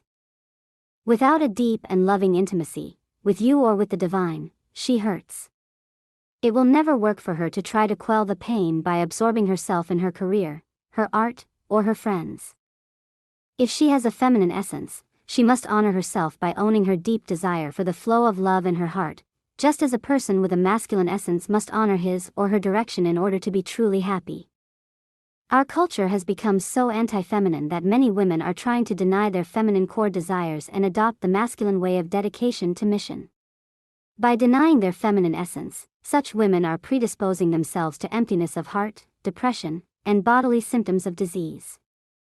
Likewise, you must not deny your woman's feminine essence by feeling or saying to her, "Your whole life seems to revolve around our relationship."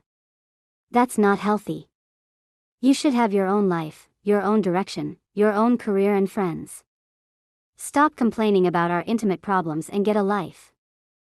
While it is common sense that she should live a fulfilling and engaging life outside of your relationship, it is sexual wisdom to understand that her feminine essence will always hold the flow of love at its center. That's just the way it is. This flow of love could be in direct relationship with the divine, although it is usually in relationship with a man. The desire for intimate loving is as central to your woman's life as the mission toward freedom, financial, psychological, and spiritual, is to yours. Think of how many hours a day you dedicate to your mission and compare that with how many hours a day you spend serving your woman's deep desire for the magnification of love. If you want her to honor and support you in your quest for freedom, you must honor and support her in her love of loving. Her devotion to love has a lot to teach you.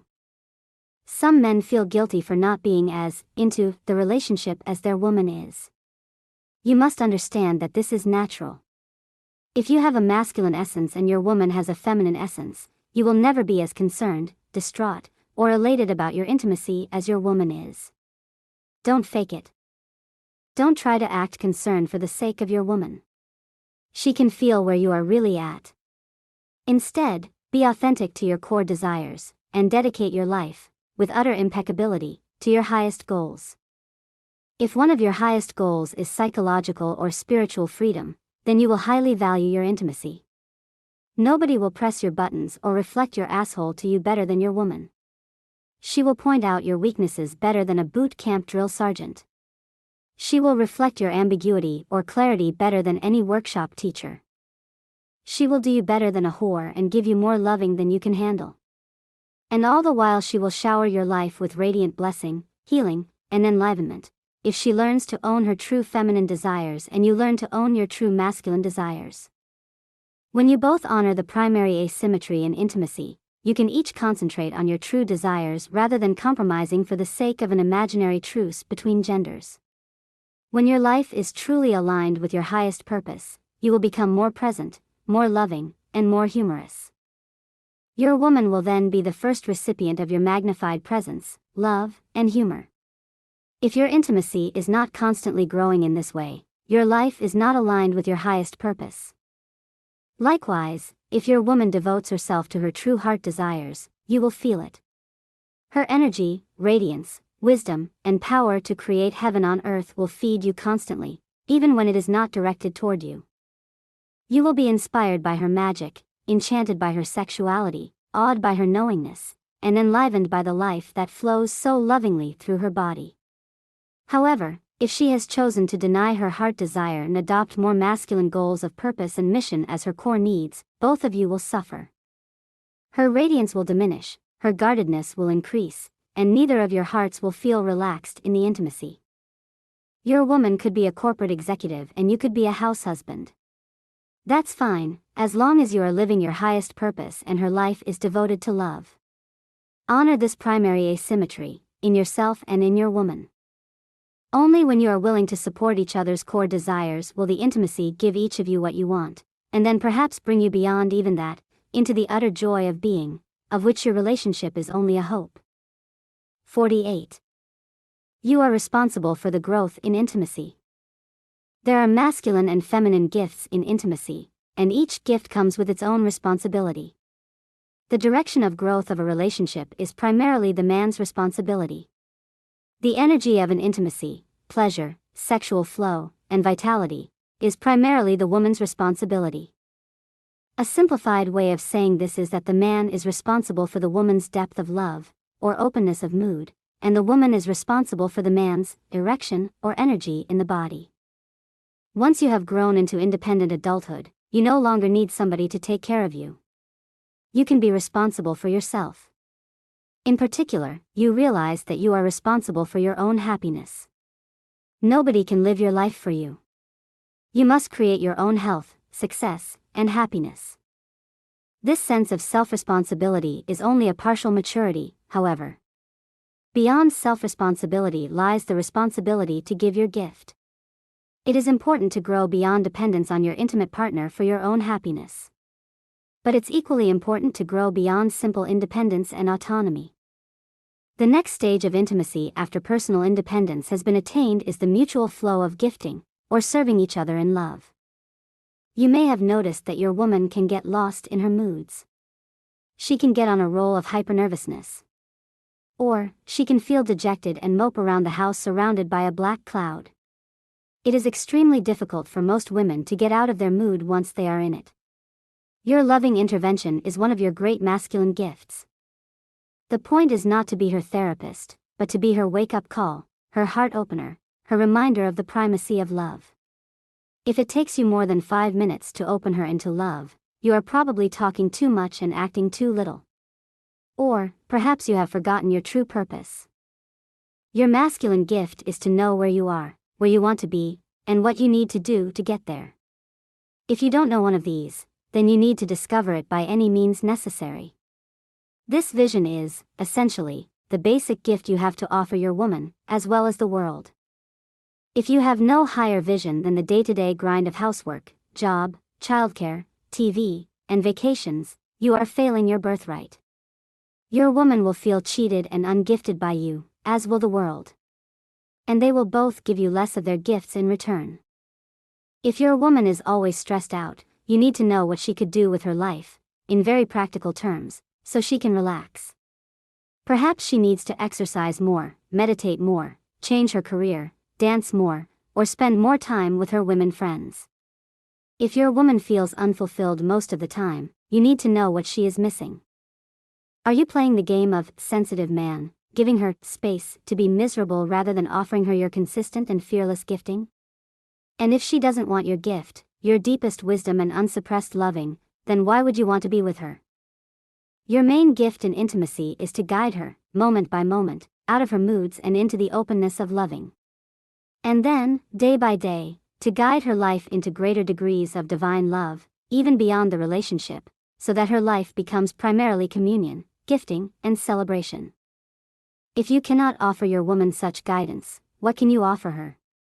Why is she with you? What is your relationship all about?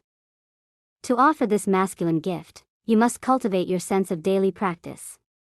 Like a musician practicing his art, you must practice, daily, the art of feeling through your fear, feeling to your edge, and then living just beyond your edge, neither slinking into private consolation nor pushing so hard you disconnect from your source. The source that is your deepest truth must become more and more the impulse of your life. Over time, all of your activities must become aligned to this source. And so must your relationship.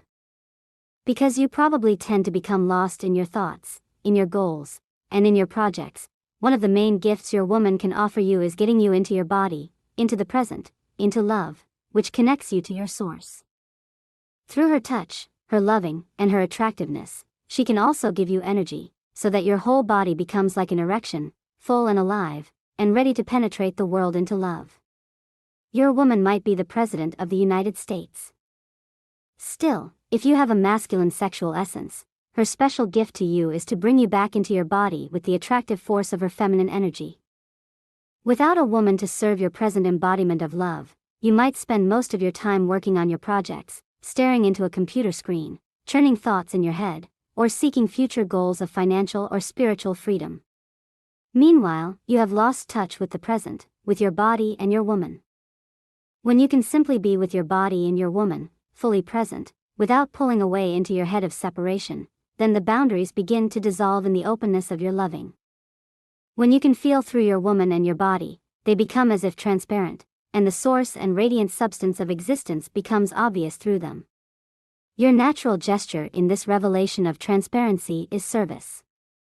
There is nothing to do but dissolve in the giving of your gift. Your woman may not want to receive your gift. Your woman may resist your gift. And so may the world. But you have no choice. Live at your edge. Love as fully as possible. Let your body be erect with the energy of your deep source. And take full responsibility for giving whatever love you have realized to the world and your woman. Both will seem to refuse you and seduce you, until you can feel through them. Feel through your woman and the world, and die in the giving of your gift. 49. Insist on practice and growth. Direction in life is a masculine priority, even in intimate relationship. A less spiritually mature man may say to his woman, "My way or the highway." A man in the process of growing will often soften his direction and seek a compromise with his woman, playing Mr. Nice Guy. But a superior man will not settle for less than the fullest incarnation of love of which he and his woman are capable. With compassion, he slices through all bullshit and demands authenticity and humor. It's as if he were saying to his woman, the divine way or the highway. It's the same masculine insistence on direction that a weaker man will demand.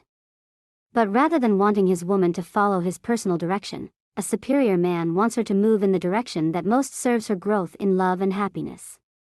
He will settle for nothing less. If you don't know your own direction in life, you certainly will stand on shaky ground offering your woman direction.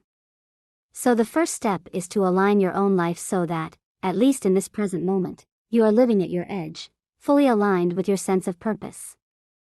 If you are not absolutely certain that, in this moment, you are living exactly the life you need to, then your woman will feel your lack of clarity, and she will fight any kind of guidance you offer her. You will tend to forget the purpose of your existence as you get lost in your daily round of projects, business, and duties. Your woman will tend to forget the love at her core as she gets lost in cycles of mood and emotion.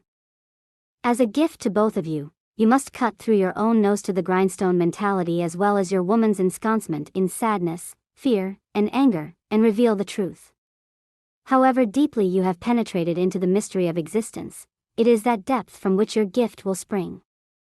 Any obstruction to that depth, by yourself or your woman, must be cut through, in the present moment, so your gift may come from the deepest source.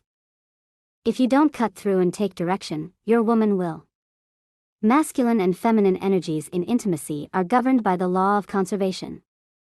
The less masculine direction you are living in truth, the more masculine direction your woman will take on. If you are lolling about in bozo land, or working hard but actually not living your true gift, then your woman will resent your lack of deep direction. She will begin to take on the masculine blade herself, trying to cut through your lolling, so that you feel the urgency, connect to your depth, and really give your gift. Since at your core, however, you are masculine, her masculine attempt to cut through your lolling will depolarize you. You will bash heads with her, like two rams, since both of you are in your masculine. And if you move into your feminine, things may get worse. A deep habit may develop wherein no matter how strong you are in the business world, you become pussy whipped in your relationship. Your woman gets sharp and masculine, you become falsely receptive and agreeable, and meanwhile both of you feel like vomiting. If your woman is chronically sharp with you, it is most likely a sign that, regardless of how successful you are outside of your intimacy, you are not aligning both of your lives with the highest truth. You are not cutting through the underbrush of your duties and your woman's moods to reveal the fertile ground source of your lives. And so your woman must wield her own sword. By the law of conservation of masculine and feminine energy, whatever masculine gifts you aren't offering, your woman will naturally try to offer. But since, in truth, your core is masculine, her masculine offerings will most likely turn you off, eventually even repulsing you. You are entirely responsible for cutting through your own laziness, addictions, and unclarity.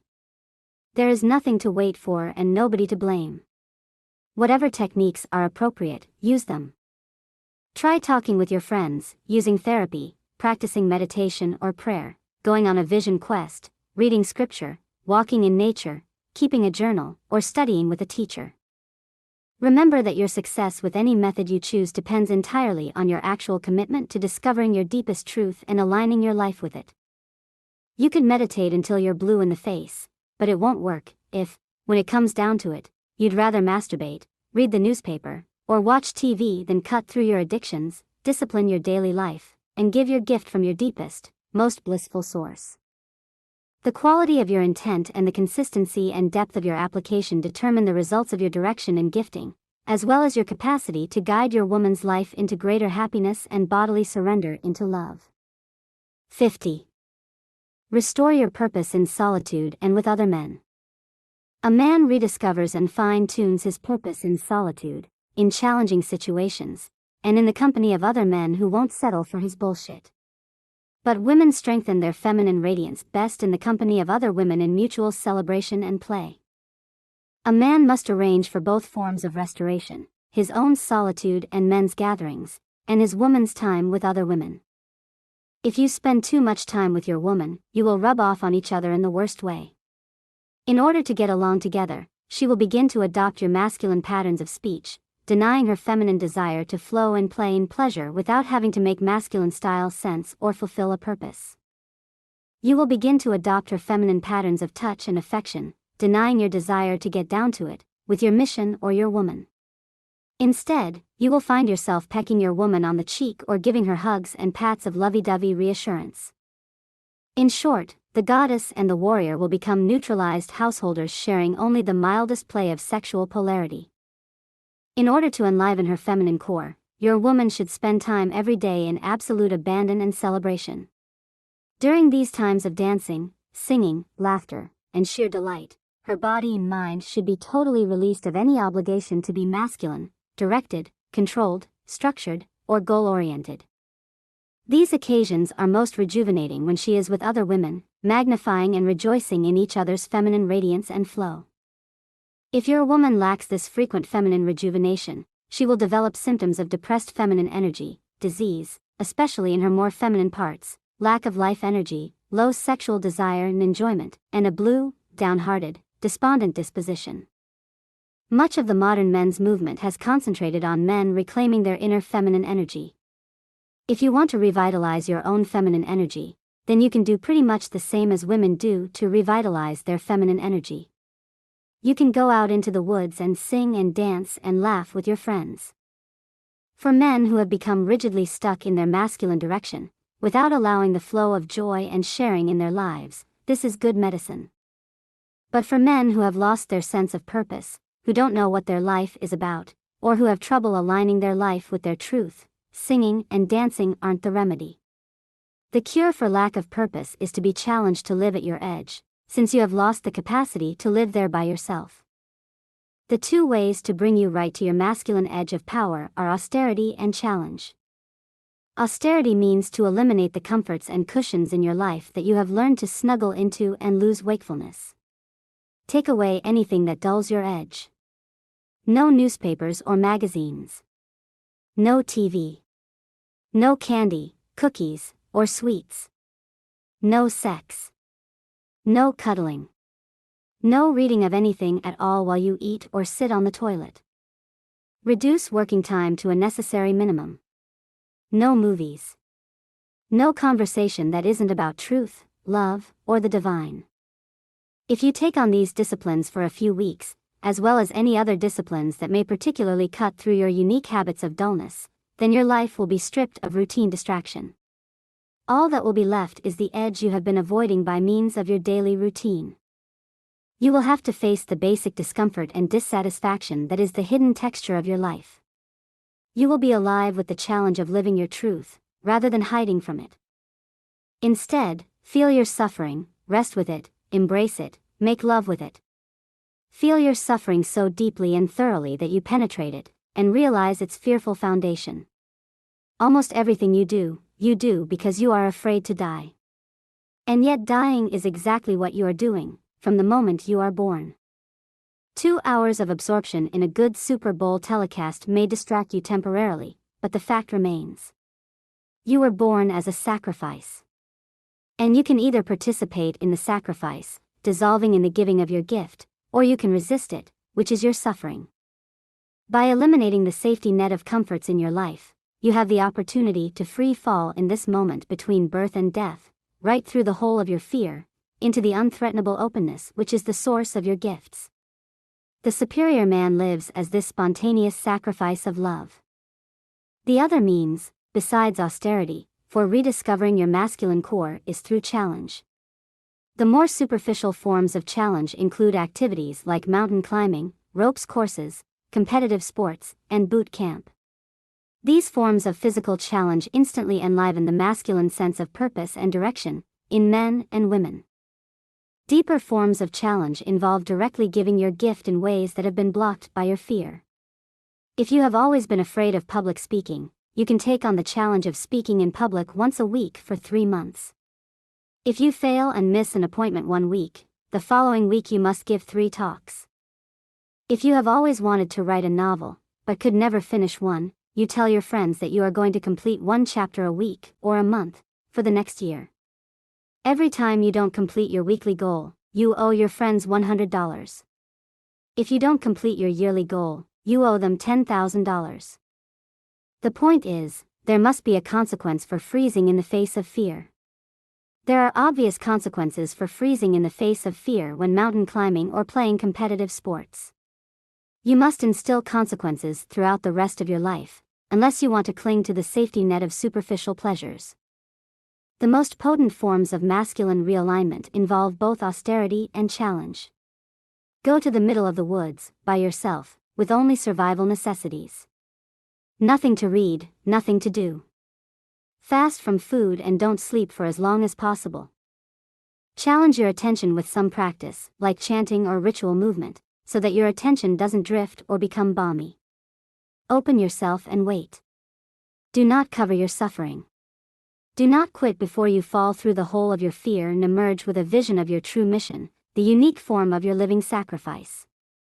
This kind of isolation and challenge is an extreme and potent form of masculine vision questing, but there are more common forms that are useful in everyday life. Spend time every day in solitude, with no distractions. Just sit, for 10 minutes. No fidgeting, no channel surfing, no magazine thumbing. Just be, exactly as you are, not trying to change anything. Stay with your suffering, until you fall through it and intuit the groundless source of your life. Just as your woman must regularly spend time with only women, you must regularly spend time with only men. At least once a week, get together with your men friends to serve one another. Cut through the bullshit and talk with each other straight. If you feel your friend is wasting his life, tell him so, because you love him. Welcome such criticism from your friends. Suggest challenges for each other to take on, in order to bring each other through the fears which limit your surrender and gifting. Always agree on consequences for not persisting in the challenge. For instance, if you agree to ravish your wife for 3 hours every other day for a week, then also agree to mow your friend's yard if you miss a day of ravishment. You should alternate these kinds of cutting through the bullshit gatherings with masculine celebrations. Even during these celebrations, though, there should be a challenge to remain conscious and undistracted. They are not occasions for lapsing from fullness, but for communing beyond fear. Perhaps you can all go swimming in ice-cold water together.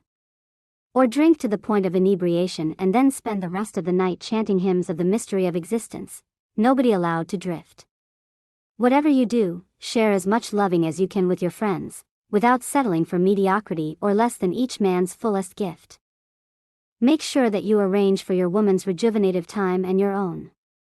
Otherwise, you will rot in the cushions of bargain stagnation and sexual neutralization which pad your true edge of living your gift in relationship.